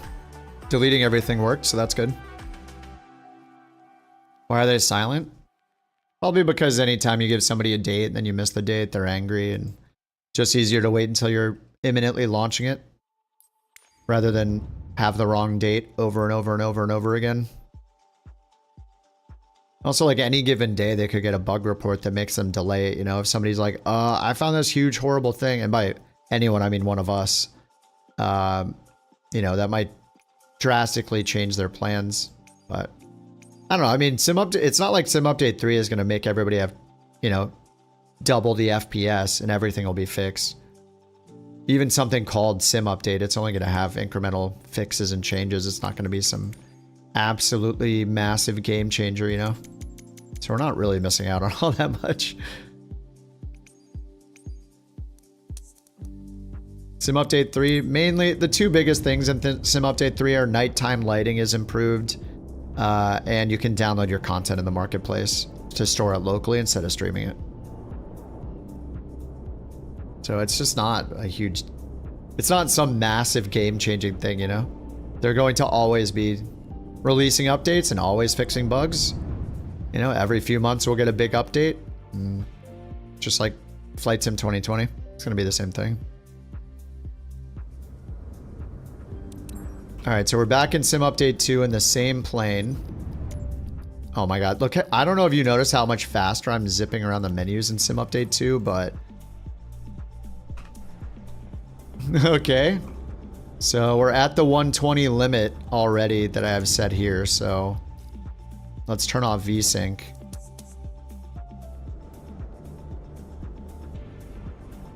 Still 120? I don't know if it's limited at my refresh rate. Oh, wait, hold on. Maybe I might have 120 in my... Let me see if it was left over in that user config file. It is. User config has a limit. So we're getting 120 and it's limited by the user config.opct. Yeah, resize bar is still on since I've rebooted. Let me restart the sim again. with the frame limit off.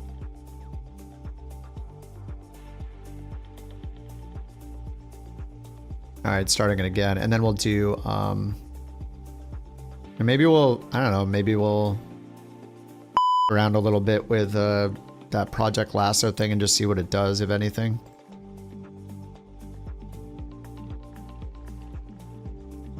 I just don't know where to look in the interface to change anything. Like, the thing is got a lot of options.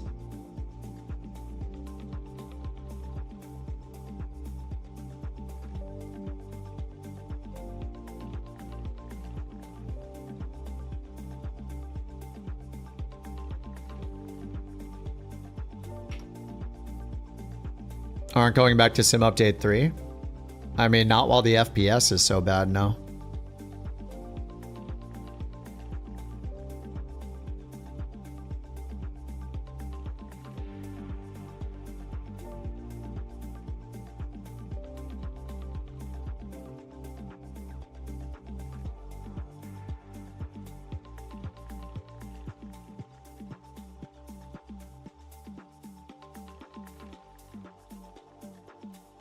So I'm supposed to search for flight simulator process and then make a rule for it. Do I need to install the core parking thing?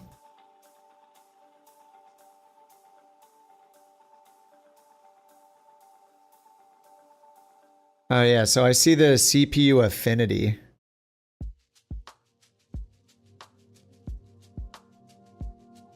How do you frame limit? You can either do it through VSync, or you can... Sim Update 3 shows it in the UI. But you can actually, in Sim Update 2, you can edit a file called userconfig.opt. It's like near your rolling cache file. You just edit it, and there's a little line that says frame limiter 0. You can just put in the frame limit number. Instead of it, 0 means unlimited, so you can set it to... you know, whatever you want to limit the frames to.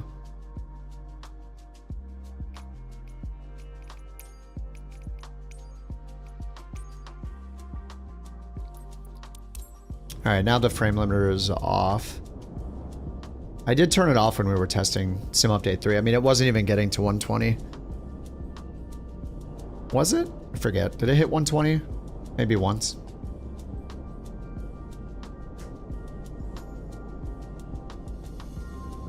Different from the limit in graphics settings. If you're on Sim Update 3, it's the same as the one that's in graphics settings. If you're in Sim Update 2, it is not in graphics settings. So the only way to edit it in Sim Update 2 is the file. Clear skies, 8 a.m.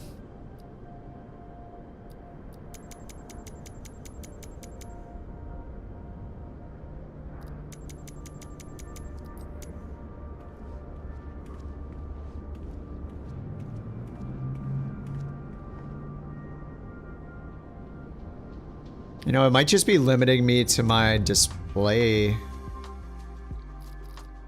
refresh rate.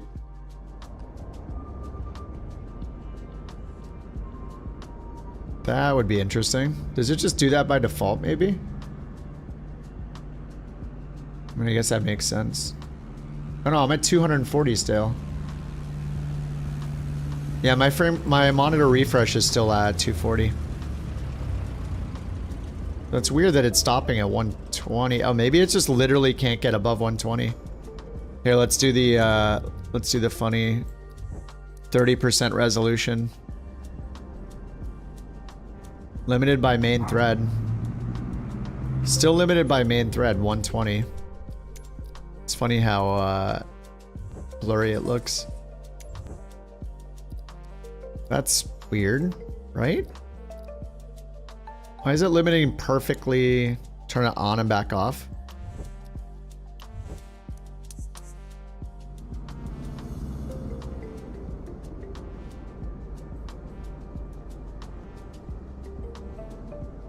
It's still perfectly a 120. What the heck? It's kind of weird, right? Make a default affinity rule, everything for CCD1. Well, I'm not even going to be able to test it if this can't get above 120. It still says limited by GPU though, right? That's so, isn't that weird? I do not have Adrenaline installed. So I wonder how it's limiting me.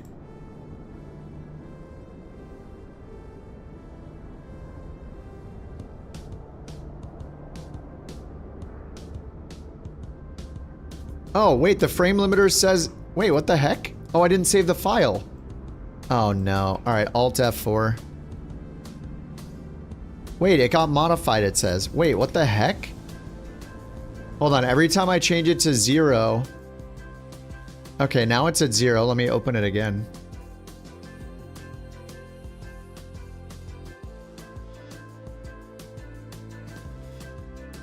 Okay, the file is showing frame limiter 0 again. I swear I set it to 0 and restarted.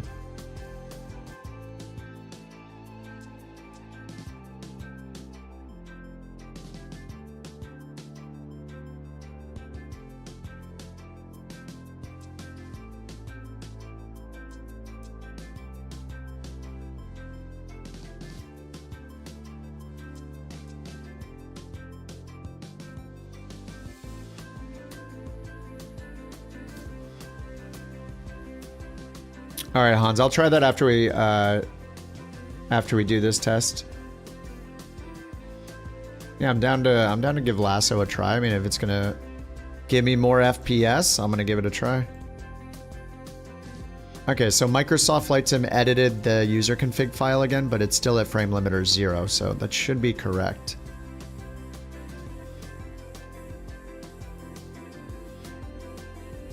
CCD1. Hans is telling me to give, he's recommending trying process lasso, but there are only 4 CPUs you can own that, it's usable with, or at least with the stuff that he wants to do, which is you have to have one of the AMD 3D cache CPUs. It has to be the 79 or 7900, 7950, 9900 or 9950 X3D, only those 4. Okay, almost loaded. Hopefully... Okay, it did not change the file back again. Okay, there we go, 175. Alright, let's try this again. That was my bad, I think. Test range. Just keep all this off, preset. We'll do custom. Clear skies, 8 a.m.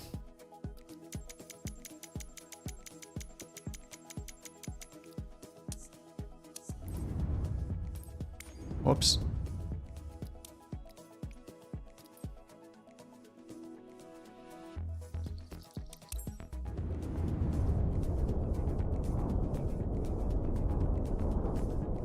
Is it a real error? I think it is, yeah.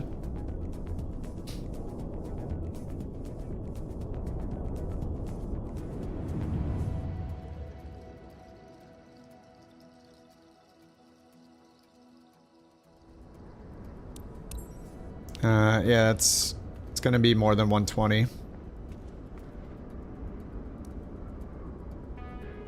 Just a little bit. Only 126, but at least we have the full number now. So when I make these changes, Hans, is it going to... Do I need to reboot my computer or something? Or restart the software?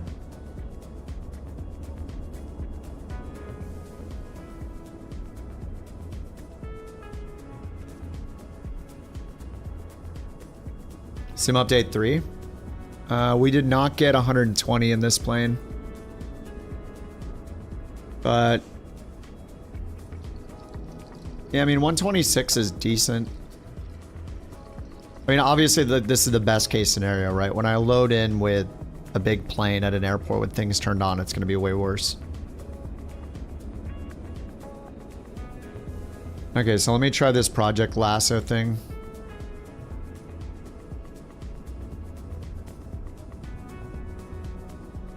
So does this thing just... Do you just keep this on in the background or what? CPU core parking. Configure startup. Close to system tray.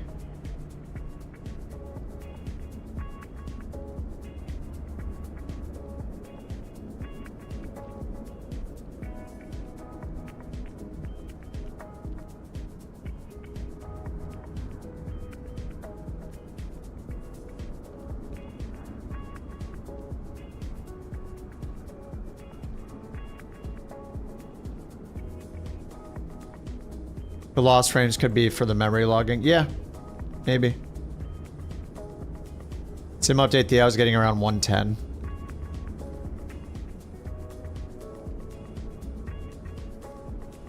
Yeah, I do have a bunch of background stuff. Yeah, FSUI PC. Like my bot software for my stream runs in the background. Landing rate monitor. Tangia. 4 or 5 programs for the stream. Though the streaming itself is done by a separate PC. So, okay, I'm in the program. I'm going to... I don't even see where to set the rules. CPU Pro Balance. CPU Affinities. Process Match. Oh, I think I see it. Okay, add a rule. So I'm going to add a new affinity rule. Process Match start... Star? Yeah, I guess that makes sense. Not just star. It's doing it by the executables. CPU affinity select. So I have CPU 0 through 31. So which one is CCD 1? Oh, I see. Oh, okay, I see. I can click the cache or I can click... I see. Okay, so star.star for CCD 1. Okay. Delay? I didn't do a delay. Add rule. Okay, I added the rule. Now I'm gonna find... Now I found Flight Simulator and I went CPU affinity. Always. Actually, do I just need to set another rule? Right-click Flight Sim and select affinity. Always select cores CCD 0. Set affinity always. There is no cores. It just shows all of the cores. It just shows a list of all of the cores. CPU priority cores? And a CPU affinity. You said right-click process, set affinity. I did that. I clicked always. The only... Oh, select CPU affinity. There we go, there we go. CCD 0 cache, okay. Okay, that's done. Did the computer blow up yet? Oh my god, we gained 0 FPS? I do have to try it like with something more crazy though. Okay, wait, now it says limited by Oh, wait, it says limited by GPU. Wait, hold on. It's suddenly limited by GPU. Hold on, let me turn the GPU to 30% just for fun. Guys, what the hell? Holy crap! 168? Okay, so now my GPU is actually the bottleneck. I turned it to 30% render resolution. Dude. Hans? Okay, so we went from 125 to 170? Holy crap. Yeah, in the main screen, you can see what cores are assigned. Yeah, I see it in the active processes and all processes tabs. Okay. So I'm gonna go back to settings. So the issue now is it's actually, so if I bring this back to what I'm normally playing at, 1500, this is pretty much at 1440p. A little more than 1440p. So now the GPU is actually the bottleneck right now. Instead of the CPU. Holy crap. Okay. So what Hans is having me do is manually tell he's having me use a program called Process Lasso that I just literally just downloaded it because he just told me to try it.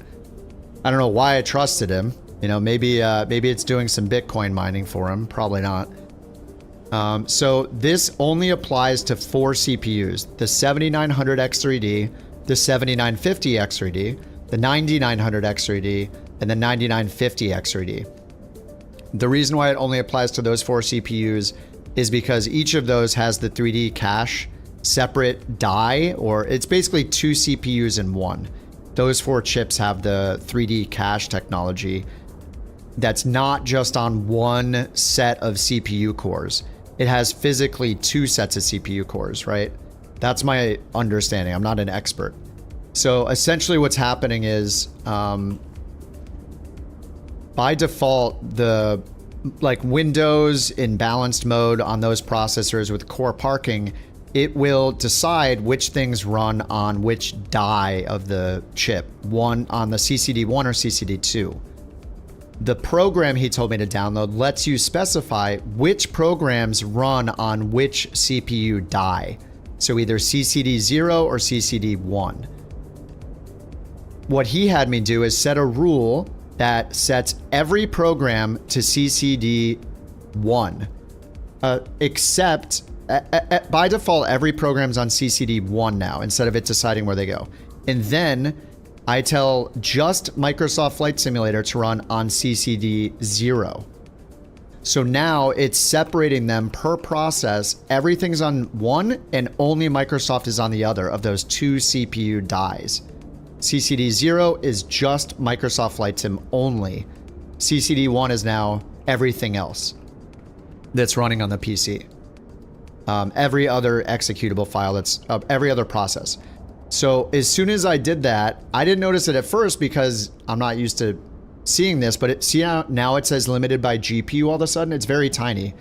But instead of it saying limited by main thread, which is going to be the norm for most people, it's now limited by GPU. When it's limited by GPU, we need to turn down things that mess with GPU, right? So the biggest thing is your resolution. So for me, I'm running at about 1440p right now. And you see we're at like 130 FPS, right? So here's 131 FPS. I'm gonna hit escape and I'm gonna go in and just for fun, I'm gonna turn my render resolution down to 30%. So this is running at 1151 by 647. Really stupid, ridiculous, low resolution, right? But as soon as we do that, it's no longer bound by the CPU, or no longer bound by the GPU. Now look, we're back to limited by main thread, which is the CPU. So now I'm at 164 FPS instead of 130. So now I'm once again limited by the main thread. And it looks ridiculously blurry because I'm running it at 800 pixels tall. So I'm gonna go back, turn this to 70, and now this is a good reason to turn on something like FSR. Actually, FSR is not really doing anything, huh? What should I change now? I don't know if I can change anything else to make it better. I mean, I'm at the resolution I want to be at. The GPU is the bottleneck. I'm not used to seeing the GPU as a bottleneck. I'm used to seeing the CPU. Yeah, exactly. Now we're finally using the cores. Yeah, dude, this is absolutely insane, man. Do you have like an internet website that has stuff I will want to do on it to thank you? Do you have like a channel? Do you have... This is crazy. So, okay, let me load in a different plane now. Yeah, I should load in the 350, right? Or the 380. Let's load in the 380 first. Just because it's a free plane. This is insane, dude. Look at the frames are even higher in the menu. The menu is limited. Oh my god, dude. When I get the 5090, this is going to be absolutely insane. So if any of you guys have one of those 4 chips, we actually made a command called core parking just because by default, people with those 4 chips, this bot command. So if you have,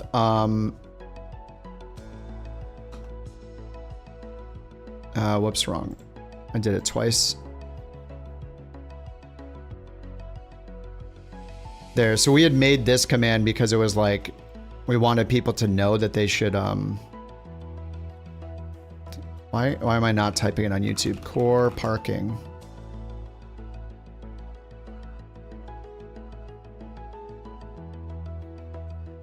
Oh, streamer bot. Whoops, I messed something up. Hold on.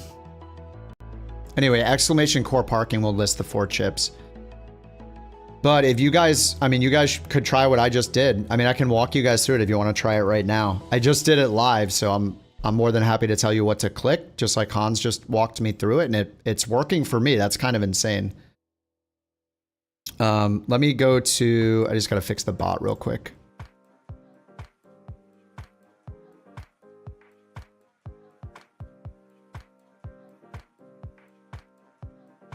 Dude, Hans, you're so helpful, dude. Thank you. That is crazy. Okay, so core parking. What happened? So Hans swooped in the chat and told me how to use the X3D chip. Holy crap, Jack, are you here? Wait, Jack, are you still here? Jack just got the 9950 X3D. Project Lasso, yeah. I'm Nice. I'm pooping my pants Nice. right now in excitement. This is insane. All right, let me load in the Lufthansa. Yeah, Project Lasso. Yeah, Jack, anybody with those 4 chips now has to do this. Oh my god, what if I change? Will resizable bar being off have an effect on this too? I'm gonna end up trying both. Okay, let's go to test range again at the same time. Process lasso. Yeah, sorry, not Project Lasso. Process Lasso. Yeah, this is insane.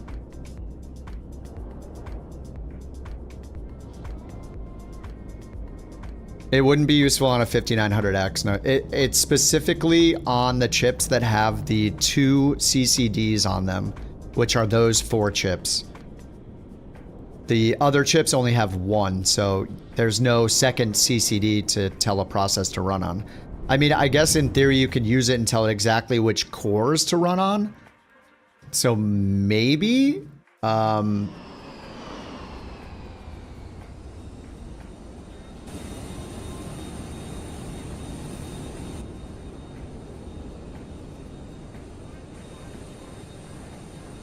the 5900X has 2 CCDs? Wait, does it? Or is it mainly the Vcache thing? I mean, you could download it, I guess. I don't know. I mean, it's not professional advice, but I mean, the program is not very intimidating. Like, I opened it, I right-clicked on Flight Sim, I told it under CPU affinity, I just told it which cores to use. It literally just gives you a little pop-up and you just say which cores do you want that process to run on. So, I mean, I don't know that it's not going to...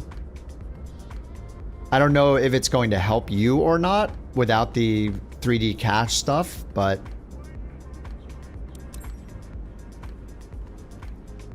Okay, so I'm limited by main thread now. So is there a benefit to having any of the Microsoft Flight Sim run on the other CCD, or I do want it all only on one? So it is limited by main thread now. I feel like I've had better frames in this plane before.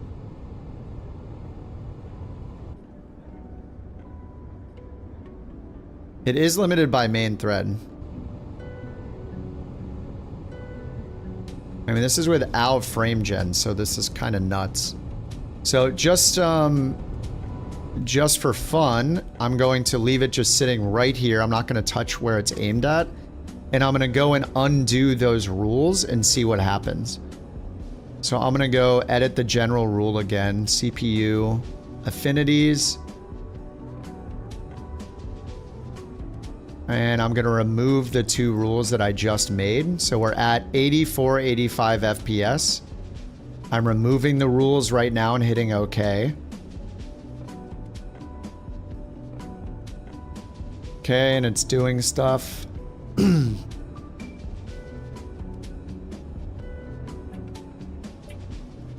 So I don't know if it takes it a minute or not. I don't know, it still has, I think it still has the rule, sorry. Oh no, it has no rule. I think it's still running the same.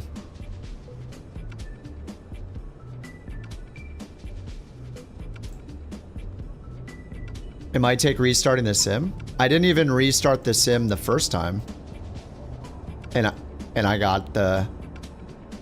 I didn't even restart the sim after applying it the first time, so could it be even better? But I mean, it's not changing much right now, but yeah, maybe I need to restart the sim. Oh, adding versus removing. Okay, so removing a rule. Okay, let me restart the sim and we'll look at the 380 again. Dude, I'm gonna be up too late tonight. This is insane. All right, I'll restart the sim and we'll see. Removing won't force action. Okay. How is it possible that we didn't know about this until right now? This is absolutely crazy. This is better than the resizable bar thing.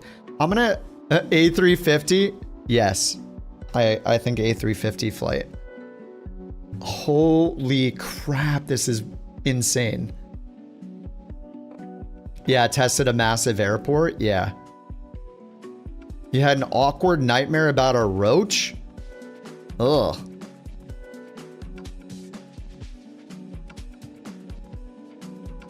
Welcome to the party. You've been using it for years. Everybody flight simming with these chips needs to know about this. This is insane. Like, holy crap. It's nice to be part of the party. I mean, I've never struggled so much with wanting frames since flight simming. I'm not used to trying desperately to get more frames. You keep reading it as Project Lasso? Me too. Process Lasso. Well, it looks like I'm buying Process Lasso just to thank the developer. What do you get in the pro mode anyway? What the heck? It's only $23? Okay, I'll give you $23 for giving me FPS. I don't know what I get in the pro version though. Listed here. CPU set, memory priority, CPU limiter. Prevent sleep rules. So I don't even need any of the things in pro, but I want to buy it just to support the guy. Task manager on steroids. That is so insane. I mean, that is so easy to set up though. Like that, it literally took me a couple of minutes with Hans's instructions. That was so fast. I mean, it was a few clicks. Jack, where are you? Jack, is he going to work or something, or is it nighttime? He's probably going to work. Jack has to do this right now. I want to see his reaction in real time. All right, so Project Lasso is off. Process Lasso is off now.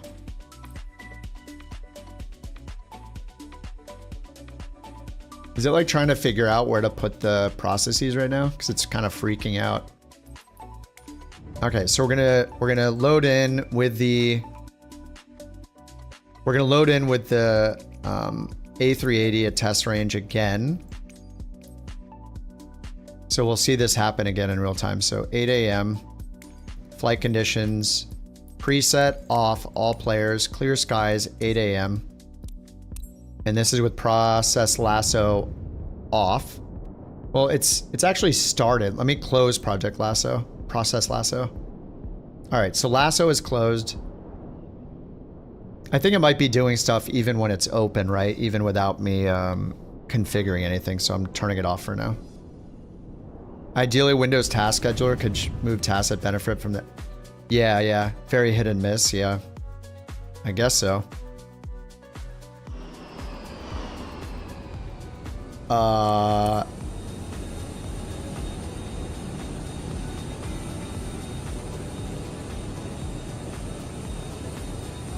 What? It's like double the frames.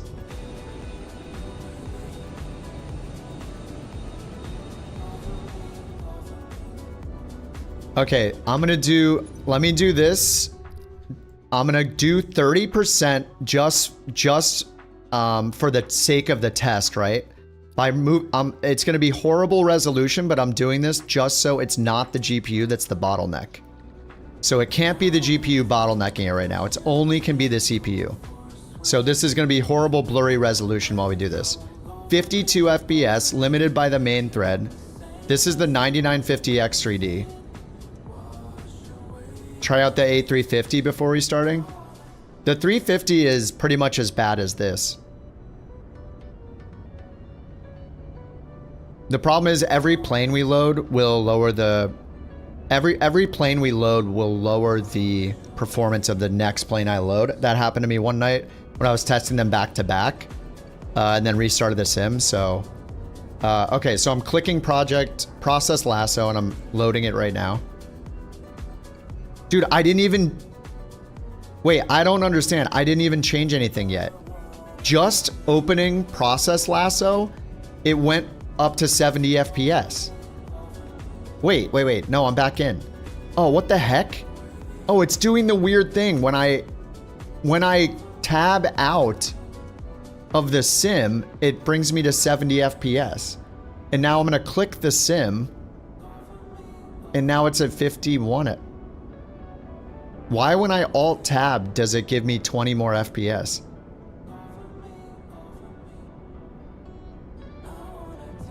It goes to an idle mode that gives me more FPS.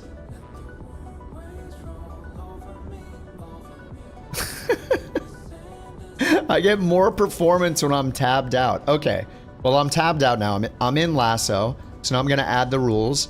So I'm going to click options, CPU affinities. I'm going to add process match star.star. CPU affinity, I'm hitting select.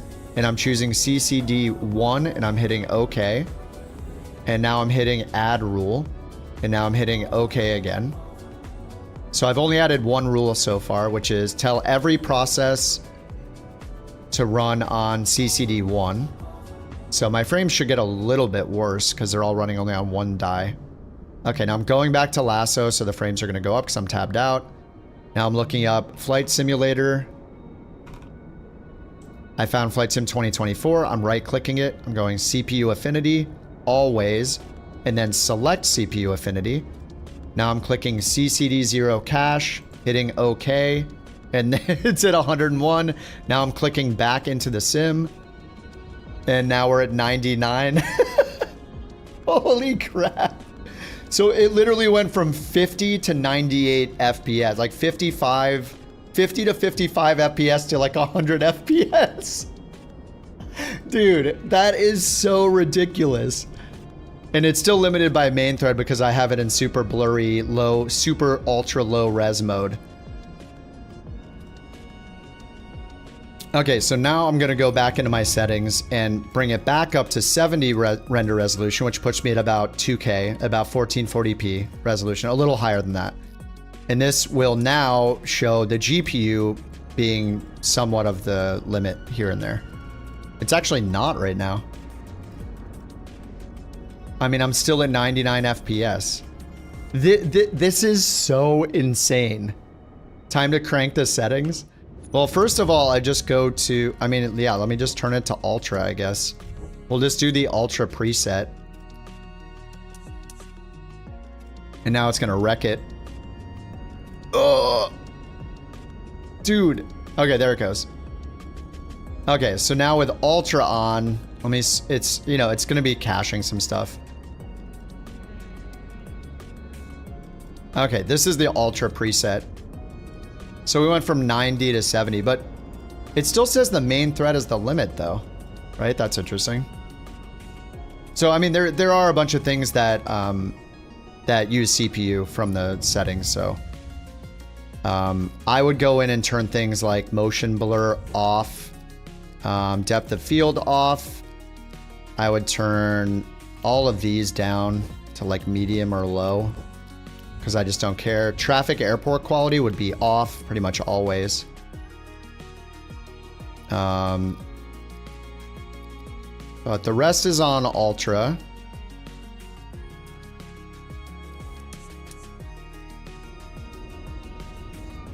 So we're still at 78 FPS. We're gonna have to load at a giant airport though. I mean, what's nice, yeah, so the CPU is still gonna be the limit. I mean, even if I had, there's still certain things that limit your CPU, so. TLOD to 400, yep. We'll turn TLOD all the way up, and object level of details already all the way up.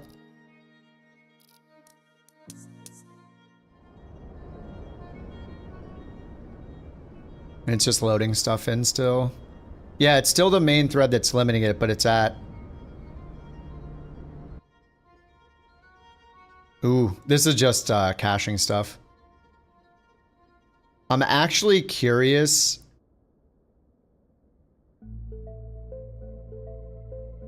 what would happen if I do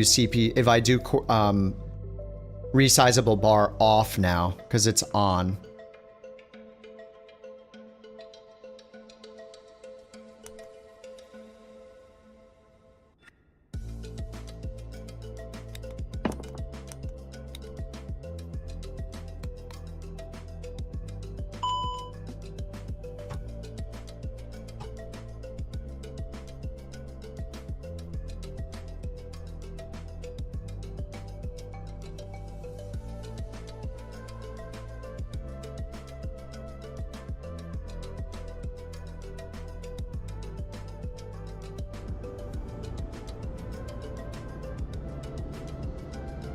You think it'll give even more FPS? I mean, I think we have to try it, right?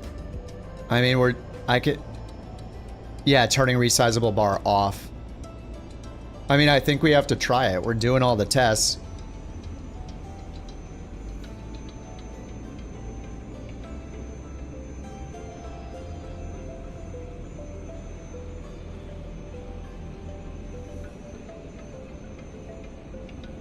Might as well. All right, we're gonna do another reboot. Disabling resizable bar. Your mileage may vary, but in general, why did I turn it back on? Just when I was doing Sim Update 3, I was testing it. All right, I'm gonna reboot my PC again. Restarting right now, and we'll turn resizable bar off. It is on again. No, back to Sim Update 2, Bird. This is insane. Wait, Bird, what's... So, yeah, it might not even be a YouTube short. I might need to make an actual video, but this is something everybody needs to know if they have those chips. So, are those the only 4 chips in existence that have the 3D cache stuff? Or is there, are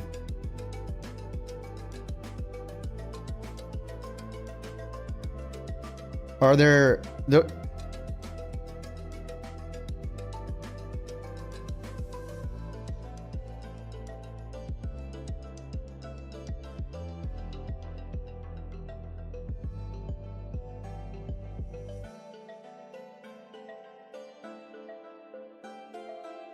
sorry, I'm spamming delete.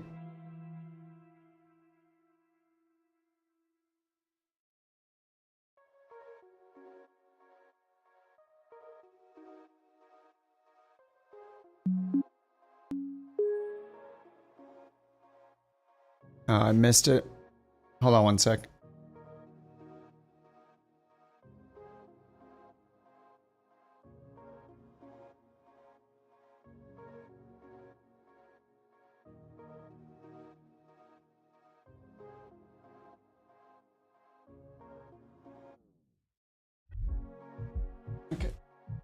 Sorry about that. All right, let me restart again. Sorry, it's just gonna be a black screen while I'm restarting. 5800X 3D. It's mainly for the ones with the 2 dies and the 3D. Like, I don't know, maybe people have messed around with process lasso with the other chips. I'm not sure, but I mean... You have 30 FPS more in the Cessna 172. So wait, Dur, what did you do? You're getting 20 FPS more than before? What? So you're on the 5900X, did you say, or 5700X? What did you do? What did you even tell it to do? The same thing? So that's a 6-core chip with 2 dies, right? So you just put you put everything on one. You put everything on CCD 1 and Flight Sim on CCD 0, and you got 30 FPS more. All right, resize bar disabled. Okay, rebooting now. It's a 12-core chip, right, with 2 dies and 6 cores on each die. So it's not even an X3D. You're just simply splitting. That is so crazy. What is this magic? This is insane. Is this like the path to becoming like a Linux snob, you know, and hating Windows or whatever? I feel like we're on the path all of a sudden. Gonna test with the 380. What the hell? Okay, I'm logging into Windows right now, as you can hear. Sorry for the black screen. It's just or the no signal. It's just how it is while I reboot it.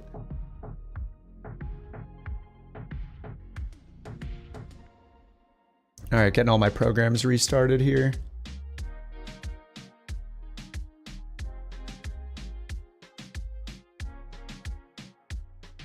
All right, so resizable bar is now off.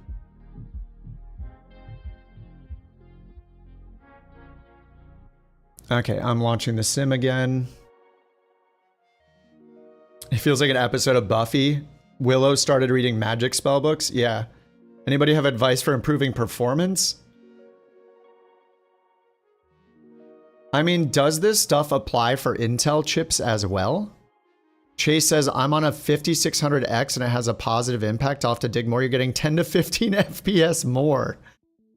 So if you have any chip with 2 dies on it, you should try this basically. What the hell?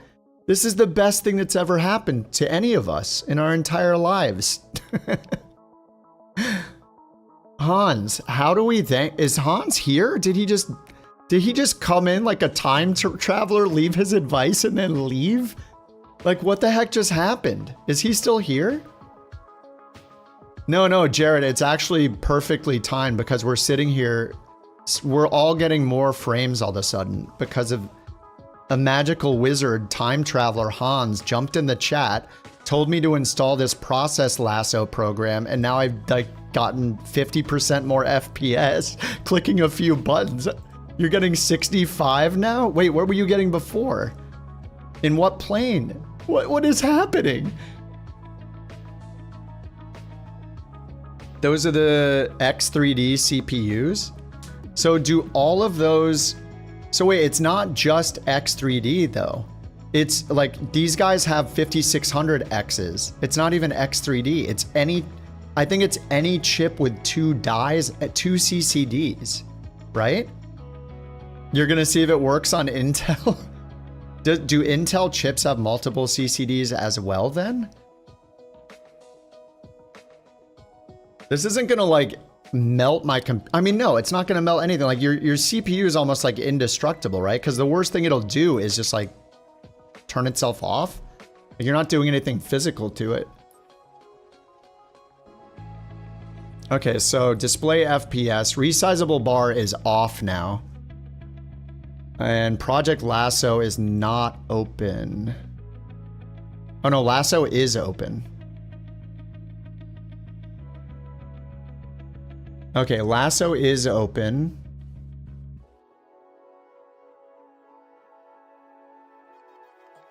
And Flight Simulator is following its rules.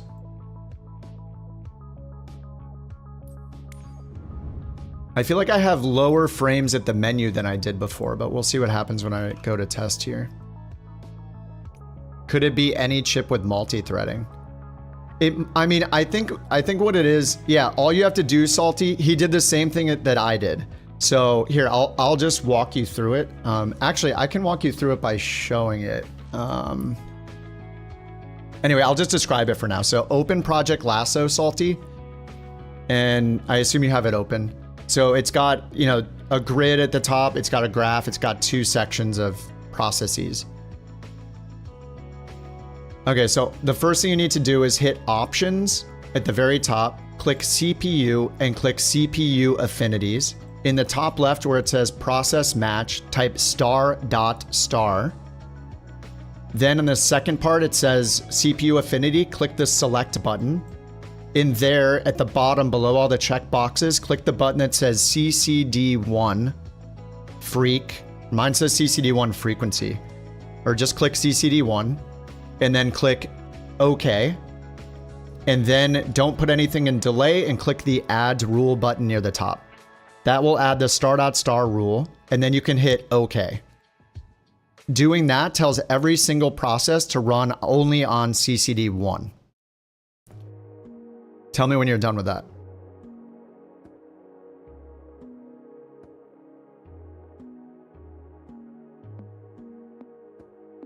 Okay, now you're back in the main window. In the section that says all processes, that tab, to the far right side of that, type in start typing flight sim and find flight simulator 2024.exe. Right click on flight sim 2024.exe. Point at CPU affinity, then point at always, and then click the second option that says select CPU affinity. Then that same window will come up. Click CCD0. Instead of CCD1, you're clicking CCD0 and then hit OK. And then the magic has happened. So now Flight Sim 2024 will use CCD0 and every other program will use CCD1.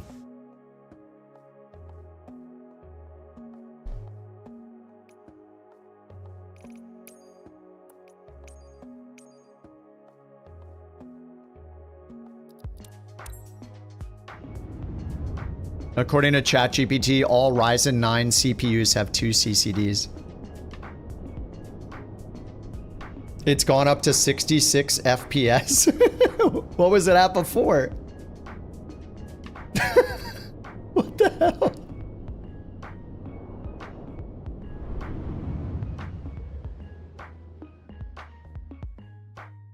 It was at 50 and now it's at 66. Time for me to switch to AMD. If you don't see it as an option, you're unable.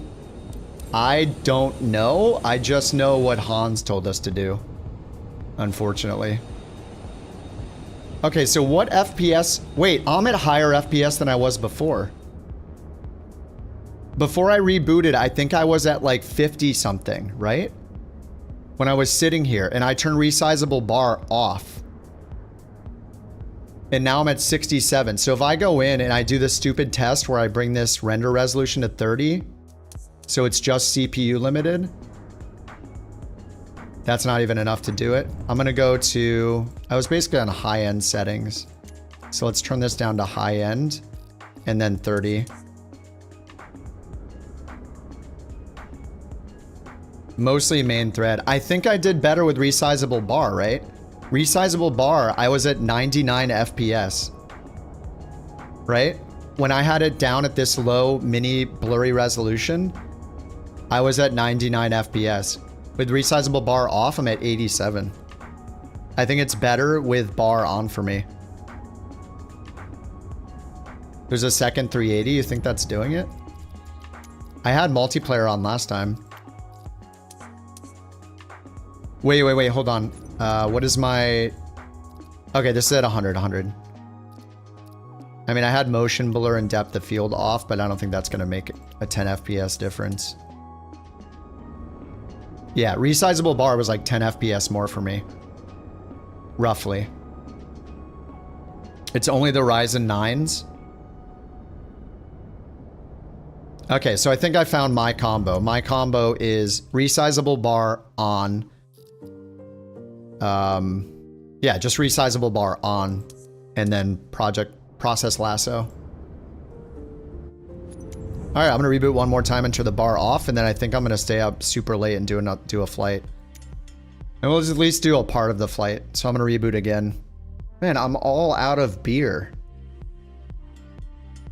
Unrelated, are you still using 7900? Yes, I'm on the 7900 XTX, but yesterday morning I ordered a 5900. Because I ordered it only because I got the email from NVIDIA for the priority program thing or whatever, where you like told them you signed up. I signed up months ago to get one at MSRP. Dude, I love AMD. I mean, if I can, I want to play in 4K. The problem, like right now, I love the 7900 XTX is absolutely awesome, but the only two cards better than it are the 4090 and the 5090. And I always said, even as much crap as I think as much garbage that NVIDIA has done and how shameful the stuff they did is and how annoying it is, I always said, if I or anybody else could still get a 40 or 5090, they should get it because you still can't beat them. So yeah. I just didn't expect to get the email, you know? You restarted the sim, you're up to 77 FPS from 50? What the actual heck is going on? It might help with Intel as well. Dude, that is so crazy. You went from 50 to 77 FPS. It's a 50%, it's more than a 50% increase.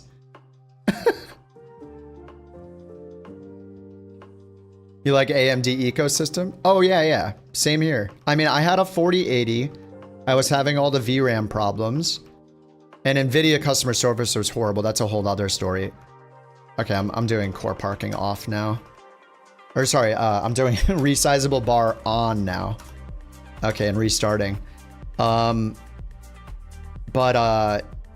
The 7900 XTX is an incredible card. It's just that AMD didn't make a next-gen card, so the 4090 and 5090 are still better. Yeah, where the hell did Hans go? This is a bunch of crap. He swooped in like a literal like flight sim time traveler, told us to do this, and we're all getting 50% more FPS? You had a CTD? Oh no. Are we finding the problem with this? Yeah, because I haven't even flown yet. You just had a CTD?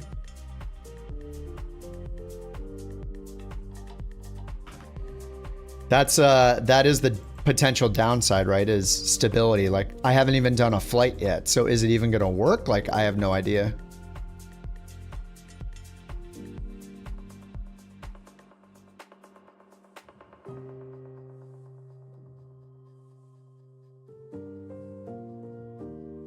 All right, I rebooted again. Okay, so resizable bar is on again. But the Ouija board's out, yeah. Could just be the A380. It's possible, yeah. I mean, just try a default plane or try like a PMDG plane or something. Something that's made for, yeah, or the 320. Holy crap, what is the Phoenix gonna get in this now? Yeah, Q, you can try this on your Ryzen. Any Ryzen 9, you can try it. We don't know about the stabilities yet, but the Salty just did it and went and like got more than 50% more FPS in the 777, trying it on a 5700X.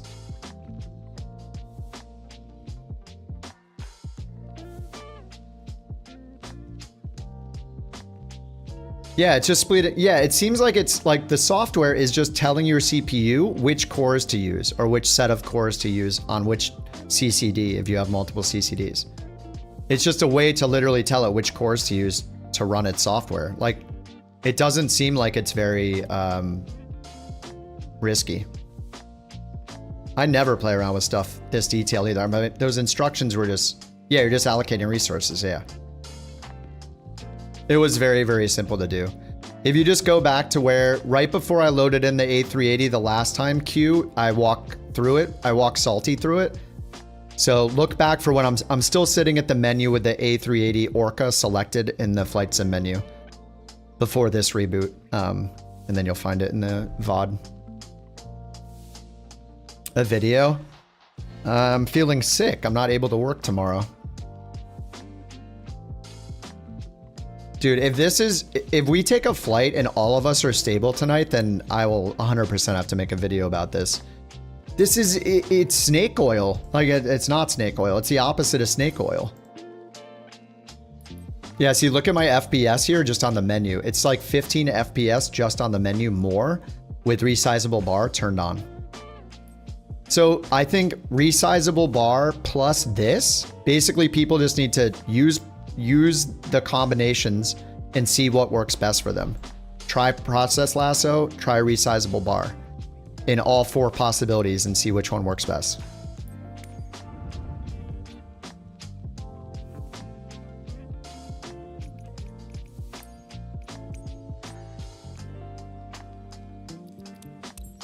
It's literally buying more FPS. I mean, you didn't even pay for anything. It's free. I don't even think you need to pay for the features we're using. There are just more features if you pay.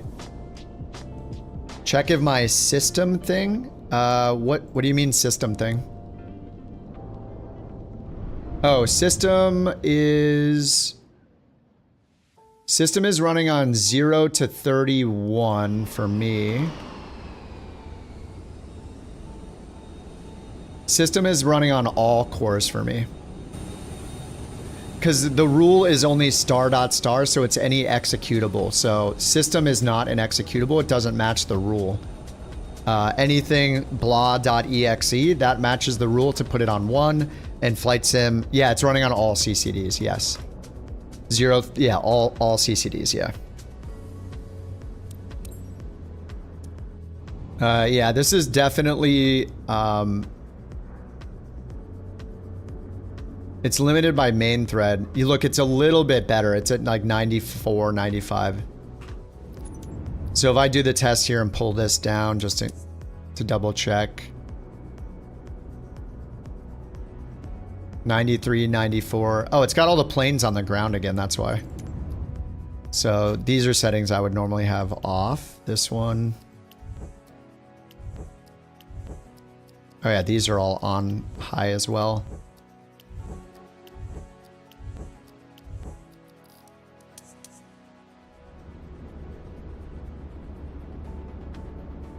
Yeah, we're back up to 99. I just saw it flick at 99.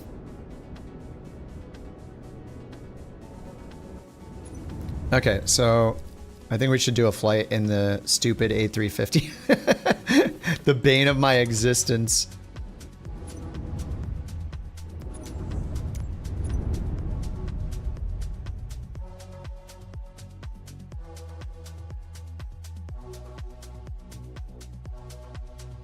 All right, do we want to do, I'm just going to go look for an assign, look for something over here.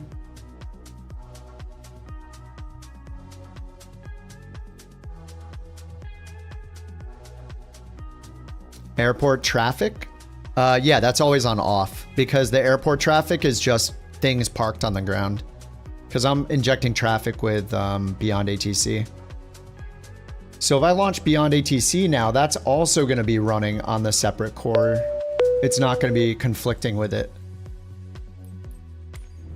This is absolute. You're getting plus 20 in the Phoenix. Oh yeah, let me load into the Phoenix. That is insane. The sim just feels faster. Just like, this is crazy.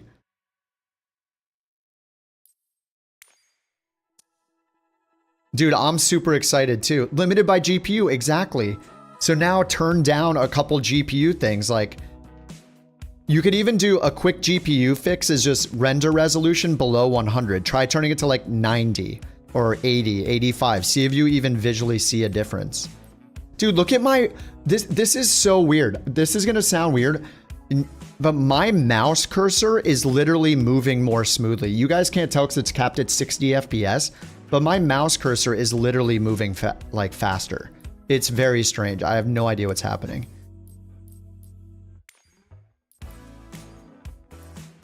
Luke, we are basically doubling we're getting 50% more FPS, all of us. Do you want to do it? What chip do you have? What's your CPU, Luke? We're just doing this now, all of us. Everybody has to do it. This is insane. Let me load a test now. This is the craziest thing. I'm just worried that there's like a con somewhere in this whole thing. Oh, you're on an Intel chip? Okay, you have to wait to hear what happens with Bird then, because the rest of us are on AMD. Or those of us trying this is an AMD thing. You need to stop the engines to request ground services.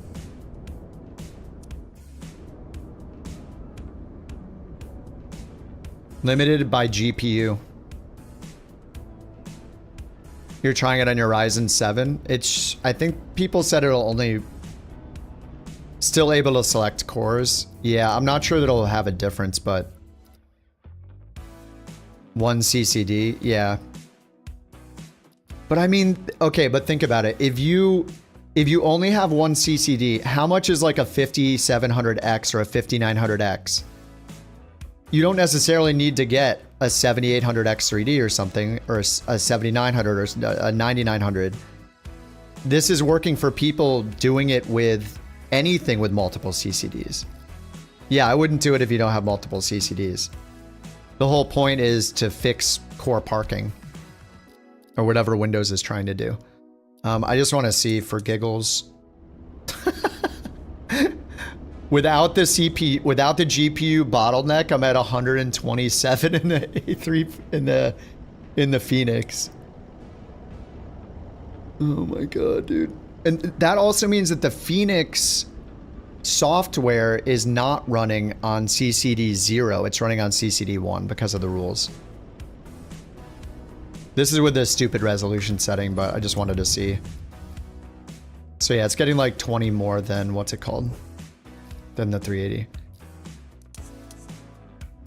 Okay, cool.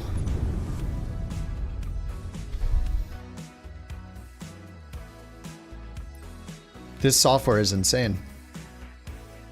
So I guess the downside to these rules is basically any other game or software you use, you'd have to make the same rule to put it on CCD 1 or 0 instead of 1. So like you play a different game, if you want to do the same thing, then you need to split it as well. Because right now the rule we set is everything except Flight Sim is on CCD 1, Flight Sim on CCD 0. Make a different config profile? Oh, so you just choose a different profile. Can you make it so whenever you launch Flight Sim, it loads the profile automatically?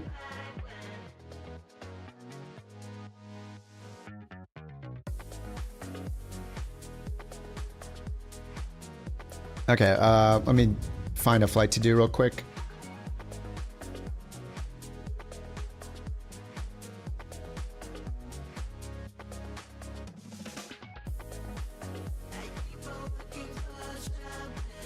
Made of the Mist.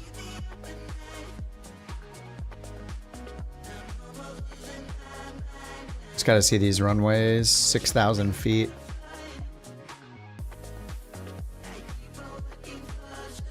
I mean, it doesn't really matter where we fly. I'll just find a random flight with next. We don't need to... Is that one of the achievements, Maddie? Or is it just random? I'm just gonna do random wide body. Less than 2 hours. I don't care about the GPS jamming.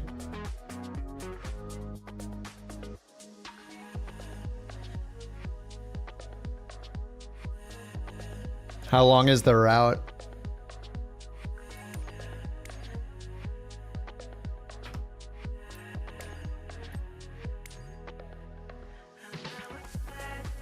No cabin.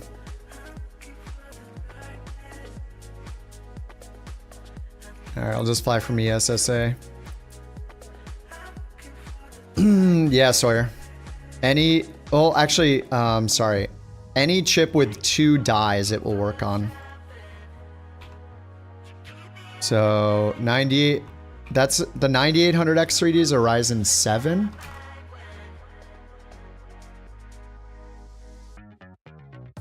If it only has 1 CCD, then it isn't going to help you. Yeah, that only has 1 CCD. I think it has to be a Ryzen 9.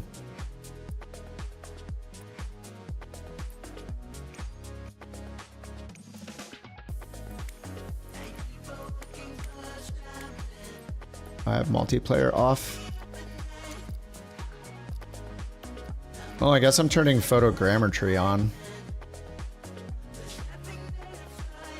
This is wild. I just am worried about the stability. But if this flight goes well in the 350, then I feel like I need to use it for a few days and see like the stability.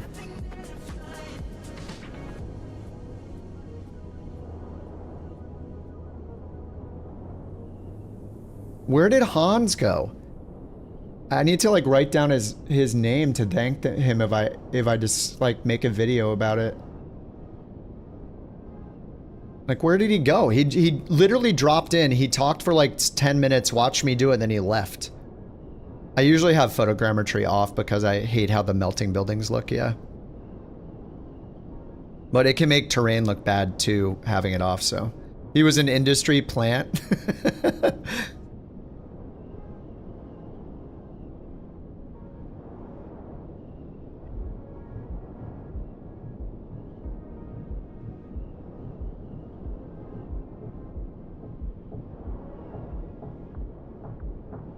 Oh, so you can save it in Process Lasso. You can save it as a profile, and then you can just change between your profiles. Oh, there is a profile switcher. Oh my god, this is nuts, guys. So you can, okay, you guys that are using it, go to File, go to Project Lasso, Process Lasso. I just gotta start calling it Lasso. Go to Lasso, click File at the top, click Config Profile, and click Manage Config Profiles. Click Create Profile, and then save this as like MSFS is what I called it, and check the box that says Use Current Settings as this profile. Then you can go File, Profile, Config Profile Switcher, and there is a process match. So you can say, if it finds this program, use this profile. So for the process match, we just need to process match Microsoft Flight Simulator 2024.exe. Or sorry, Flight Simulator 2024.exe. And add that as a rule, and then say okay. So I think it will automatically change. So I'm gonna switch back to my first profile, and then make the first profile one remove those rules. Yep, I'm gonna remove all of the rules for the default profile, and then MSFS will have the rules, and that's it. Nice. It works when exiting or booting up. Yep, so I set the profile. Yeah, profile switcher, I just did it. And it keeps switching back to the one for Flight Sim.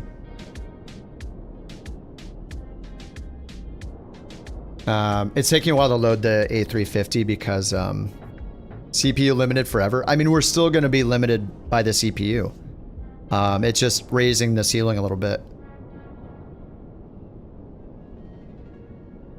Well, I think what's good about knowing this, though, is that people that have 2 dies on a not brand new chip, so like Chase said he's using his 5700X, you can get any Ryzen 9, I guess, and do this.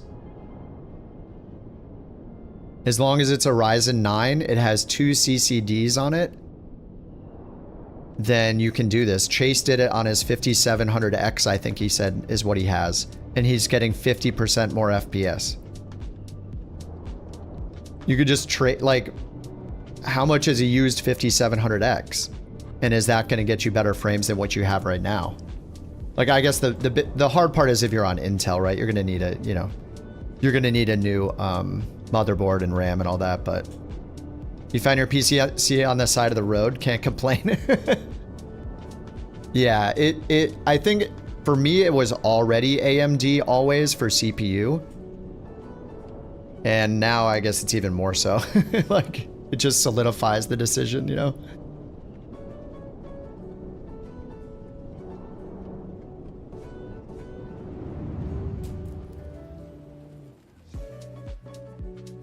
Oh, the persistent CPU affinity is not in the profile, is it? I think I messed up my profile, so I'm going to redo it. New persistent CPU affinity.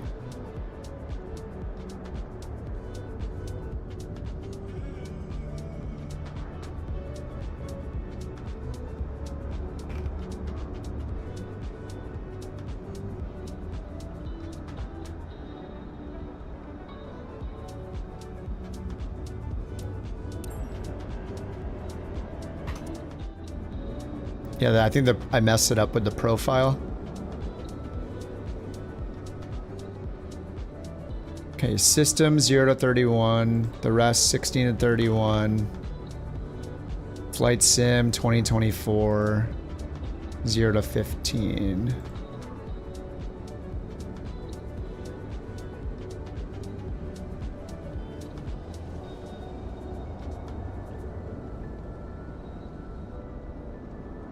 Okay. So I'm still limited by main thread, but I'm not at 20 FPS.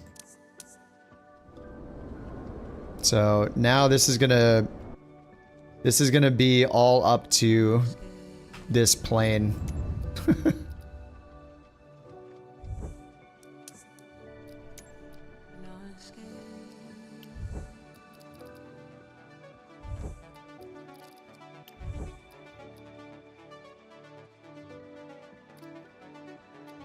All right, so I'm gonna go ultra preset, and then I'm gonna turn a couple of things down. Ultra preset, dynamic settings, 60 FPS. Sure, we'll leave that on. All right, depth of field off, motion blur off.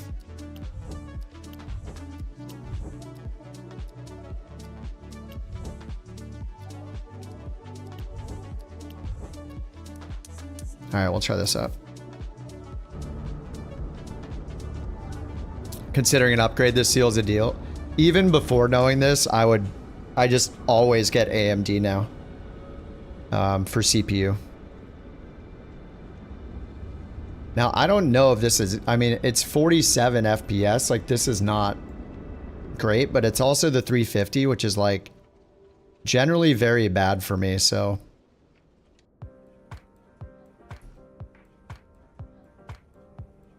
Yeah, where are we even flying to? I forget where I even loaded in at. ESSA?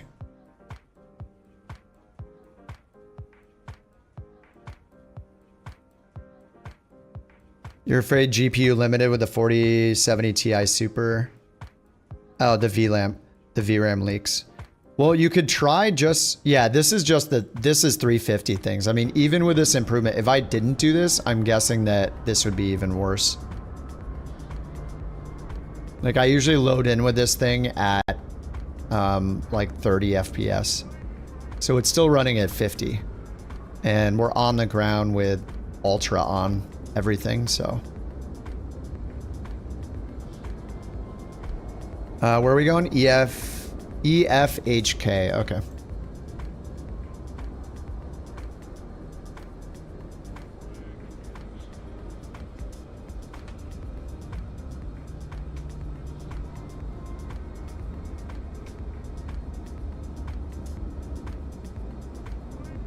EFHK, what is it?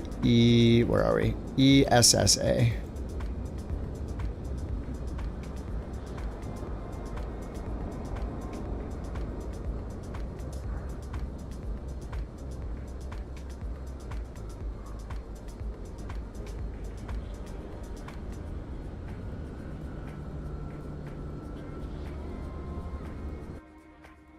All right, good night, Speeve.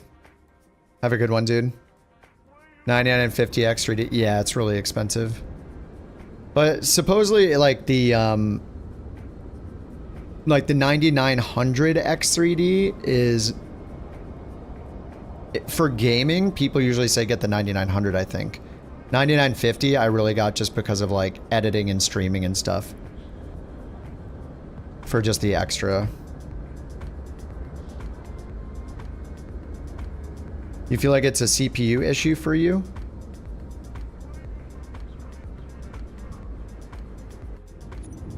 Okay, so we're back on sim update 2. Oh, I didn't choose the outcome. What was the outcome of that landing rate before? What did I land at? I guess I can look it up.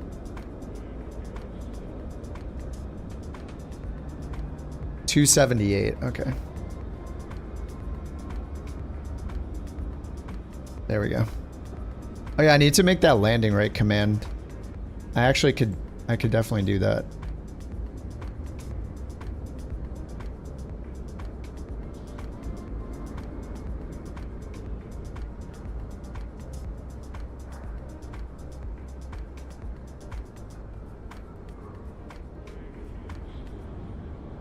Should it be exclamation LR?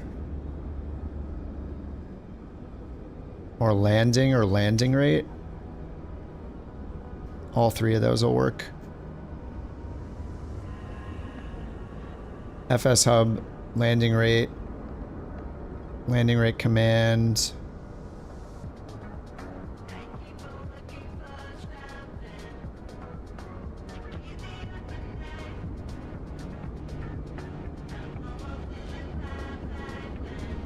Okay, it's a command now.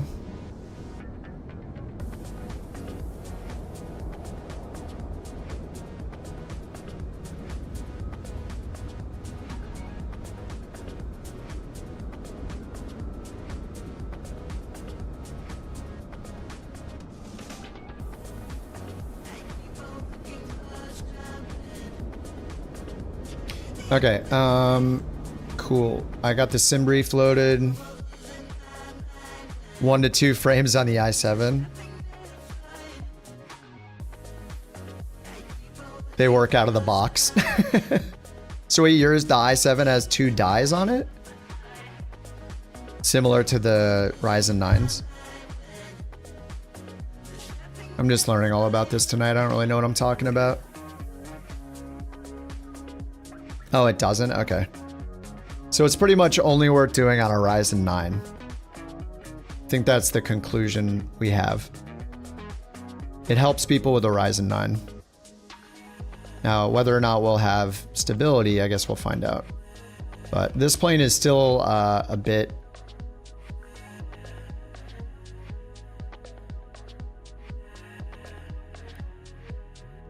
It's still going to be a bit taxing. Especially with sim brief going. But I also did turn it to ultra, which I'm usually not doing. So if this was a fair test, I would normally do high end. Let me just use the settings I normally use. High end, dynamic, 200, everything on high. And then I turn this to high. Traffic airport quality off. I usually turn air traffic to low when we're doing this kind of stuff. And sometimes I have road traffic on low, and usually I've been having fauna off. So these are the settings I normally use. And then clouds ultra. There we go. So that's pretty much usually what I do. And sometimes I turn this up to 16, but it doesn't really make a big difference.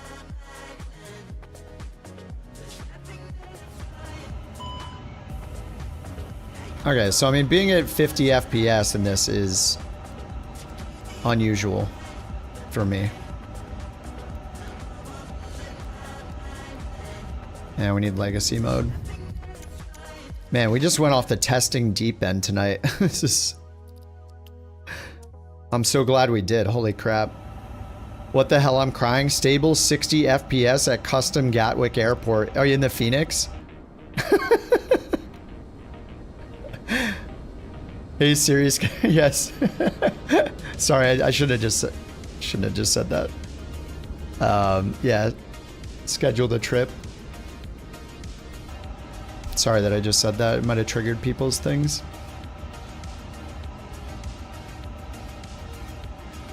In the Phoenix, nice.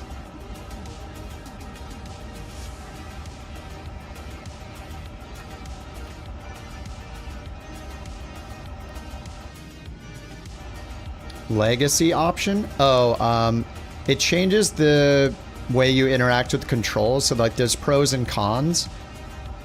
When you point at controls, it no longer highlights them blue, which I actually like for the stream, but the touch targets are kind of a little smaller because of it. Knobs like this one, when you point at it, see my cursor? It's got an up arrow, a turn left, turn right arrow, and a down arrow. And sometimes when you point at it, it'll have a hand arrow on some of them. It's like the old school way of doing it. You can still point and use your mouse wheel, but the reason why Legacy is good is in Airbus planes specifically, you need to push and pull and turn them. You can still do that with lock mode though. It's usually either right click or middle click to push or pull, and then You can, you know, mouse wheel or click and drag to go left and right. But in Airbus planes, generally I switch over to use legacy mode.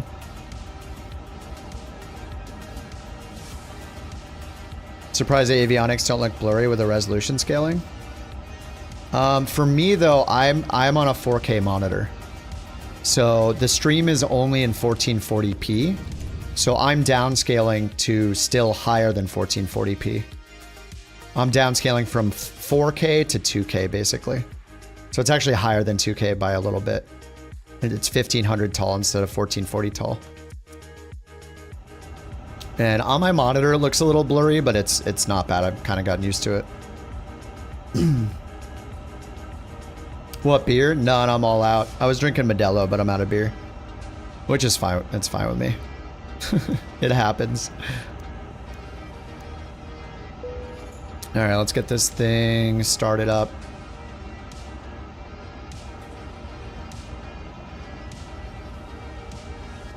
Alright, SimBrief import. Oh my god, this is going so fast now. This is kind of nuts.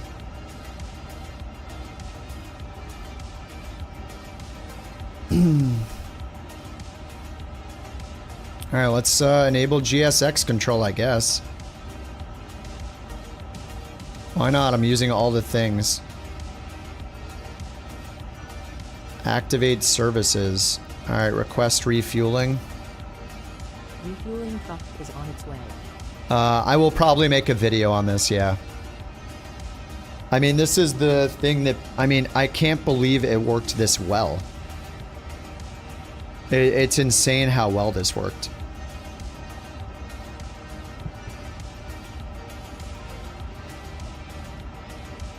Air Baltic 1 Mike 2, ready for IFR clearance to Riga Airport. Air Baltic 1 Mike 2. 50% monitor refresh? No. Yeah, I've just left it. I have VSync off right now. I normally have this on. So that'll probably make it a little happier. Departure. Squawk for 154. Need a new GPU now. Air Baltic 1 Mike 2. Oh man, I haven't even eaten. I guess I had a shake. I need to eat a proper dinner. I might have to grab something and eat something up. Ground 121.908 when ready for pushback or engine start. Air Baltic 1 Oh, Mike do I have 2. multiplayer Bye-bye. off?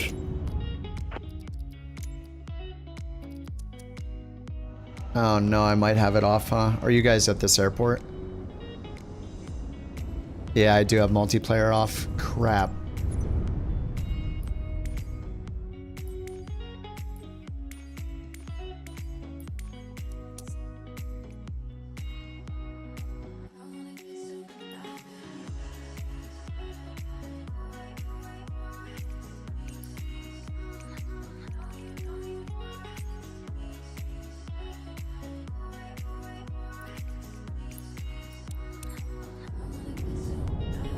Yeah, same dir. I was always limited by main thread. Now I'm limited by GPU. Especially not in the, I don't think I will be in this plane because this plane is so CPU heavy. But any other plane, yeah, I'm guessing I'll be GPU limited in like especially the Phoenix and the PMDGs. The PMDGs have such good performance.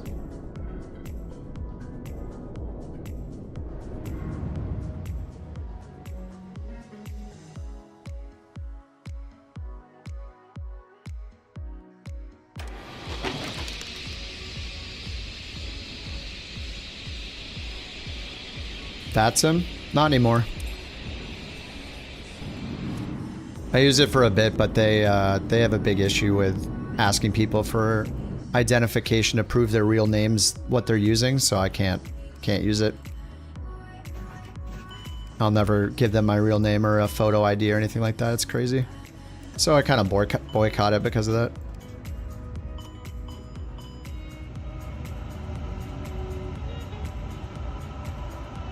Don't get him started. It's just a simple explanation.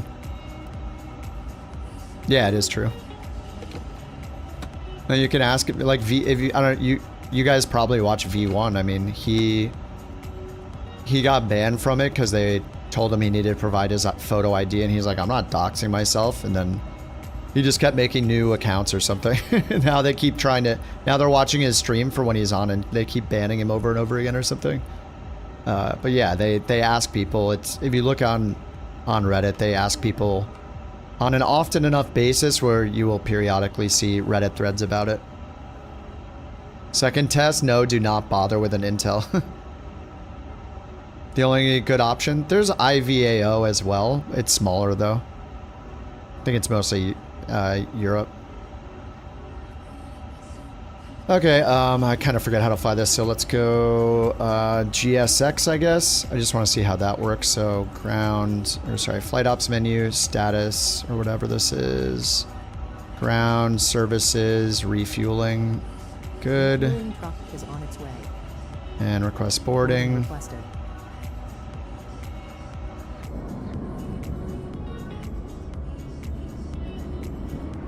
So much for jetways.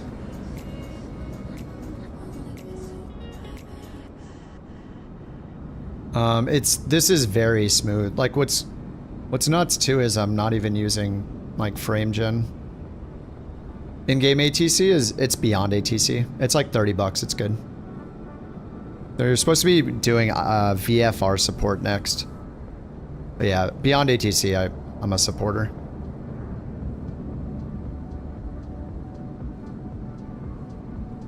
You've done it on Intel? Oh, for Flight Sim 2020? You're using Lasso?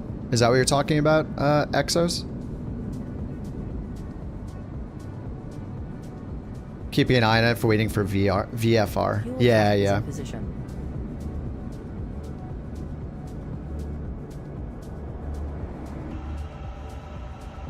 I wish it would automatically pick the sim brief amount. Passengers bus is coming.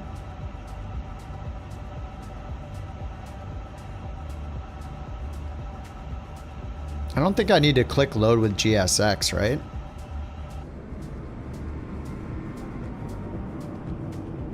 I mean, I am not used to these frames in this plane.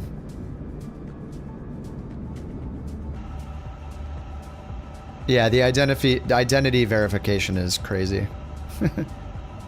It's just unbelievable. They think they should ask people for that sensitive information like passport and ID or whatever. It's so ridiculous. It's embarrassing. Everyone in the like flight sim community should be embarrassed by that.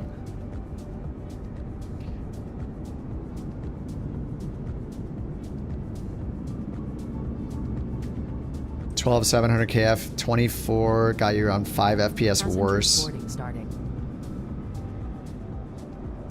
So it seems like if I was to make a video on this tomorrow telling people how to set it up, I should really just tell them to only do it if they have a Ryzen 9. That seems to be the limit. Like if you have a Ryzen 9, try this out, see how it works for you.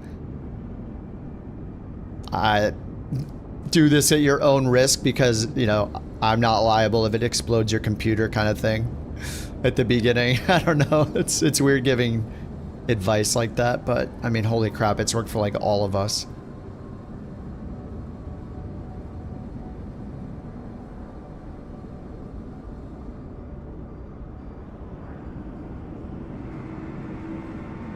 All right, let's set up the flight plan and stuff here. Flight ops menu. This might actually make me like this plane if I actually get decent FPS in it, or just not hate it as much. All right, load sheet begun. We got 0 fuel weight CG, and it's still refueling.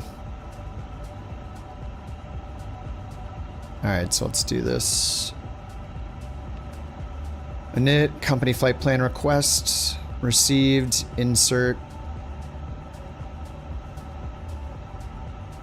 Okay, then we'll do, I guess we'll do the route first. Let's get the IFR clearance with Beyond ATC.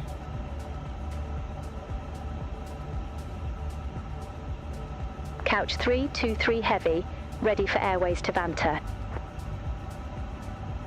It's not only for the X3D chips, no. Expect It's for any, it seems to be any Ryzen 9, because a few guys in here tried it, like Chase. He has a 5700X. As long as it's a Ryzen 9, it should have 2 CCDs on it, and therefore splitting it from one to the other could be beneficial.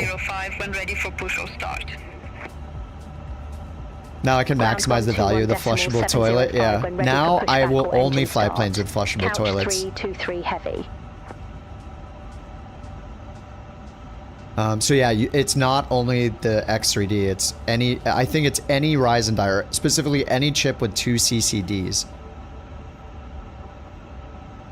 Which I guess there are non-X3D chips that have that too. So a couple people did it without X3Ds and got like 50% FPS more. Okay, so they gave us runway 01 left. Let me double check with what we have in SimBrief. Yeah, 01 left.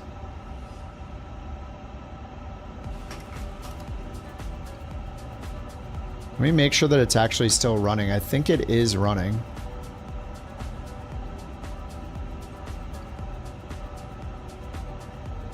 Yeah, it is. It's running great. That profile thing is awesome too, where you can make it so it switches profiles to do this only when you're running the simulator.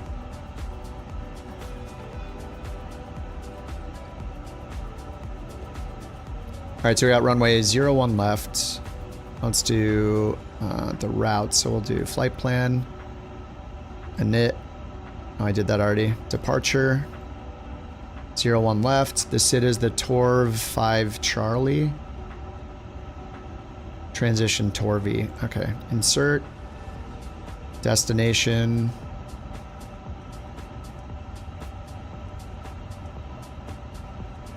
You notice when you close the simulator, it doesn't switch the profile back to the default with no rules in it. I haven't closed mine yet to test it, so it's possible I made a mistake. But I do have 2 profiles. I have one called My First Profile, and then one called MSFS.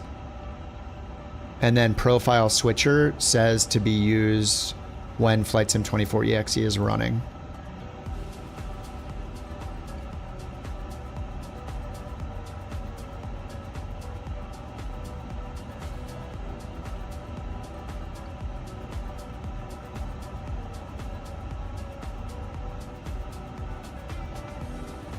Oh, maybe it's about using the current thing instead of the always thing. Like current profile instead of always. That might be it.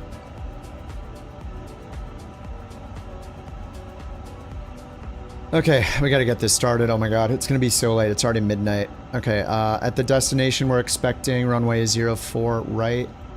The Laku 9R arrival. Laku 9R. What cut or rip? No, via. Okay, insert, insert.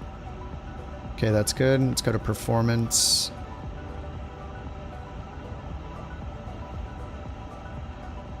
All right, takeoff performance. Sync from SimBrief.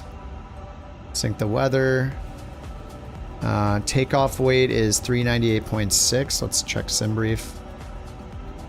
Estimated takeoff weight 398.6. Okay, that's good. Compute. Send to FMS. Okay, accept those. And then we need to do the load and balance.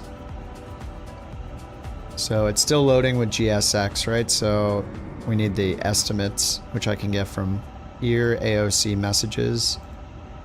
So 0 fuel weight CG, 27.95, call it 28.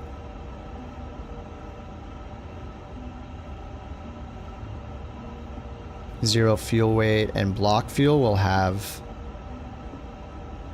So we can probably get those over here too, right? Takeoff weight, 0 fuel weight, 376, so 377.0. And then block fuel. Is it still putting in the fuel? No, we're loading cargo. So we should, even if I want to just do it through here, we should have the final fuel loading sheet. Ramp. Don't they give you another one here? Another message when the fuel is loaded? Maybe I need to go refresh it somehow? Passengers bus is coming. Cargo completed. Not sure that it shows the block fuel here. Cargo, packs, payload.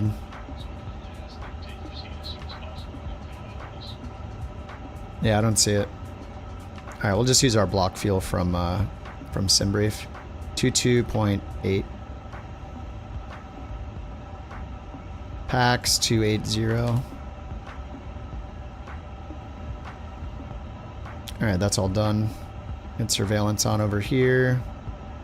Standby. Our squawk code was 3621. And that's on auto above. Should be on standby, shouldn't it? Yes. There we go. And 31,000 feet. I'm just going to put in 31,000. I don't feel like listening. I don't feel like looking up other things. All right, 31,000. Constraints on. We'll hit comma. 1017. Get the APU started.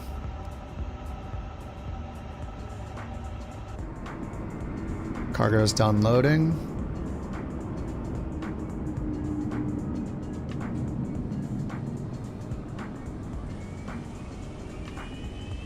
You're gonna give it a good testing today in both sims, with and without it? Nice. Wait, so it's working well for you in 2020 with an Intel chip? Exos? This is like the first, you know, you gotta do this graphics tip I've ever had work so well for me in Flight Sim in 5 years of doing Microsoft Flight Sim. Like, I have never had an instant performance increase like this in literally any change I've made. Like, it is crazy.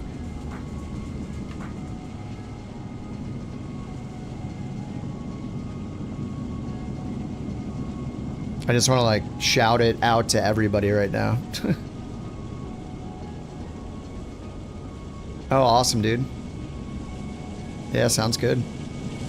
Yeah, I think like if I made a video about it, I think I would just tell people to only do it if they have a Ryzen 9, but at least I guess what I could say is like people that did it when we were all doing it together, anybody on a Ryzen 9 seemed to have better performance by doing it. But I do need to test it more and figure out how to get the profile thing working, because if everybody can get that working with the auto profile switcher, then they don't have to worry about any other games, or if they're working or whatever, you know, like when they're not running Flight Sim, it just reverts back to the normal. You know, I guess another option would be have your Flight Sim exe file open Process Lasso when you launch the sim, because then you just close it when you're done. But you'd have to remember. Okay, well, this is taking forever with the loading, so I'm just gonna go here and say, do this, say ground, reset position, load sheet, import, set fuel, instant.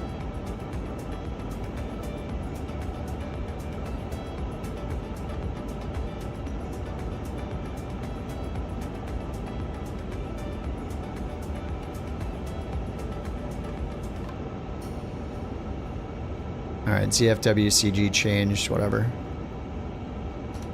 Enter, enter, enter. Alright, we'll get the APU bleeds on. Disconnect from the externals.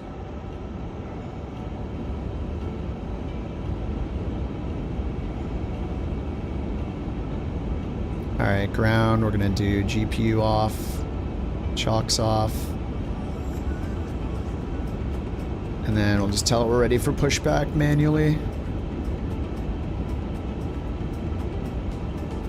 Couch 323 heavy, gate 4. Request pushback and engine start. Couch 323 Heavy, Arlanda ground, pushback approved. Face north. Pushback approved. Face north, couch 323 heavy. Hey, I thought we saw our position on these. We are ready for pushback.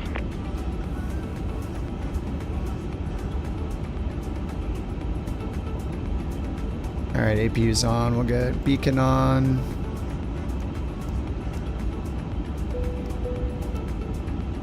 Auto.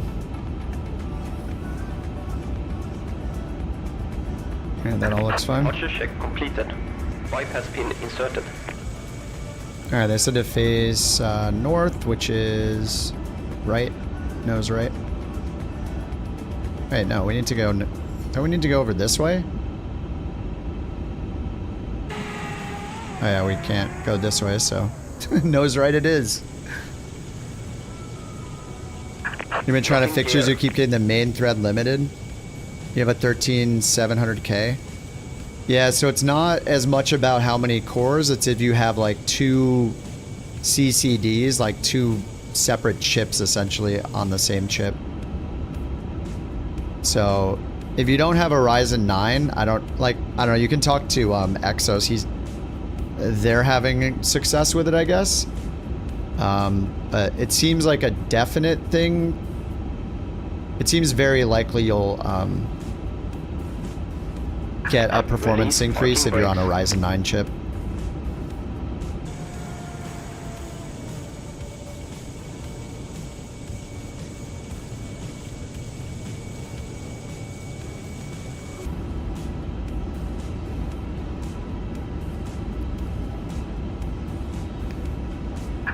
Commencing push.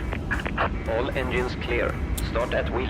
It's not disabling one of the CCDs, it's forcing Microsoft Flight Sim to use one of them and forcing every other app to use the other one. So it separates them. So Flight Sim has one to itself, and then you get a massive performance increase because of that.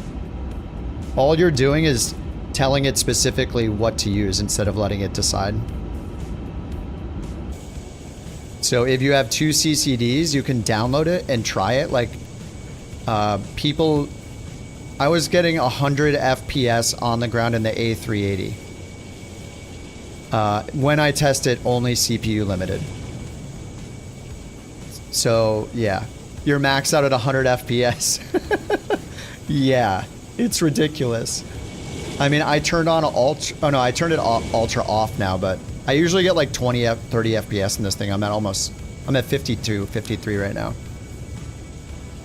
With or without the lasso changes? I mean, 100 FPS is insane.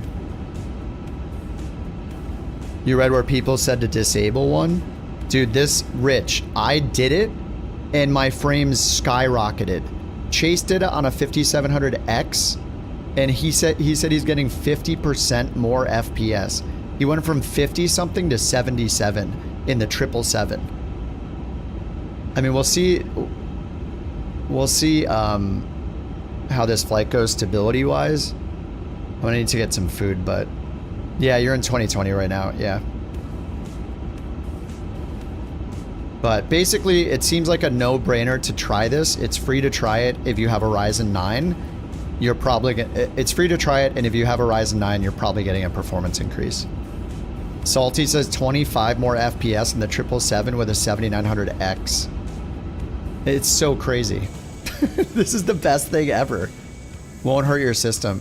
It makes sense that it's safe. I mean, Windows already does this. You're just saying, hey, use this part of the chip and this part of the chip for this program, this part for this program.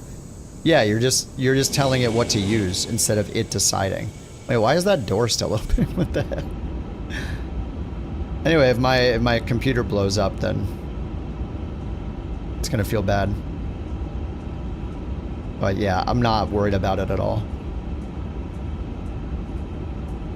Unable to toggle when moving. Oh, I am when I hit close all though. Oh, I should probably start the engines, huh? Whoops, I should start engine 1 first. Oh well, whatever. Yeah, the disclaimer. That's the thing about making a video like that. You're telling people to like mess with the workings of their CPU. It's like, Before you continue, I am not responsible. Do this at your own risk. I mean, I put for entertainment only in all my flight sim videos, just in case. Set parking brakes. You never know. Unlocking gear.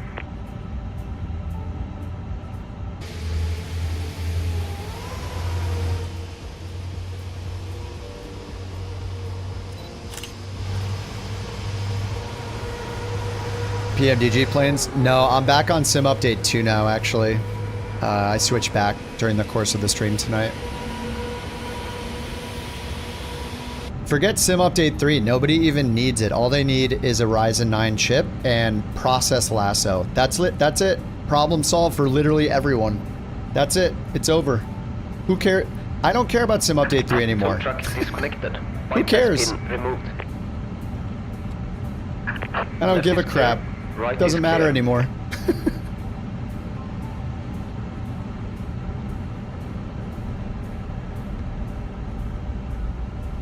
No, I haven't tried Sim Update 3 with it because I just did it. I'd be surprised if anything was different, but Sim Update 3 seems to have a an issue anyway, so Sim Update 3 has kind of been a disaster for me.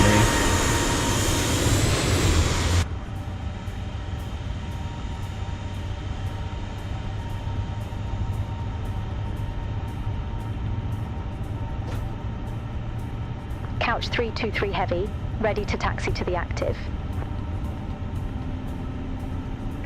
Juicy advanced frame rate? Oh, yeah, she, do you have a Ryzen 9 chip CPU? Runway 01 left. Taxi If you have a Ryzen 9, you can probably get a crap ton more FPS by doing this one trick. I don't know what the timestamp was, but if you look back when I'm in the A380, it looks like a big orca whale. It was around that time we were doing it. And I think I walked through it like once or twice. Somebody swooped into the stream and told us to do it, and all of our frames went up, so it's pretty insane. Hans, I don't even know where he went. He's gone. He disappeared like a time-traveling wizard.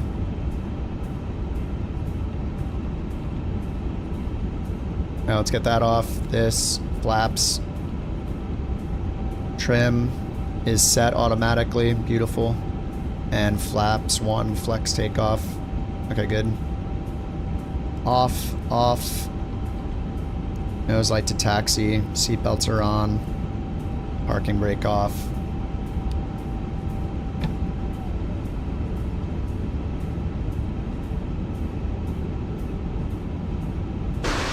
You do? Okay. Go to Google. I'm gonna walk you through it right now. I'm so excited about it. I want to see what happens. And are you in Flight Sim 2024?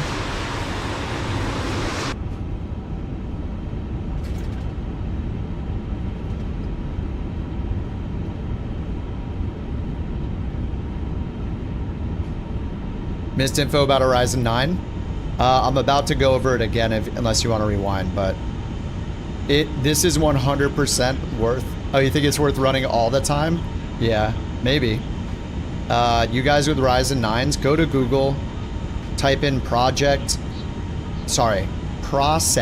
lasso. Process lasso. So this is information that was given to us like an hour and a half ago by this guy named Hans. He was in this stream. We're talking about FPS. He said, try this process lasso out, do these 2 changes, and all of our FPS went up like crazy. Now, for me right now, 44 FPS at this airport, and the A350 is crazy FPS. But yeah, just go download Process Lasso, download the free version, and then install it. Full disclaimer, do this at your own risk, but I just did it to mine, and everybody in here that's done it. Anyway, go to Process Lasso, download it, get it installed, and then let me know, and we'll give it a couple minutes for you guys to get it installed, and then I'll tell you what to do. And you can have Flight Sim open right now. It's fine if you have it open. You'll want to turn on your FPS counter too. All right, auto brake to RTO, takeoff config test, cabin ready. Okay, green. And then takeoff config, test, all green. So basically what Process Lasso lets you do is decide which programs are running on which cores or which parts of your CPU. The Ryzen 9 CPU have two like CCDs or dies on them. It's like almost like having two CPUs in one. And the main issue is that Windows by default does not utilize the CPU well.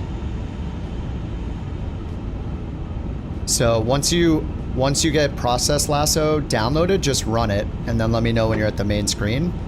And you'll probably just want your flight sim running with the FPS counter on like I have mine on right now when you apply it to see what happens. But just like load into parking in like your favorite airliner that you hate your FPS in and turn your FPS monitor on.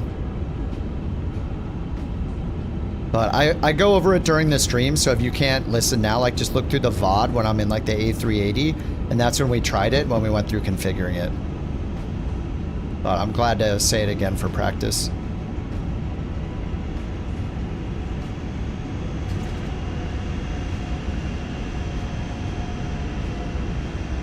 But essentially what we're going to do is just set up two rules, and it's just going to tell Flight Simulator to use one of your CCUs or your CCDs, and every other program to use the other CCD. Over to Tower 118, decimal 505, couch 323 heavy. And that's going to basically give half of your Ryzen 9 CPU to Flight Sim and the other half to everything else. So then Flight Sim won't be main thread limited as much. Now this plane I'm in is totally main thread limited because it's a CPU hog. But other planes that aren't as bad CPU hogs are going to be, they're going to get a much bigger bump.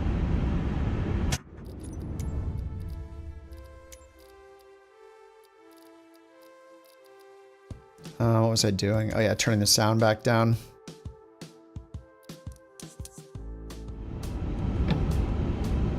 All right, request departure. Couch 323 heavy, holding short, runway 01 left.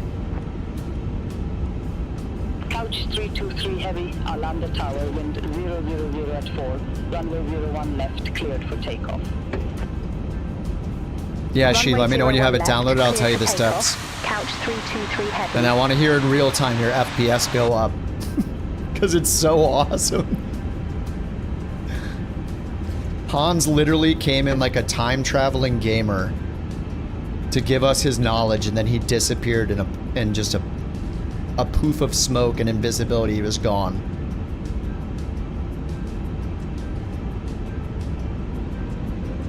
I'm doing a rolling start, which isn't a thing in this, right?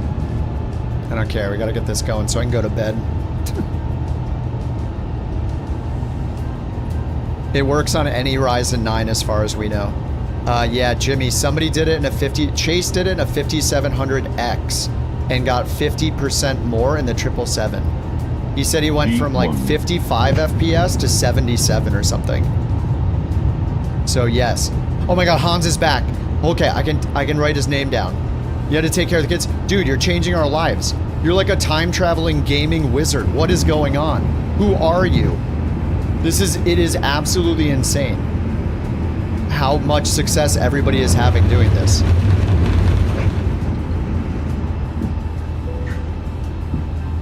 It doesn't make any sense. Couch 323 heavy. Contact Stockholm departure 124.105. Contact Stockholm departure 124. If I end up making a video about this, can I mention your name or give you credit in some way for just telling me? Stockholm departure, couch 323 heavy, 1,700 feet. Couch 323 heavy, Stockholm departure identified. Climb to flight level 150. But Jimmy, it will work on that chip, I'm pretty sure, yeah. Because it works on the 5700X, it'll work on the 5700X 3D. It'll work on any chip that has 2 dies on it. You didn't get that much of a gain, but everything runs smoother. I got, usually when I'm flying this, I'm at like 30 FPS. Q says I went from 20 to 25 FPS to 35 to 40 FPS on a Ryzen 9 6900HX. I don't even know what that chip is. Amazing. TCAS on standby. Whoops, there we go. I'll just put it to norm. We'll do TA only. Oh, on a mini PC? Dude, I have a mini PC for my streaming PC. It has a Ryzen 9 in it, I think. Actually, let me see what the streaming PC has.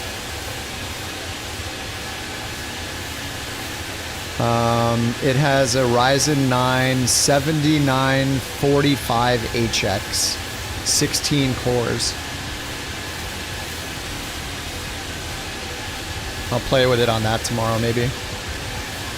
I do use the CPU and the GPU on that mini PC for streaming. She, do you have it installed yet? I need to see in real time your FPS change. I'm not gonna let it go. I have to know. It's so exciting, dude. Everybody always makes videos. It's like, this is gonna change your... Like, we actually have information to actually give people better FPS with this one hot tip from Hans.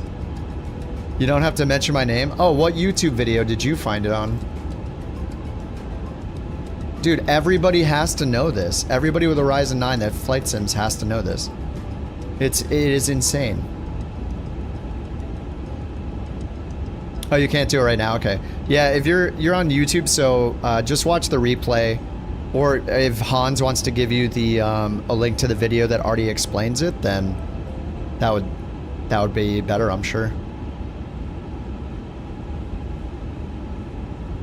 TCAS standby. What? Auto? Oh, why is altitude reporting not on? Oh, that was weird. Did they change something here?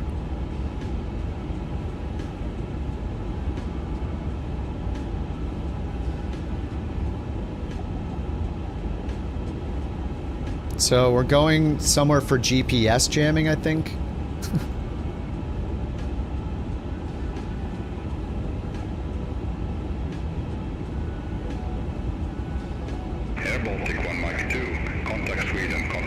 No, you don't have to restart Flight Sim, nope.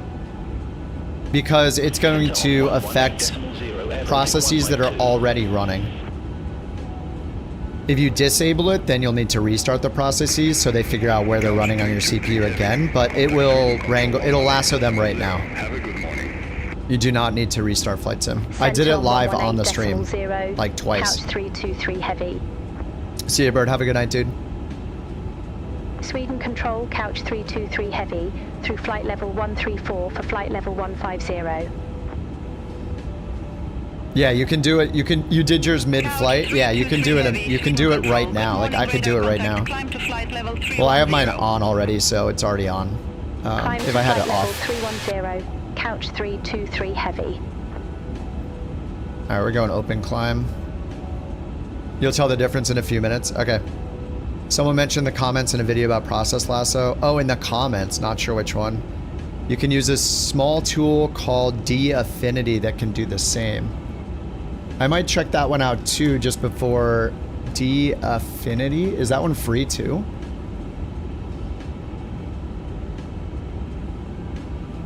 Dude, it's absolutely insane.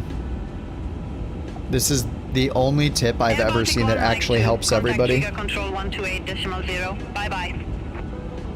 Like, this is even bigger than the, like, trying the resizable bar stuff, which I was excited about.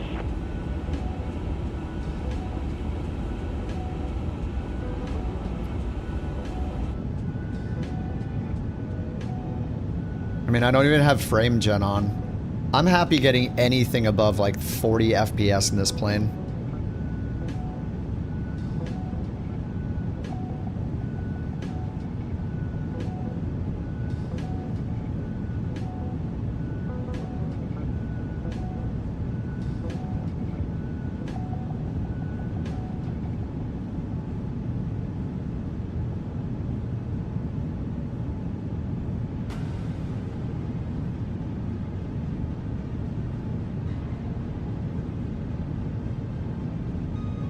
I'm so excited to see what Dr. Steel Bees gets. Just You get 50 FPS in the A350 without frame gen. That's what I'm at right now, 54, 55 with no frame gen.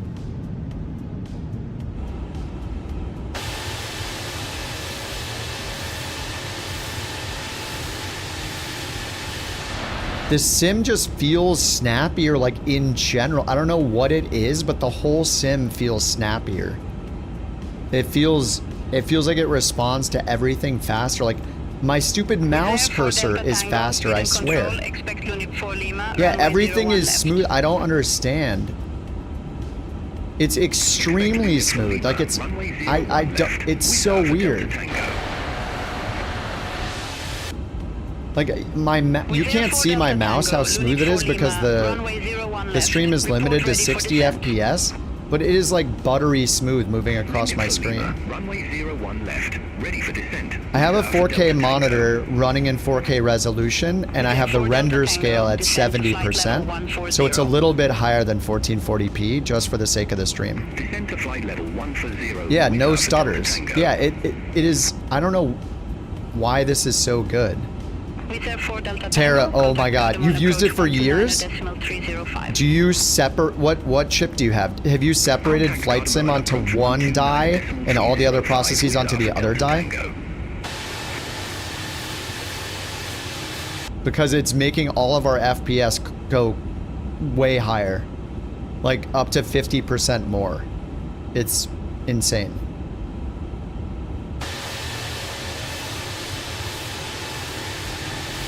Never thought to do that. So do you have a Ryzen 9 CPU? If you don't have a 9950, you can try moving all background processes like VR software to the last 2 cores. Oh, you have Intel for now. Okay. Well, so you might still be able to do something with Intel. One of the guys in the chat was doing something with Intel. Something about P processes, and I don't know. I don't even know anything about it. But he said he would hop on the Discord, so if he's in there, then maybe you can find him. And there was Dr. X's, EXXOS.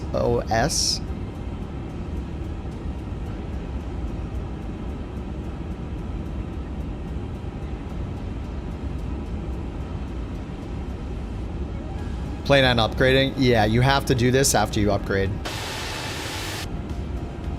It seems to work with any AMD or any Ryzen 9 CPU. It doesn't even have to be an X3D.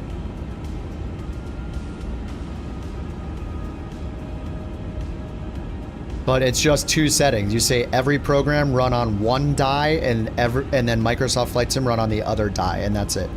And it just, things go crazy. I mean, it doesn't look like anything's going nuts because I'm at 50 FPS, but I don't think I've ever had more than 35 in this, maybe. I'm like easily 50% more FPS in this plane. And I was sitting on the ground in the A380 with 100 FPS. I can't imagine hopping in a 777 tomorrow. How many FPS I'm gonna get. Because the 777 and the Phoenix, like I hopped in the Phoenix and was I at 104? I forget what the Phoenix was at. I think it was over 100.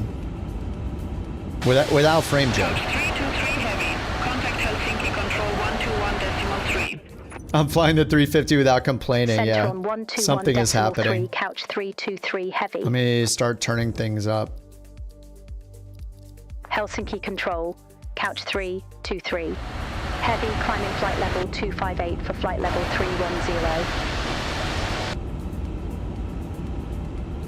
I do need to use time acceleration though. I need to get to bed at some point.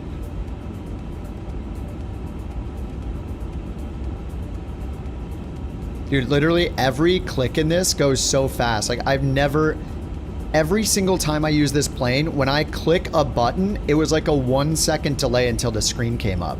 Like this is just instantly changing now. Like everything is running smoother. Suddenly it's flyable, yeah. Oh, here's the GPS jamming. On this flight, this is what Maddie wanted to try out. But if this plane is the worst, then imagine all the other planes. Like everything is going to be so much better.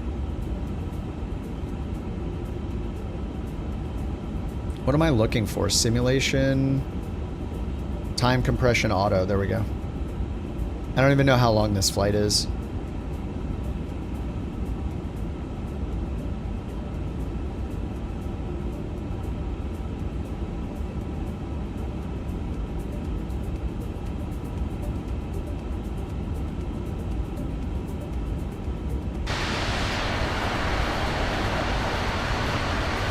Chase is in front of me in the 777. He said that he went from 50 something to 77 FPS.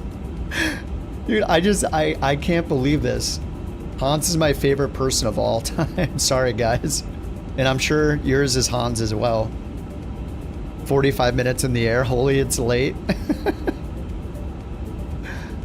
This is so ridiculous, dude.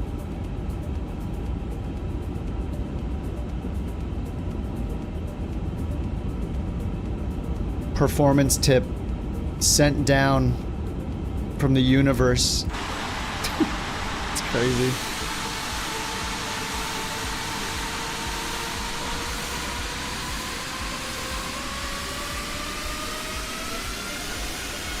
Man, this weather is boring, huh?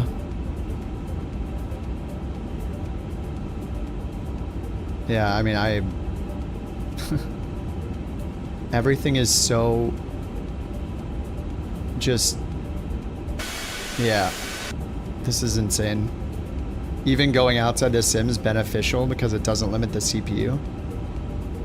Oh, you mean like tabbing out to another program? Oh, right, yeah. Just switching, just going, like, I just opened or unminimized Discord and it was so snappy how fast everything is, and everything else is faster too. It's crazy. Should you upgrade to the 97 XT or do a platform upgrade to the X3D Zen 5? If you are main thread limited, always get the new CPU.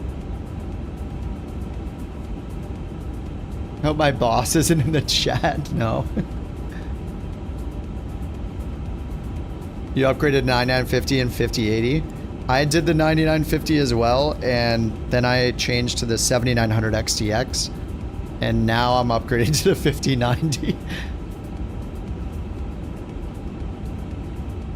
But I just had a 4080, and then, yeah, it's...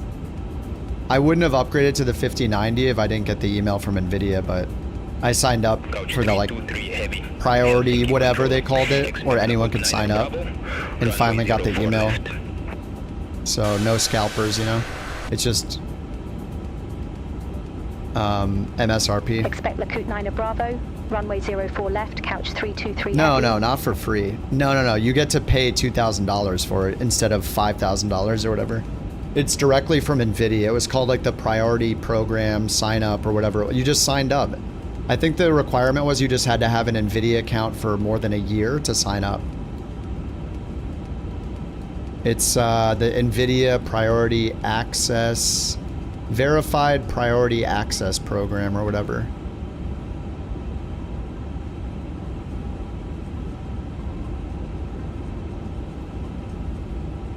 But I signed up for it when it came out. Here's the link to it. So you just go there and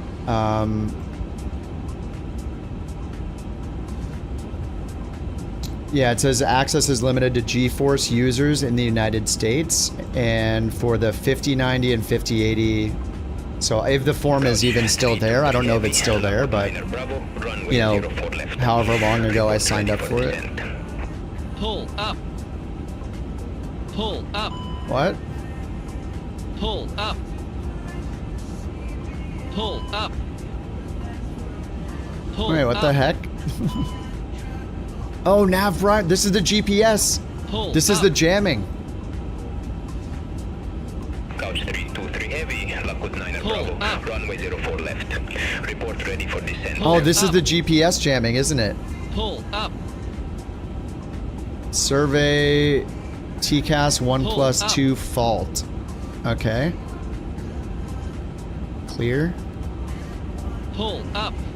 Clear the fault. Okay. Clear. Clear the faults. Clear the faults. Heavy Helsinki control. Oh yeah, the GPS jamming. That's cool. Pull up. How do I get rid of the pull up? Pull up. Is that GPWS? I just need to inhibit.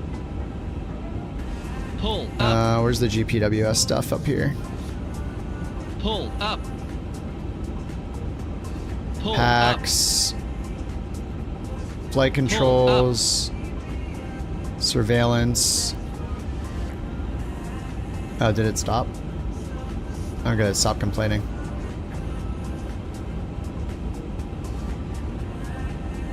That was nice. Like you were able to sign up. Oh yeah. I mean, I signed up for it 5 months ago. I got the email yesterday.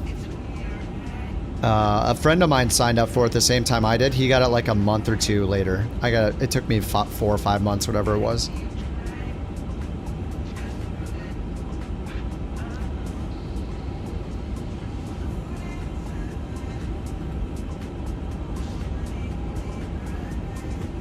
Alright, so we don't know our top of descent then, huh? Oh, 16 miles, okay. We do still. 15 miles. Alright, I'm gonna turn off the time compression. What AMD GPU would be good? 9070 XT. Or, yeah, or the 7900 XTX. But the 9070 XT has been getting such good reviews if you want an AMD. It just matters how much money you have to spend. I mean, I don't know. If you're getting 60 FPS in the plane that you want to fly, it's not going to get that much better. Like, what are you going to do with 80 FPS? Like, I'm going to end up, regardless of all of this, I'm going to cap my frames at 60 still. The most VRAM you can buy, yeah. You can select TER override. That's what you do on the 777 when entering known GPS. Are you a 777 pilot, Hans? I don't think... If you say you are, I'm not going to believe you because you're clearly a software wizard sent in from the future to help us with our FPS. Terrain override.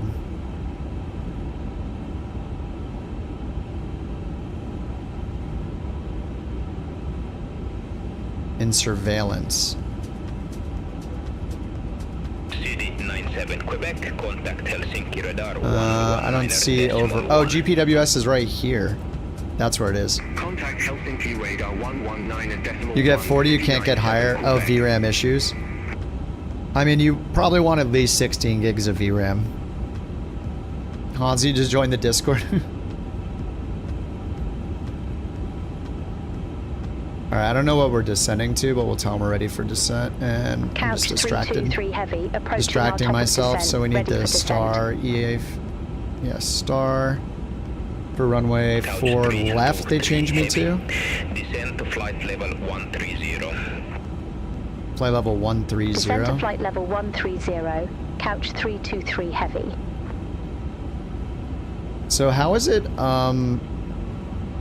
TCAS was lost, GNSS 2 is down, so it still has GNSS 1, so it's still flying our course just fine. It just lost some redundancy, I guess, and TCAS. You have 12, you never see it go above 8. Mine's using 11.42 right now somehow. I did turn my train level of detail to 400 though.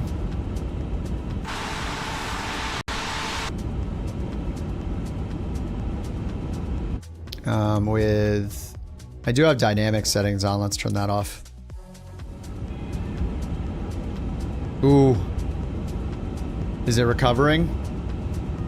That took me from 50 to 40 FPS. Yeah, that was kind of a big hit. Alright, maybe I'll leave dynamic on. There, now it brought the TLOD down to 200. And we're almost at 50.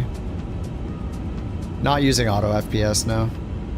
I used it the other day, but 9070 XT 12 gig version. Wait, I thought the 9070 XT was 16.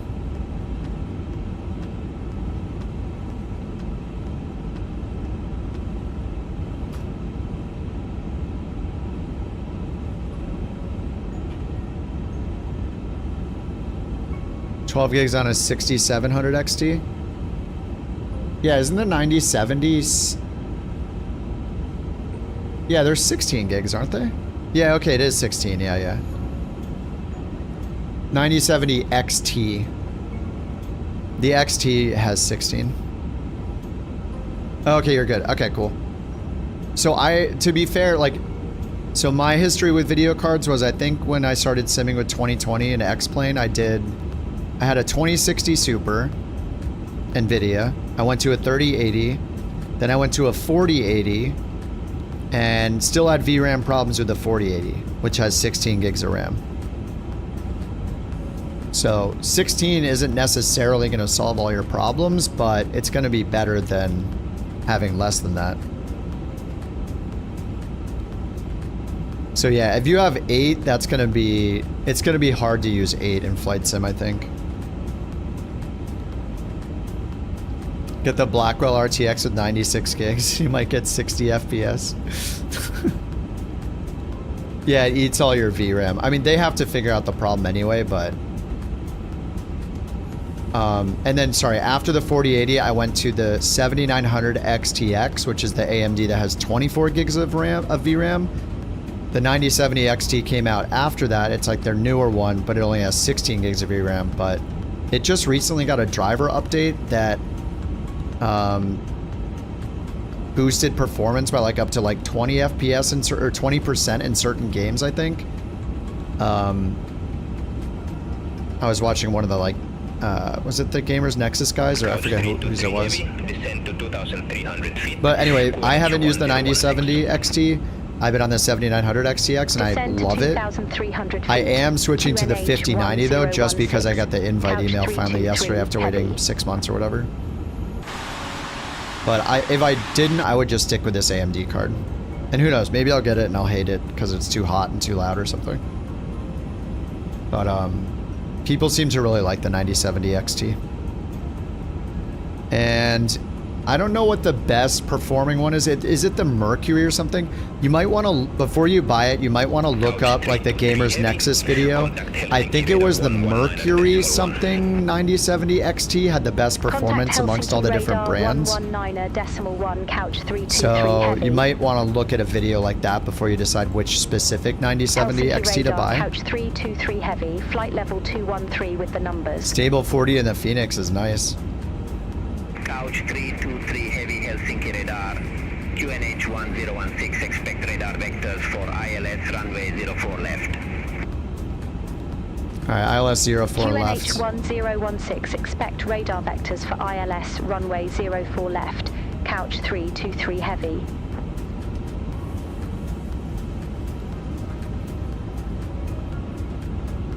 So which one of these are we on? I probably missed them calling what we're descending via. They said to descend to 2300 now.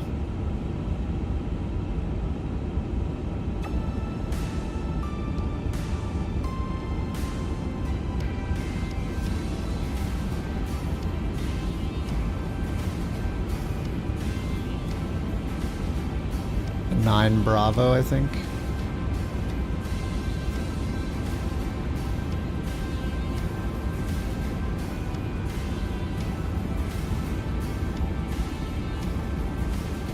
Alright, so yeah, it's just gonna end us up over here. We're gonna turn around and land on 4 left.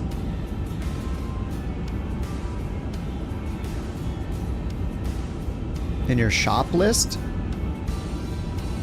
I mean, I'm sure like all of them are fine. They're just, you know, places like Gamer Nexus and other places like that where they benchmark all of them, they'll pull out their favorites of the different manufacturers and like whose card they recommend the most kind of thing, so.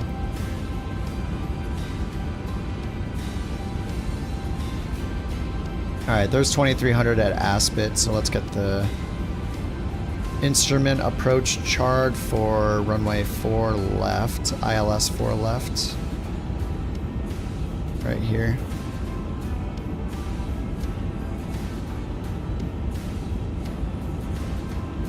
Alright, and then down here we're going to go to Navade, Okay, it's got HTV, triple 1.9, final approach course 037. That's all correct. All right, we need weather and we need our minimum. So perf, approach. Let's get the ATIS 35075.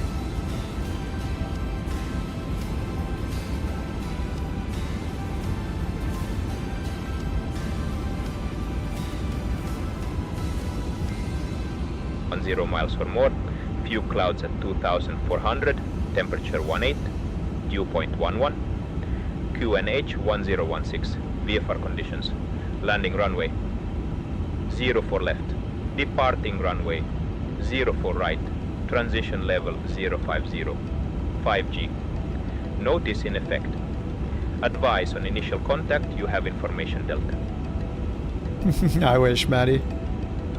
Banta Airport Information Delta 0734 Zulu, wind 035 at 9er, visibility 10 miles or more, few clouds at 2,400, temperature 18, dew point 11. Alright, we got the ATIS.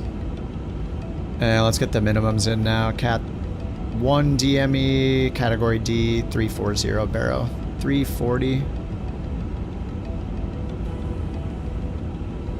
Alright, we're all set. How many FPS if you buy a real plane? I think it's at least 30. The human eye can't see more than 27 FPS anyway, according to someone on the internet, so. I don't know why we're all excited about getting anything more than that, honestly.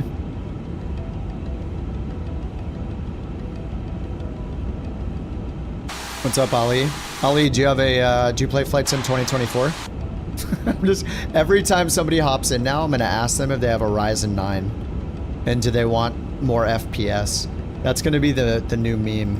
That's gonna be the new thing.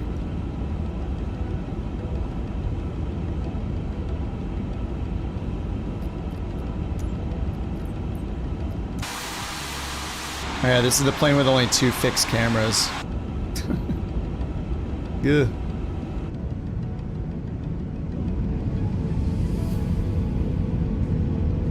Yeah, I mean, the performance has been so stable. It's just, it's great.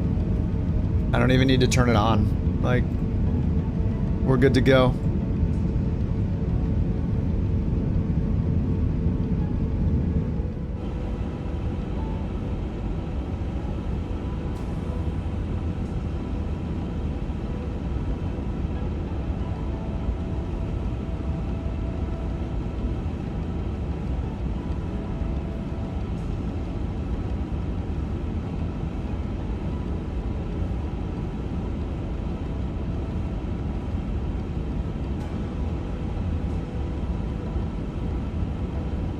What's an R5600? Ryzen 5600? Is it a 5600X?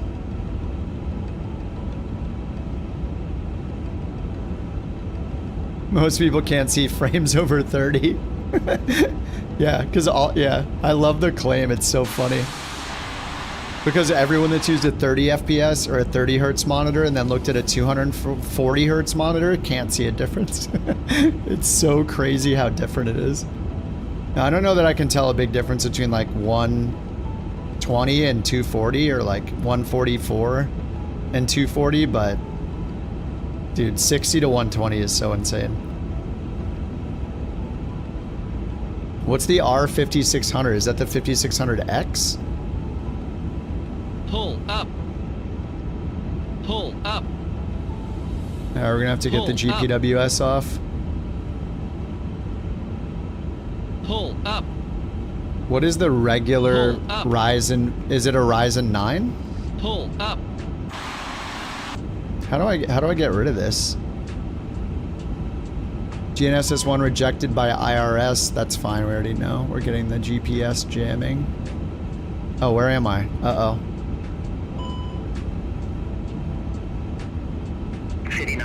Oh, it lost the course now.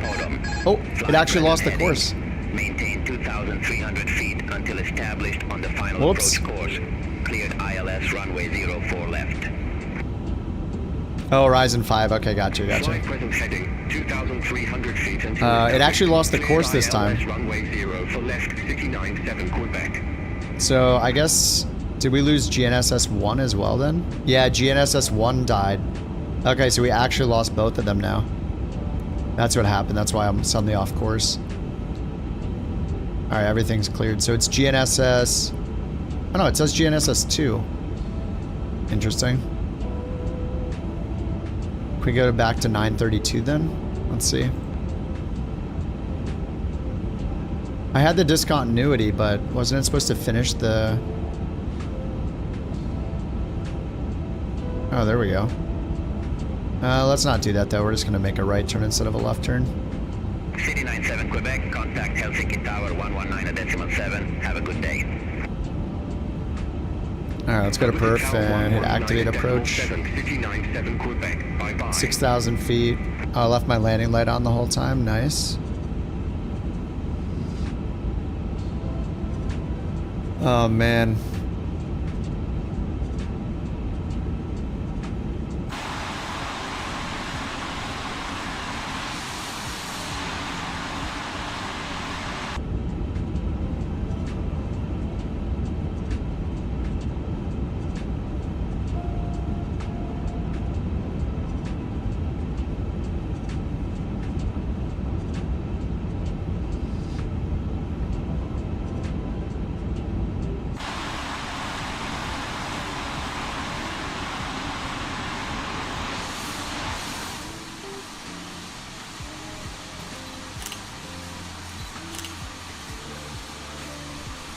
I can't believe how good the fix was.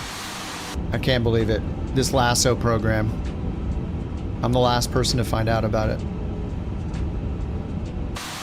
Like, Tara, I like that you hopped and you're like, oh yeah, I've been using that program for years. I'm like, what?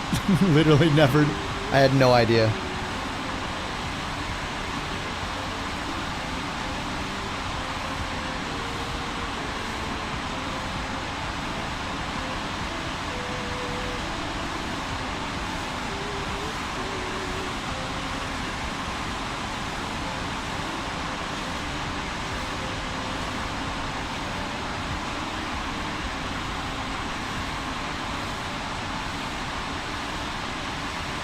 It's a program called Process Lasso, and it basically gives you control over which CPU cores your each program running on your computer uses.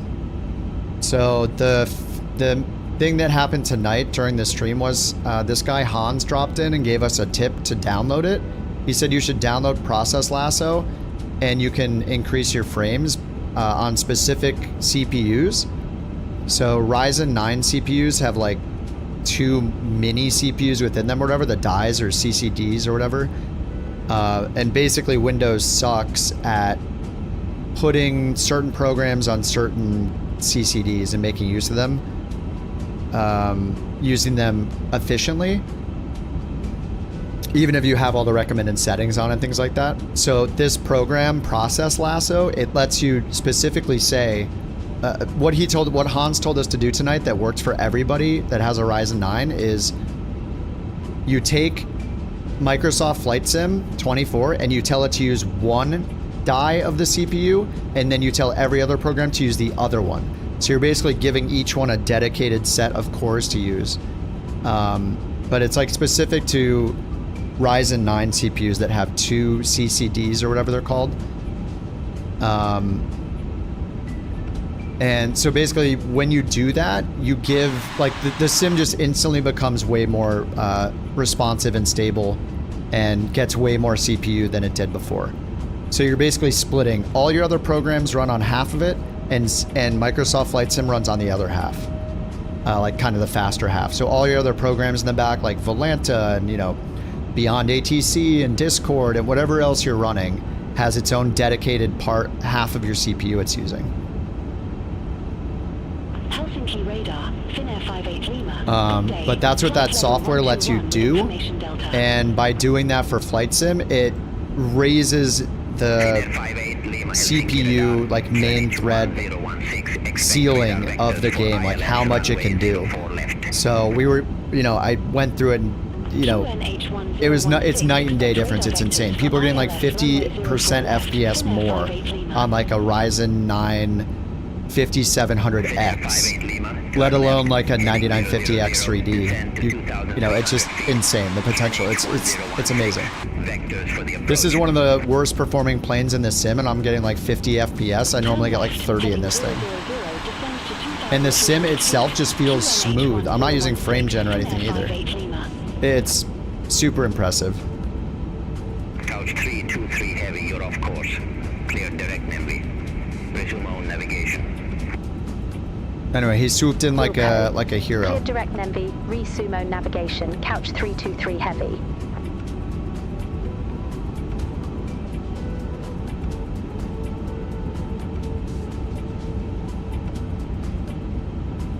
Alright, we're not gonna go Nemvi, we're gonna go over here, Podum.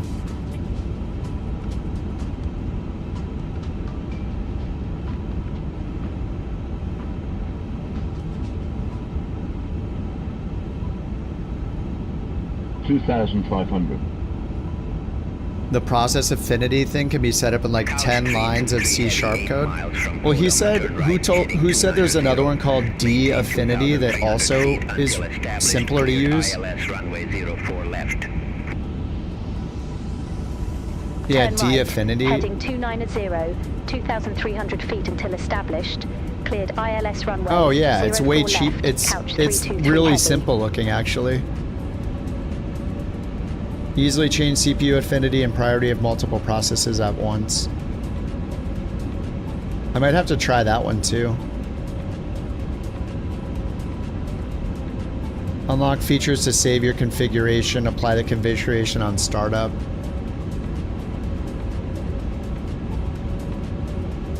I mean, they're both probably good. It looks like to apply it on startup you have to pay for, whereas this one you don't. I think it's free to do that feature. All aircraft be advised, information echo now current, QNH 1015. Alright, and we go down to 2300, we're already there. QNH 1015, okay, we got that in. 1015. 1015.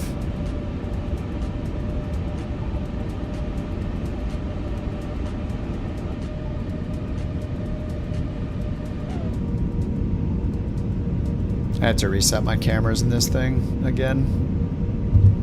Oops, mic bump. Oh my god, I'm gonna have a 1 a.m., a 1:30 a.m. dinner. It was worth it.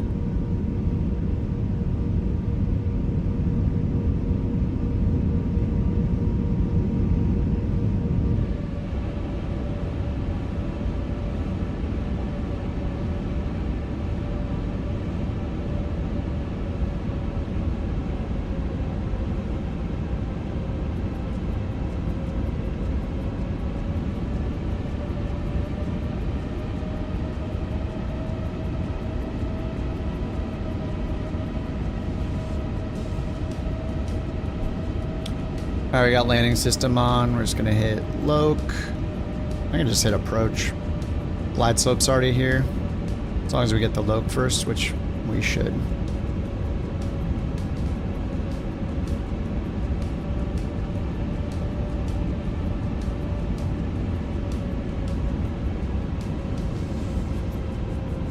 Alright, 2,000 for the go around.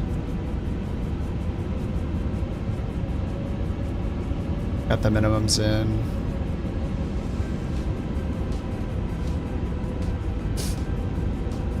Man, this turned into an extra long night. Dude, I'm so excited about this program. This is so cool. At first I was like thinking to myself like, yeah, everybody's got a tip. And I was like, you know what? For once, I'm not gonna just brush it off. I'm gonna give it a try. I was like, that kind of sounds like a good idea. So I'm going to try it, and I can't believe that it's actually good.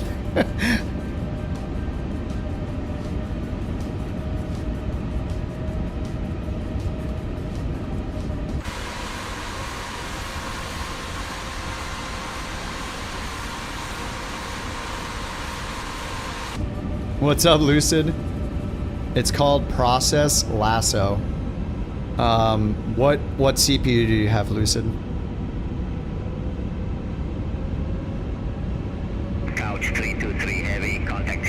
Tower 119.7. Have a good day. Yeah, let's get flaps 1 out. Do you have a Ryzen 9 CPU? 119.7. Couch 323 heavy. Have a good day. Helsinki Tower, Couch 323 heavy. ILS runway 04 left. Alright, I'm just gonna use auto brakes medium. Couch 323 heavy. Helsinki Tower. Wind 015 at 11. Runway 04 left. Cleared to land. Runway 04 left cleared to land. Couch 323 heavy.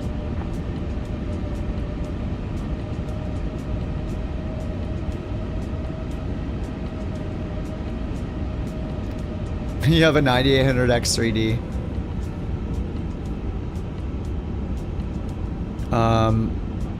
So that's a Ryzen 9, isn't it? Oh, is it a Ryzen 7 or Ryzen 9?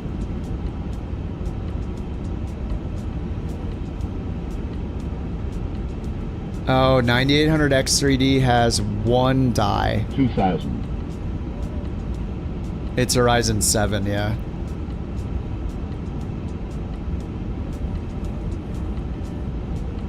I mean, it could still help, like, just separating it, but I don't know. Like, mainly it's for, yeah, Ryzen 9s. But the program's called Process Lasso, and basically with the Ryzen 9, you have two CCDs, like 2 dies, like 2 mini chips almost on it. So you use that program to put Microsoft Flight Sim, have it run on the faster CCD, which is CCD 0, and then you have every other program on your system run on the other CCD, so it splits them. So Flight Sim has its own dedicated CCD, and then all the other software in a computer runs on the other one. And it just gives you a big FPS boost.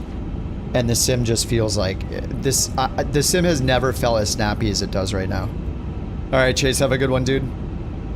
Yeah, that's pretty exciting stuff. I don't know, it's pretty nuts. Yeah, I'm up late because somebody swooped in like an angel and told us how to increase our FPS like a crazy amount. So yeah, I stayed up and tried it and rebooted. We did so much FPS testing tonight. It basically turned into an FPS testing stream. I'm so glad we did it though. It's so good. But yeah, I mean, you could maybe try the software anyway. You're basically, the software just lets you tell certain programs like which processes to run on which cores or CCDs if you have a Ryzen 9. So you can basically dedicate cores to the program. I mean, like Bird was trying it with Intel. Somebody in the chat was having Exos. It was EXXOS, I think was his name. He said he would join the Discord. He said he got some promising results using it on Intel. But it's just, yeah, I mean, the software doesn't seem very, like, dangerous to use. You're basically just telling the processes what CPUs to run on. So you could try splitting. You could try saying, like, flights basically do everything we did, except instead of being on CCD 1 and 0, 500. You're splitting it between half of the cores and half of the other cores, or something like that. Or give, like, you know, 2 out of 3 cores to the sim and the other third of the cores to other programs, just so the sim has most of the cores dedicated to the sim. 300. Yeah, I'm not sure. I mean, it's mainly like I have a Ryzen 9, so I did it on that. And 100 above. A lot of the people doing a Ryzen 9 had really good results with it. 200. Yeah, if you rewind the stream back to where I'm in the, you can see me loading in like the A380 a bunch and rebooting my computer a bunch of times. 100. That's when we were doing it. We 90. got walked through 80, it and 70, 60, 50, 40, 30, 20, retard, 10, 5. Yes. I got the butter.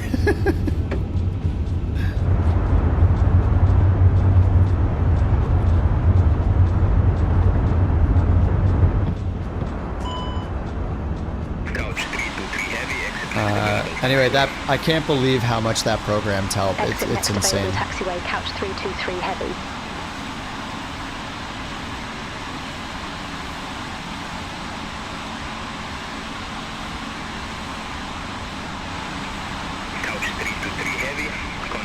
Alright, yeah, I'm gonna have a 1:30 a.m. A whole new game for me? Dude, same. What the hell is going on? I don't even think it's just an FPS thing. My entire computer feels faster. Because it's not like competing. It has its own, it's basically giving the sim its own CPU to run on. And then everything else runs on its own CPU. Like even just switching over to Discord, just tabbing in and out to the other, like my browser window feels so different. It's insane. I feel like I got a new computer. And this is basically, it is a new computer basically. Like I don't get it.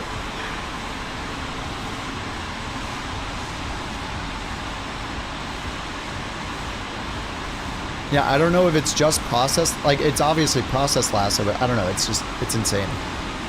Like maybe just even running that software with, and just letting it do its magic is enough. Anyway, I gotta go get some food. Thanks for hanging out so long, guys. I'm gonna see,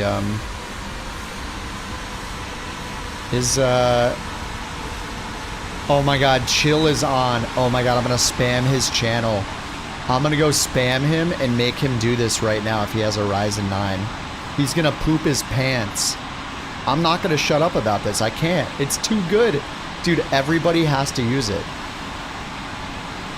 Somebody needs to be really, really loud about this, and I'm gonna be that person until there are more people that are super loud and annoying about it. I'm gonna go over to Chill May's stream. He's streaming on Twitch, so I'm gonna go hang out there while I eat and then bug him about this and try to get him to do it. You like my taxi job? Thank you. Deej, thanks for flying along. Glitch. Chase went to bed. He flew along too. The latest ever. I'm just going over here. We're just taxiing. But let's go ahead and raid Chill as usual. I gotta tell him about the program.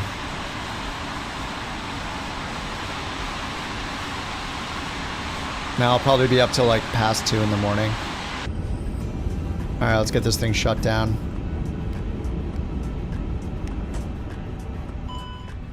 Alright, we're done. Get it out of here. Get it out of here. I'm done. I'm done. Alright, thanks for flying along, guys. Thanks for hanging out. I'll see y'all tomorrow. Holy crap. I need to like make a video about this as soon as possible.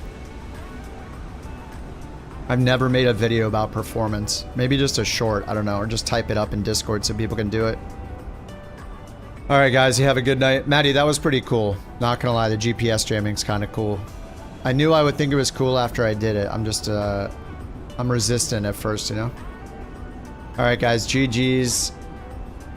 Law Dog, thanks again for the 10 gifted if you're still here, dude. And Tony, thanks for 18 months a couch captain. Alright, I'll see you guys tomorrow. I'll be spamming you all about your Ryzen 9s and using what's it called? The lasso, process lasso tomorrow.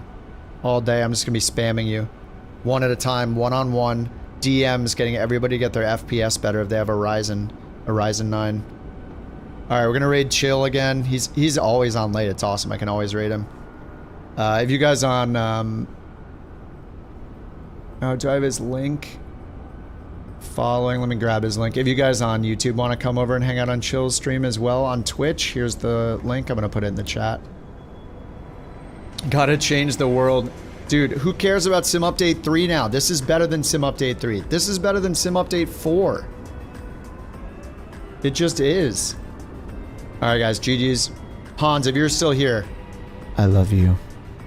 I love you. Okay, I gotta go. I gotta eat 1:30 a.m. dinner. Alright guys, GG's. I'll see you over on Chill stream. Let the spamming begin. You guys have a good night. Bye-bye.